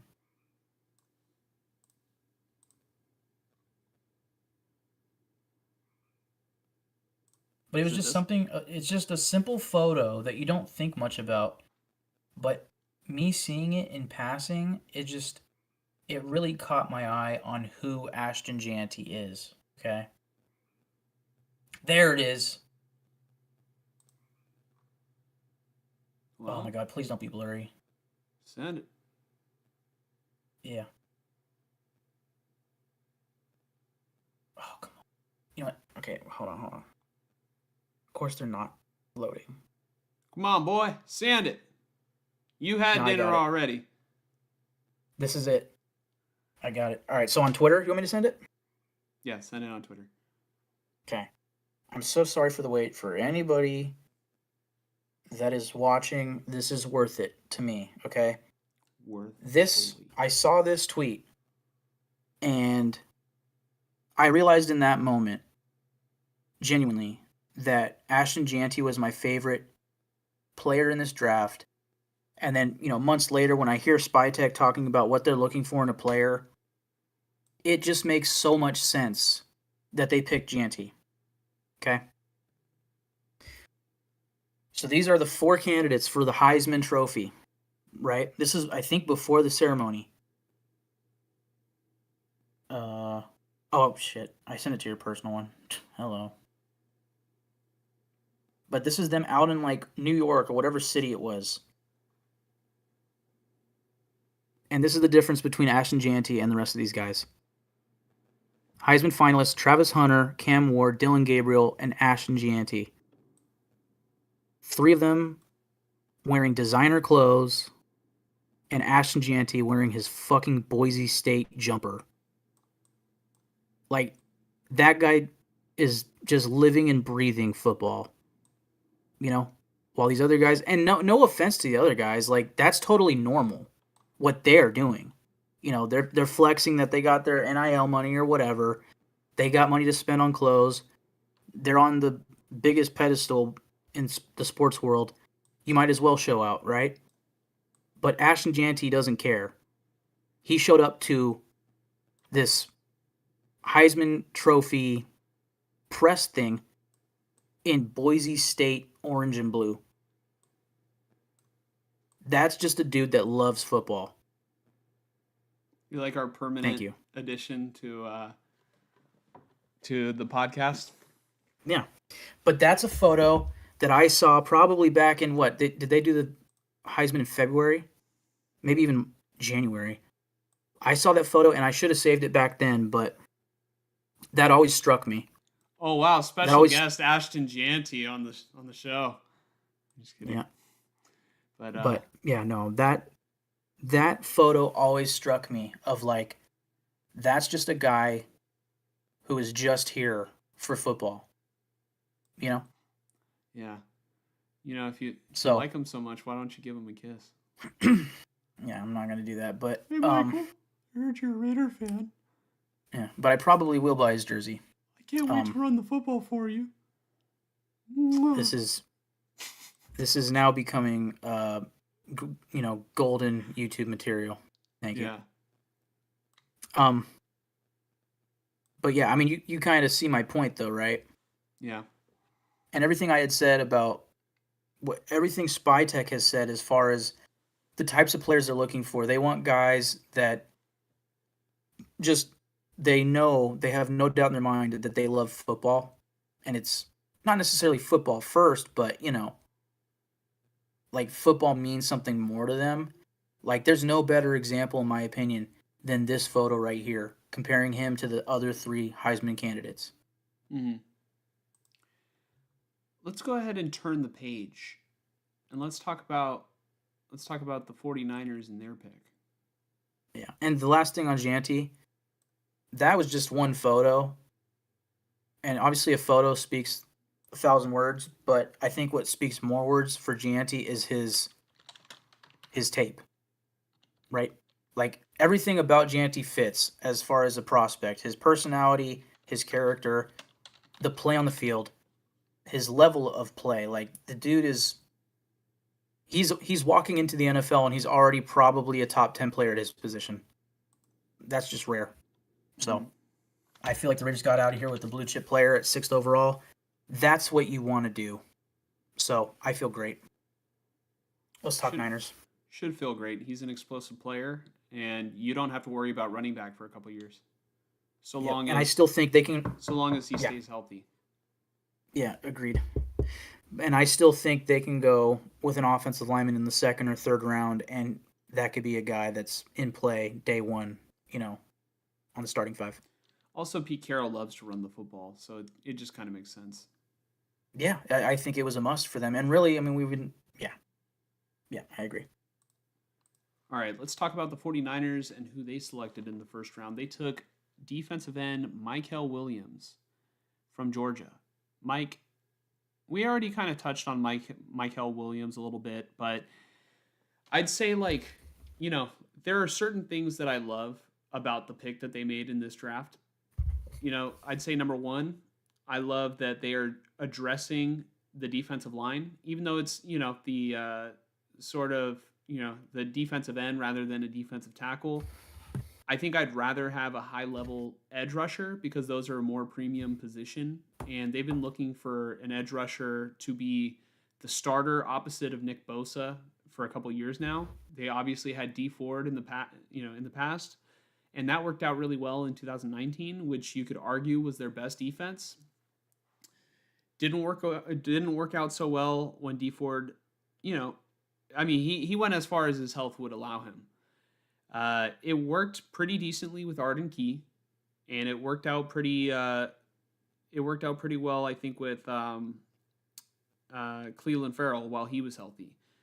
One thing that I find interesting about this pick is that they went with a guy who is a little bit more, has a little bit more production rather than, taking a guy with maybe higher upside or higher athletic scores in the draft, like a Shamar Stewart or a Jalen Walker. But that's not to say that Michael Williams is a bad player. I think that they went with maybe somebody they felt more confident had more production in college. Well, I think it's a healthy mix of both, honestly. Like, he has the perfect frame, in my opinion, whereas Jalen Walker doesn't. Like, Jalen Walker is small, which is why he's listed as a linebacker. Like frame wise, slamming Sammy Joe. Oh, at welcome the buzzer. In. Nice. Welcome in. Yeah, Jalen Walker doesn't necessarily have the perfect frame for an edge defender. He's, like I said, he's more of like this 3-4 outside linebacker, and he's very multiple. He's kind of a tweener, which was the risk with him and why some people had him more in line with like the 20s than, the top 10. Like, there were a lot of people saying like Jalen Walker is barely a first rounder. And I was sitting there like, well, if you fucking watch him, like, he's clearly dominant. It's just the problem is projecting him in the NFL versus NFL linemen, and also just figuring out like how does he fit on a defense, because you have previous guys like Isaiah Simmons and those sorts of guys who literally are tweeners, and yeah, that's the issue with them. Whereas Michael Williams, again, he has the frame of the quintessential defensive end. He also has this. He has the capability of being very versatile on the front seven, which is awesome. But also, he clearly is a guy who hasn't played to his full potential, like not even close. So I really honestly think it's a healthy mix of projection and what was the term? Having the statistics behind him. Production. Yeah. Yeah, and I agree with Sammy Joe. I guess to take it, I guess, a little bit more general. I think another thing I like about the pick too is, edge is obviously a premium position. There's some of the highest paid players in the NFL. Like Max Crosby is one of the highest paid players. I want to say there's another defensive end. Was it Myles Garrett, who's the highest paid non-quarterback in the NFL now? Actually, but he can play inside, right? Jamar Chase. Oh, Jamar Chase now. But yeah, if he pans out, I think it's gonna be a great pick because it's only gonna make Bosa better, and if Bosa's not just constantly getting focused on, I think that's gonna have a big impact on at least on passing downs. You know what I mean? I need to see more film on Michael Williams to kind of get a feel on how he is for stopping the run. Um, but one thing I do like is that he's from Georgia, and Georgia produces mean defensive linemen. Yep. So I you I personally see Michael Williams coming to the NFL, putting on some weight, mostly obviously in muscle, and just being, I don't know if he'll be like dominant, but he's going to be a great edge across from Nick Bosa. I really see it working. Yeah. No, honestly, I'm a fan of the pick. I think they had multiple players that they could have taken, and you know, I personally am a person who likes Chris Kosarick. I think that he hasn't gotten the best out of the defensive line in the past couple of years, but I do like the clips that I see of him. I think I showed at least one clip of him getting in the players like, faces and like, being very involved in the drills, but at a certain point you need to get production out of every single defensive lineman that isn't Nick Bosa, Cleveland Farrell, Arden Key and D Ford, right? So, I mean, Javon Hargrave in the past couple of years, he was here for 2 years.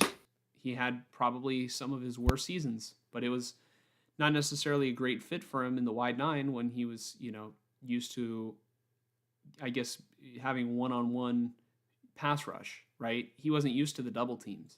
Also, he got injured this year, so, there was that.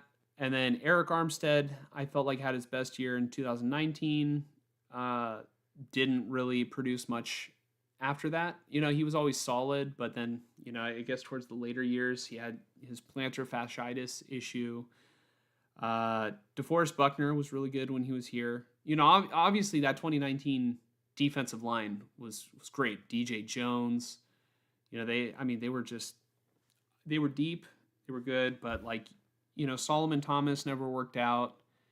Javon Kinlaw didn't work out. I'd like to see Michael Williams be the D Ford successor that we've always been looking for. That's what I want to see. However it's going to get done, Chris Kosarick has to coach this guy up. Get the most out of him. It's definitely been hit or miss for them, but I just, something feels a little better about this pick. To Sammy Joe's point, he says he thought the Bears could have taken Michael, which would have been a pick before you guys. I agree. I had seen mocks where he went to the Saints at 9. I saw one where I think the Raiders traded back to 10 and took Michael Williams. But honestly, there was a point there where I said it earlier. I thought 30 minutes before the draft started, my gut started going, what if the Raiders go with a Georgia edge defender?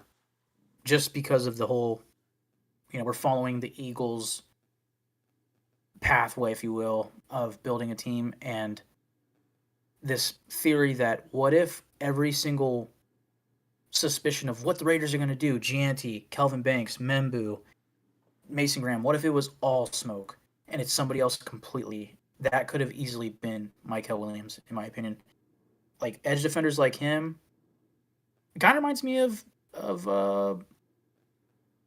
course I forget his name. Jesus, the number 7 pick for the Raiders like 3 years ago. Tyree Wilson.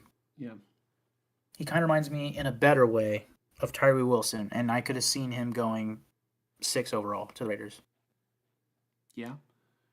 Yeah, the Niners definitely had options, so this guy's got to work out. It's going to blow everybody. I mean, it's going to piss everyone off if it's another one of those situations where they just chose the wrong guy.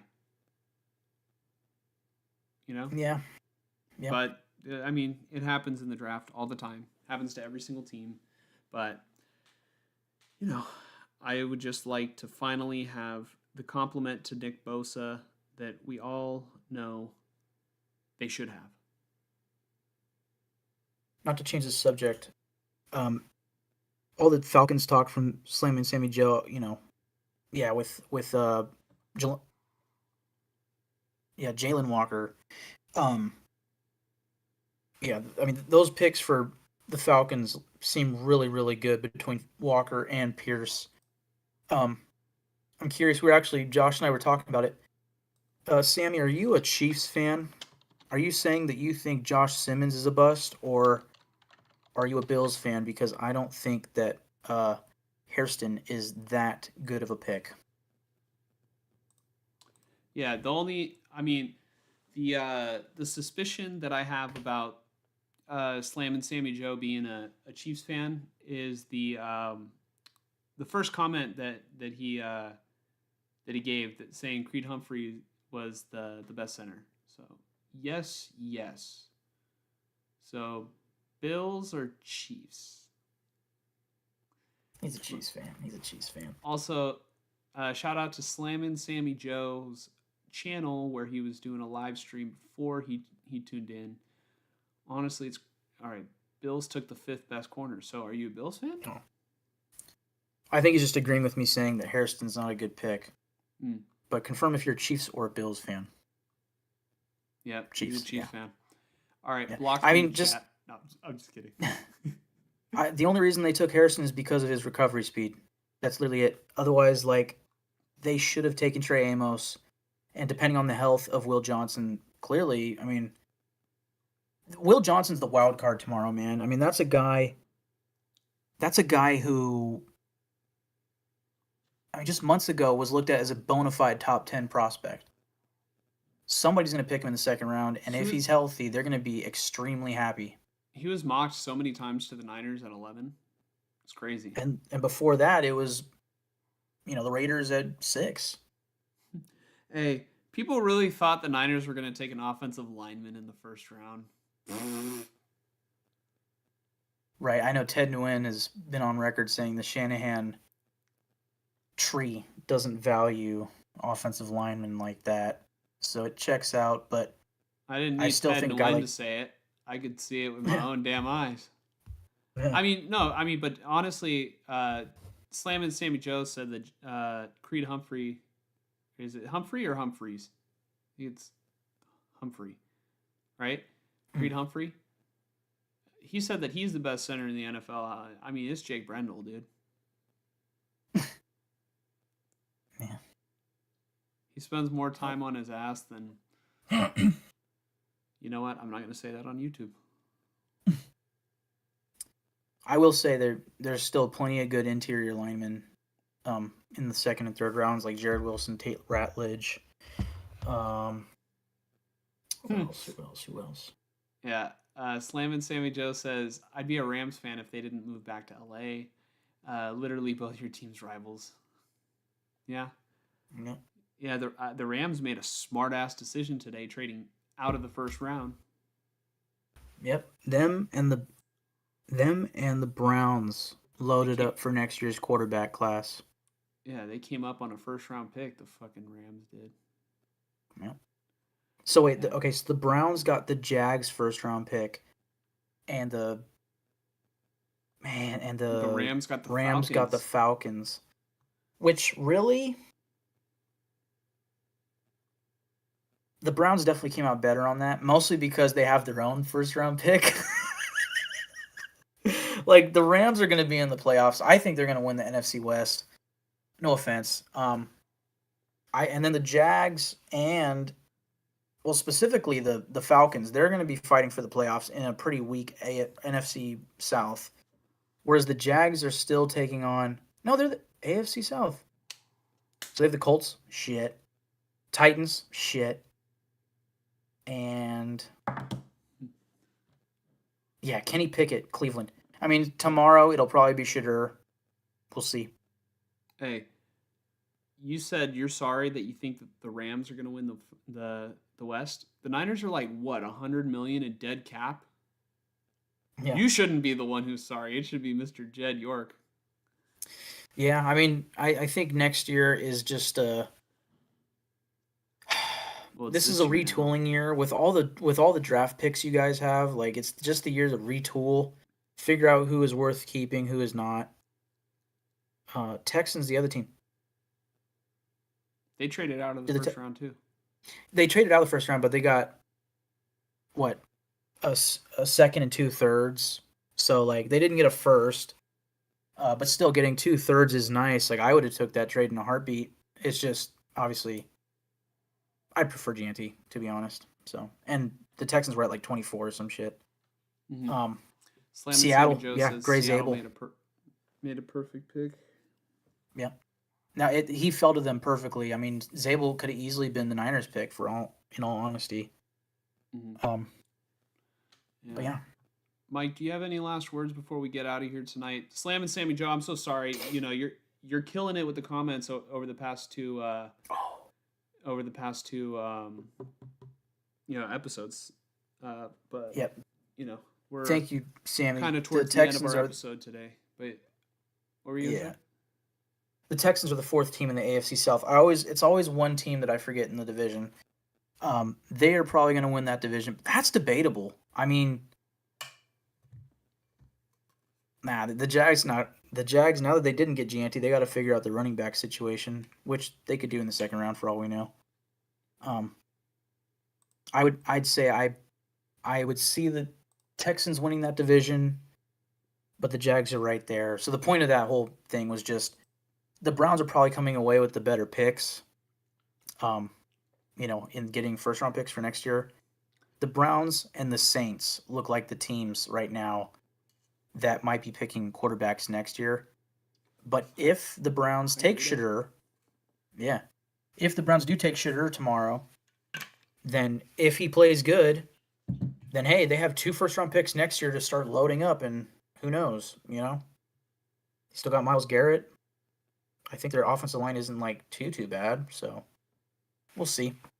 And then I'll just say, last thing I want to talk about really quick is just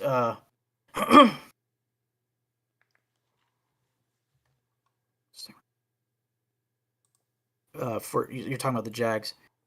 Yeah, that's what I'm saying is like the Browns got the first round pick from the Jags. So the point is just next year first round picks for like loading up for quarterbacks or whatnot. Here, let me pull up I don't that know if- trade just so we get it right. Oh, yeah. No, the Browns got a haul, dude. Man. Oh, that's what he's saying. The Jags don't have a second round pick to pick a running back because they gave it up. That makes sense, sir. So the last thing I want to talk about after you bring up that trade, is just the idea. Yeah. Good call, Sammy. Good call. Is just the idea of the Raiders going for a quarterback in potentially the second round. For one, like you were saying with was it Greg earlier? Yeah. I think his name's yeah. Yeah. If the Raiders want to get Shedeur Sanders, they would need to trade up. There is also the possibility, as crazy as it may be, that the Browns. What when you have a sec, can you actually find out the order? I want to say it's Browns, Texans. Who would be in between there? Is it maybe New England? Probably like Browns, Texans, New England, Browns, Raiders. Okay. To start the second. Round 2. It's going to go Cleveland, Giants, Tennessee, Jacksonville, Raiders. Wait, this might be outdated. This is on NFL.com, so this doesn't account for the trades. Yes, somewhere in there is the Texans. The Giants. That Giants pick is the Texans because they traded up for the Jackson quarterback, Dart. Which I Yeah. call. But point is, one of those teams that might be looking at quarterback, which I think is just the Browns, unless the Saints trade up ahead of us. But if the Browns or somebody else that trades up likes Tyler Shuck higher than Shedeur and or Jalen Milroe, that could leave one of those guys for the Raiders at 35. And that becomes very interesting. And then, of course, there's the possibility that, let's say the Browns pass on Shedeur at 33, or the Browns trade back with somebody for a haul. Excuse me. potentially the Raiders could trade up for Shedeur a couple picks and maybe give up like a 5th round pick, you know, kind of like the Philadelphia and Chiefs trade, which giving up a 5th to move up a little bit for a quarterback, I'm not opposed to that because we have 3 6th round picks. So I would be here for it. But I'd still rather wait a couple more rounds for a Quinn Ewers, Will Howard, Kyle McCord, Riley Leonard, and go with somebody like Trey Amos, 2nd round. Get a starting corner. Let's keep building on this team right now, not the team 2 years from now. Mhm. Of course, that's being silly because getting a backup quarterback is big. But hey, we currently do have a backup quarterback, so, you know. Whoa. Yeah, Jonah think- S., Ursery, maybe a wide receiver. Is there viewer questions Poll. live? Hold on. All right, I'm gonna try. Let's test it out. All right, hold on. Start a poll. Sammy, if you're asking who do Texans take, Ratledge? Yeah, Ratledge. I think I still wonder, I don't think you were here for it. I wonder if the Texans traded back with the Giants. Obviously the haul was good for them. That probably made them do it, but also they were the pick behind whoever it was that took Donovan Jackson, the guard at Ohio State. So, or Connerly, like you said, yeah. So I could see them going for somebody like Tate Ratledge or an Ursery with their 2nd round pick. They need somebody on the line. That's for sure. So I put a poll and it says who had a better draft, 49ers or Raiders. Niners are at 100% right now. I think that was Slam and Sammy Joe. Let's see. Start Q&A. So let's see. Say something. All right, what does this do? I just want to play around with it because we're pretty much done here. Let's see. Who was the steal draft? I think it was Jahad Campbell. Let's see. What does this do?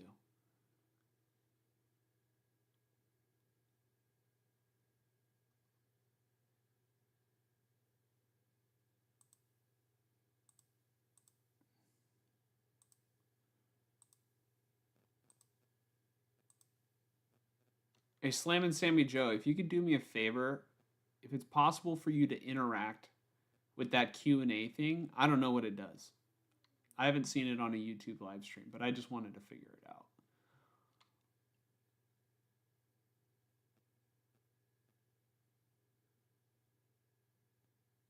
I wonder if it'll break the comments section, though, you know? Because it's not comments going on the overlay. I can't even hear you, Mike. My bad. I was like, I broke Mike. Yeah, On there's a your- part of me that On your end, does it let you do anything, Mike, with it? I can only see the who had a better draft vote for some reason. I can't see the other one. Maybe if I dismiss it because I voted on it. Oh yeah, okay. Once I dismissed it, then the second one came up. Okay. Ask something. But for some reason on the Q&A, I can't like directly respond to it. But maybe the point of it is just we ask the question and the comments can answer it. You know, it's just like a prompt. That would make sense I'm just gonna end the Q&A. for sure. But yeah, basically what happens is in the comments, it's like just at the top. It's kind of like a prompt, you know. Mm. But yeah, so Slam and Sammy Joe, Raiders have half an O-line. I don't believe in drafting running back until your O-line is complete. Yeah, you know, that's kind of the one worry that I have with the pick is they need to ensure that their starting 5 is good. And I'd say the best way to do that is either to find a starting lineman in the 2nd, 3rd round, or at worst, find some really solid depth in this draft. But yeah, I think on the positive side, the offensive line did get better as the season progressed last year. Colton Miller started the season unhealthy. You started with 2 rookies, you know, and Andre James, who struggled like shit. Terrible coaching. Dylan Parham was back, like back and forth.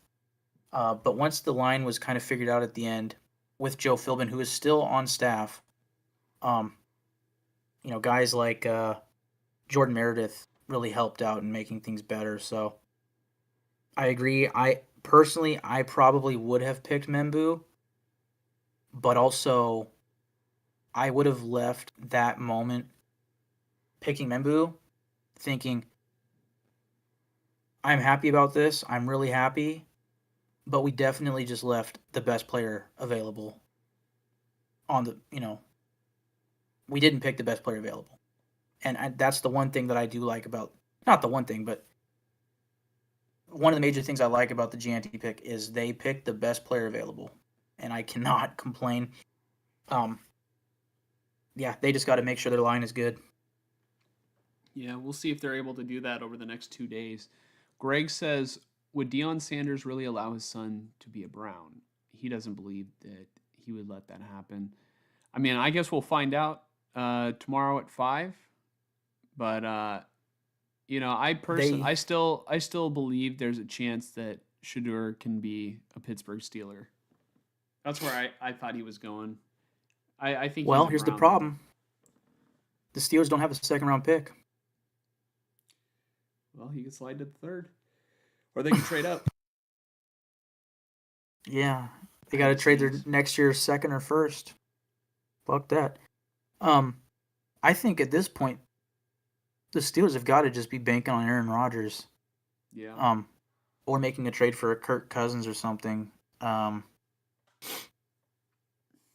Yeah. I don't know. I would be worried about people talking about the Raiders in 5 years, like we talked about the Giants last year. I agree, but my only like devil's advocate against that is the coaching and the front office. I mean, I can't speak to, oh, Spytek is a stud. He knows what he's doing. I can't say that yet, but I can say that Pete Carroll knows what he's doing, and he's a great coach. So I'd like to think that maybe not this year, but in a year in a year or two, he's going to have this team ready. Well, I think they're going to be ready this year, as in to compete, literally. But in a year or two, they'll be ready to really compete for like the playoffs and whatnot. Whereas the Giants, they just could never get there because they didn't have the quarterback. They fucked up with Daniel Jones, and those sorts of things. Real quick, just to wrap up the poll, it ended out being 50-50 Niners, Raiders. Of course, our channel is 50-50 Niners and Raiders. I want to give a quick shout out to Slam and Sammy Joe, Greg Lira, Pia, this douchebag ML Forrester. Just kidding. Obviously, that's Mike. And anybody else who tuned into the stream, please always feel free to leave a comment. We take comments live. They're constantly feeding in now. And yeah, I hope you guys enjoyed the second episode of this brand new format that we have of, the new overlay and everything. I'm glad that we were able to fix Mike's issue of his microphone. Really quick, can we just put the spreadsheet on just for like 5 seconds? Just so that if anybody wants, they can look at the updated list of Raider fits, Niner fits, sleepers, and my guys. Just to have a reference for the next 2 days. You're going to go all the way over, and then you're going to scroll down. Let's see if we can get this to fit perfect. Keep going. Down. There we are. Try to zoom it out to get everybody in there. For Raider fits or for Niner fits? Actually, I mean, I guess you could zoom in on each one individually, but if you zoom out, you could see everything. Just might be hard to read for people, but... Here, maybe if I go to 90% and then I just scroll to the right. Go a little to the left. Nice. Yeah, that pretty much fits everything, yeah.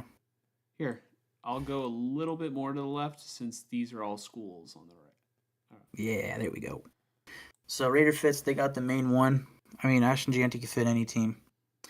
I'm not going to go over every name. I'm not going to really waste time here, but just I watched some more players. I added some names like Mac McWilliams from UCF, a corner probably in the mid to late rounds who has experience playing outside and inside. He projects as a nickel corner, which is why I like him for the Raiders. He's kind of like in this draft maybe a poor man, like a late round Jade Barron, and I like the sound of that for the Raiders.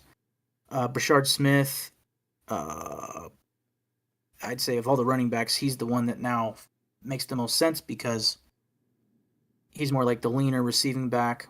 To go with Ashton Gianti, that'd be awesome. Trey Amos is the guy I'm begging for tomorrow. Darian Porter also makes sense if he can make it to our 3rd round pick if we don't pick corner 2nd round. Like, say they go offensive line 2nd round, and then Darian Porter makes a lot of sense in the 3rd. Dylan Fairchild, interior, I think he's a right guard. Doesn't matter. Guard, Ohio State. He has that, that personality that I think the Raiders are looking for. Also, Jack Sawyer, same thing, but obviously at edge defender. Jonas Sanker was the guy I was talking about the other day. Demetrius Knight, linebacker. Josiah Stewart is kind of like another smaller, like 3-4 outside linebacker, but his numbers in college are crazy. And then below that, you just have the receivers. And then for the Niners fits, I got Mykel Williams in there, so I feel pretty good about that. But as far as guys that are still out there, Jared Wilson and Tate Ratledge are 2 interior guys I'd love to see for you guys. Tyleik Williams was taken, but Omar Norman Lott, CJ West at D tackle, Kyle Williams, Jack Besh, Bashal Tootin. If you guys want a late round speedy running back, that's a guy. And then Jackson Slater, the Sac State center. Sleeper. I agree, Sammy, as far as the... Wait, there was more. God damn it. God damn it. You said It's all 3 good, it's all good. seconds. Yeah, I know. Well, yeah. Fuck it. All right, below it. There we go. Got sleepers and my guys really quick. And some of these guys are gone. Jacob Parrish, slot corner. Teddy Buchanan. Kane Madrano, speedy linebacker out of UCLA. Willie Lampkin, the guard / center. Jalen Travis, etc., etc. Let's see. Ja'Cory Krosky, running back. Montreal Johnson from Florida, running back. Harold Fannin, the tight end from Bowling Green. Savion Williams, the Debo comp.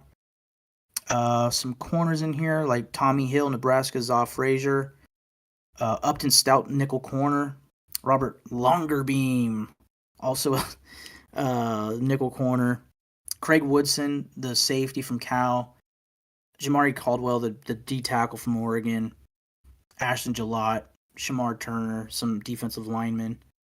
And then as far as my guys to the right, we got Gianti. I thought for a second there maybe the Niners were going to get Jalen Walker or Gray Zabel. But Nick Eamon, Trey Amos are still out there. Darian Porter, Carson Swessinger. These are all great second round, options. And if you could just scroll to the right a little bit more. Trey Harris, I love him, especially in the 3rd. Jack Besh again, Kyle Williams. These wide receivers that just they pop when you just watch them to me. And then Torrey Horton, a guy who I think he had injuries last year, but in 2023 he just looked like a stud. He's going to be a steal. DJ Giddens, another guy who somebody's going to take, just going to be a steal. Quint Allen, 2nd. Jordan James, 3rd. Jamari Caldwell, Derek Harmon. Well, he was taken, but and then Jeffrey Bassa from Oregon, my Oregon guys. And that's my list of people relative to the Raiders, Niners, and just in this draft remaining the next couple of days. Just gonna read these last 3 comments before we get out of here. Slam and Sammy Joe says, "Buddy is do my podcast.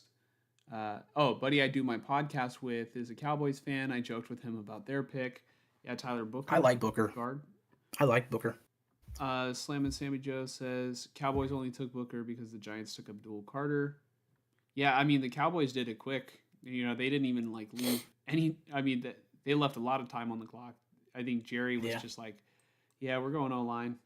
It's like I'm not gonna make everybody wait. I'm like, Yep. only have so much time left. Ravens must have heard me talking crap about their defense. Yeah, they did get that safety. Starks, I believe it was his name. They're going to have the best too high. Yeah. Ravens always get a great player to fall to them. Like every single Yeah. draft.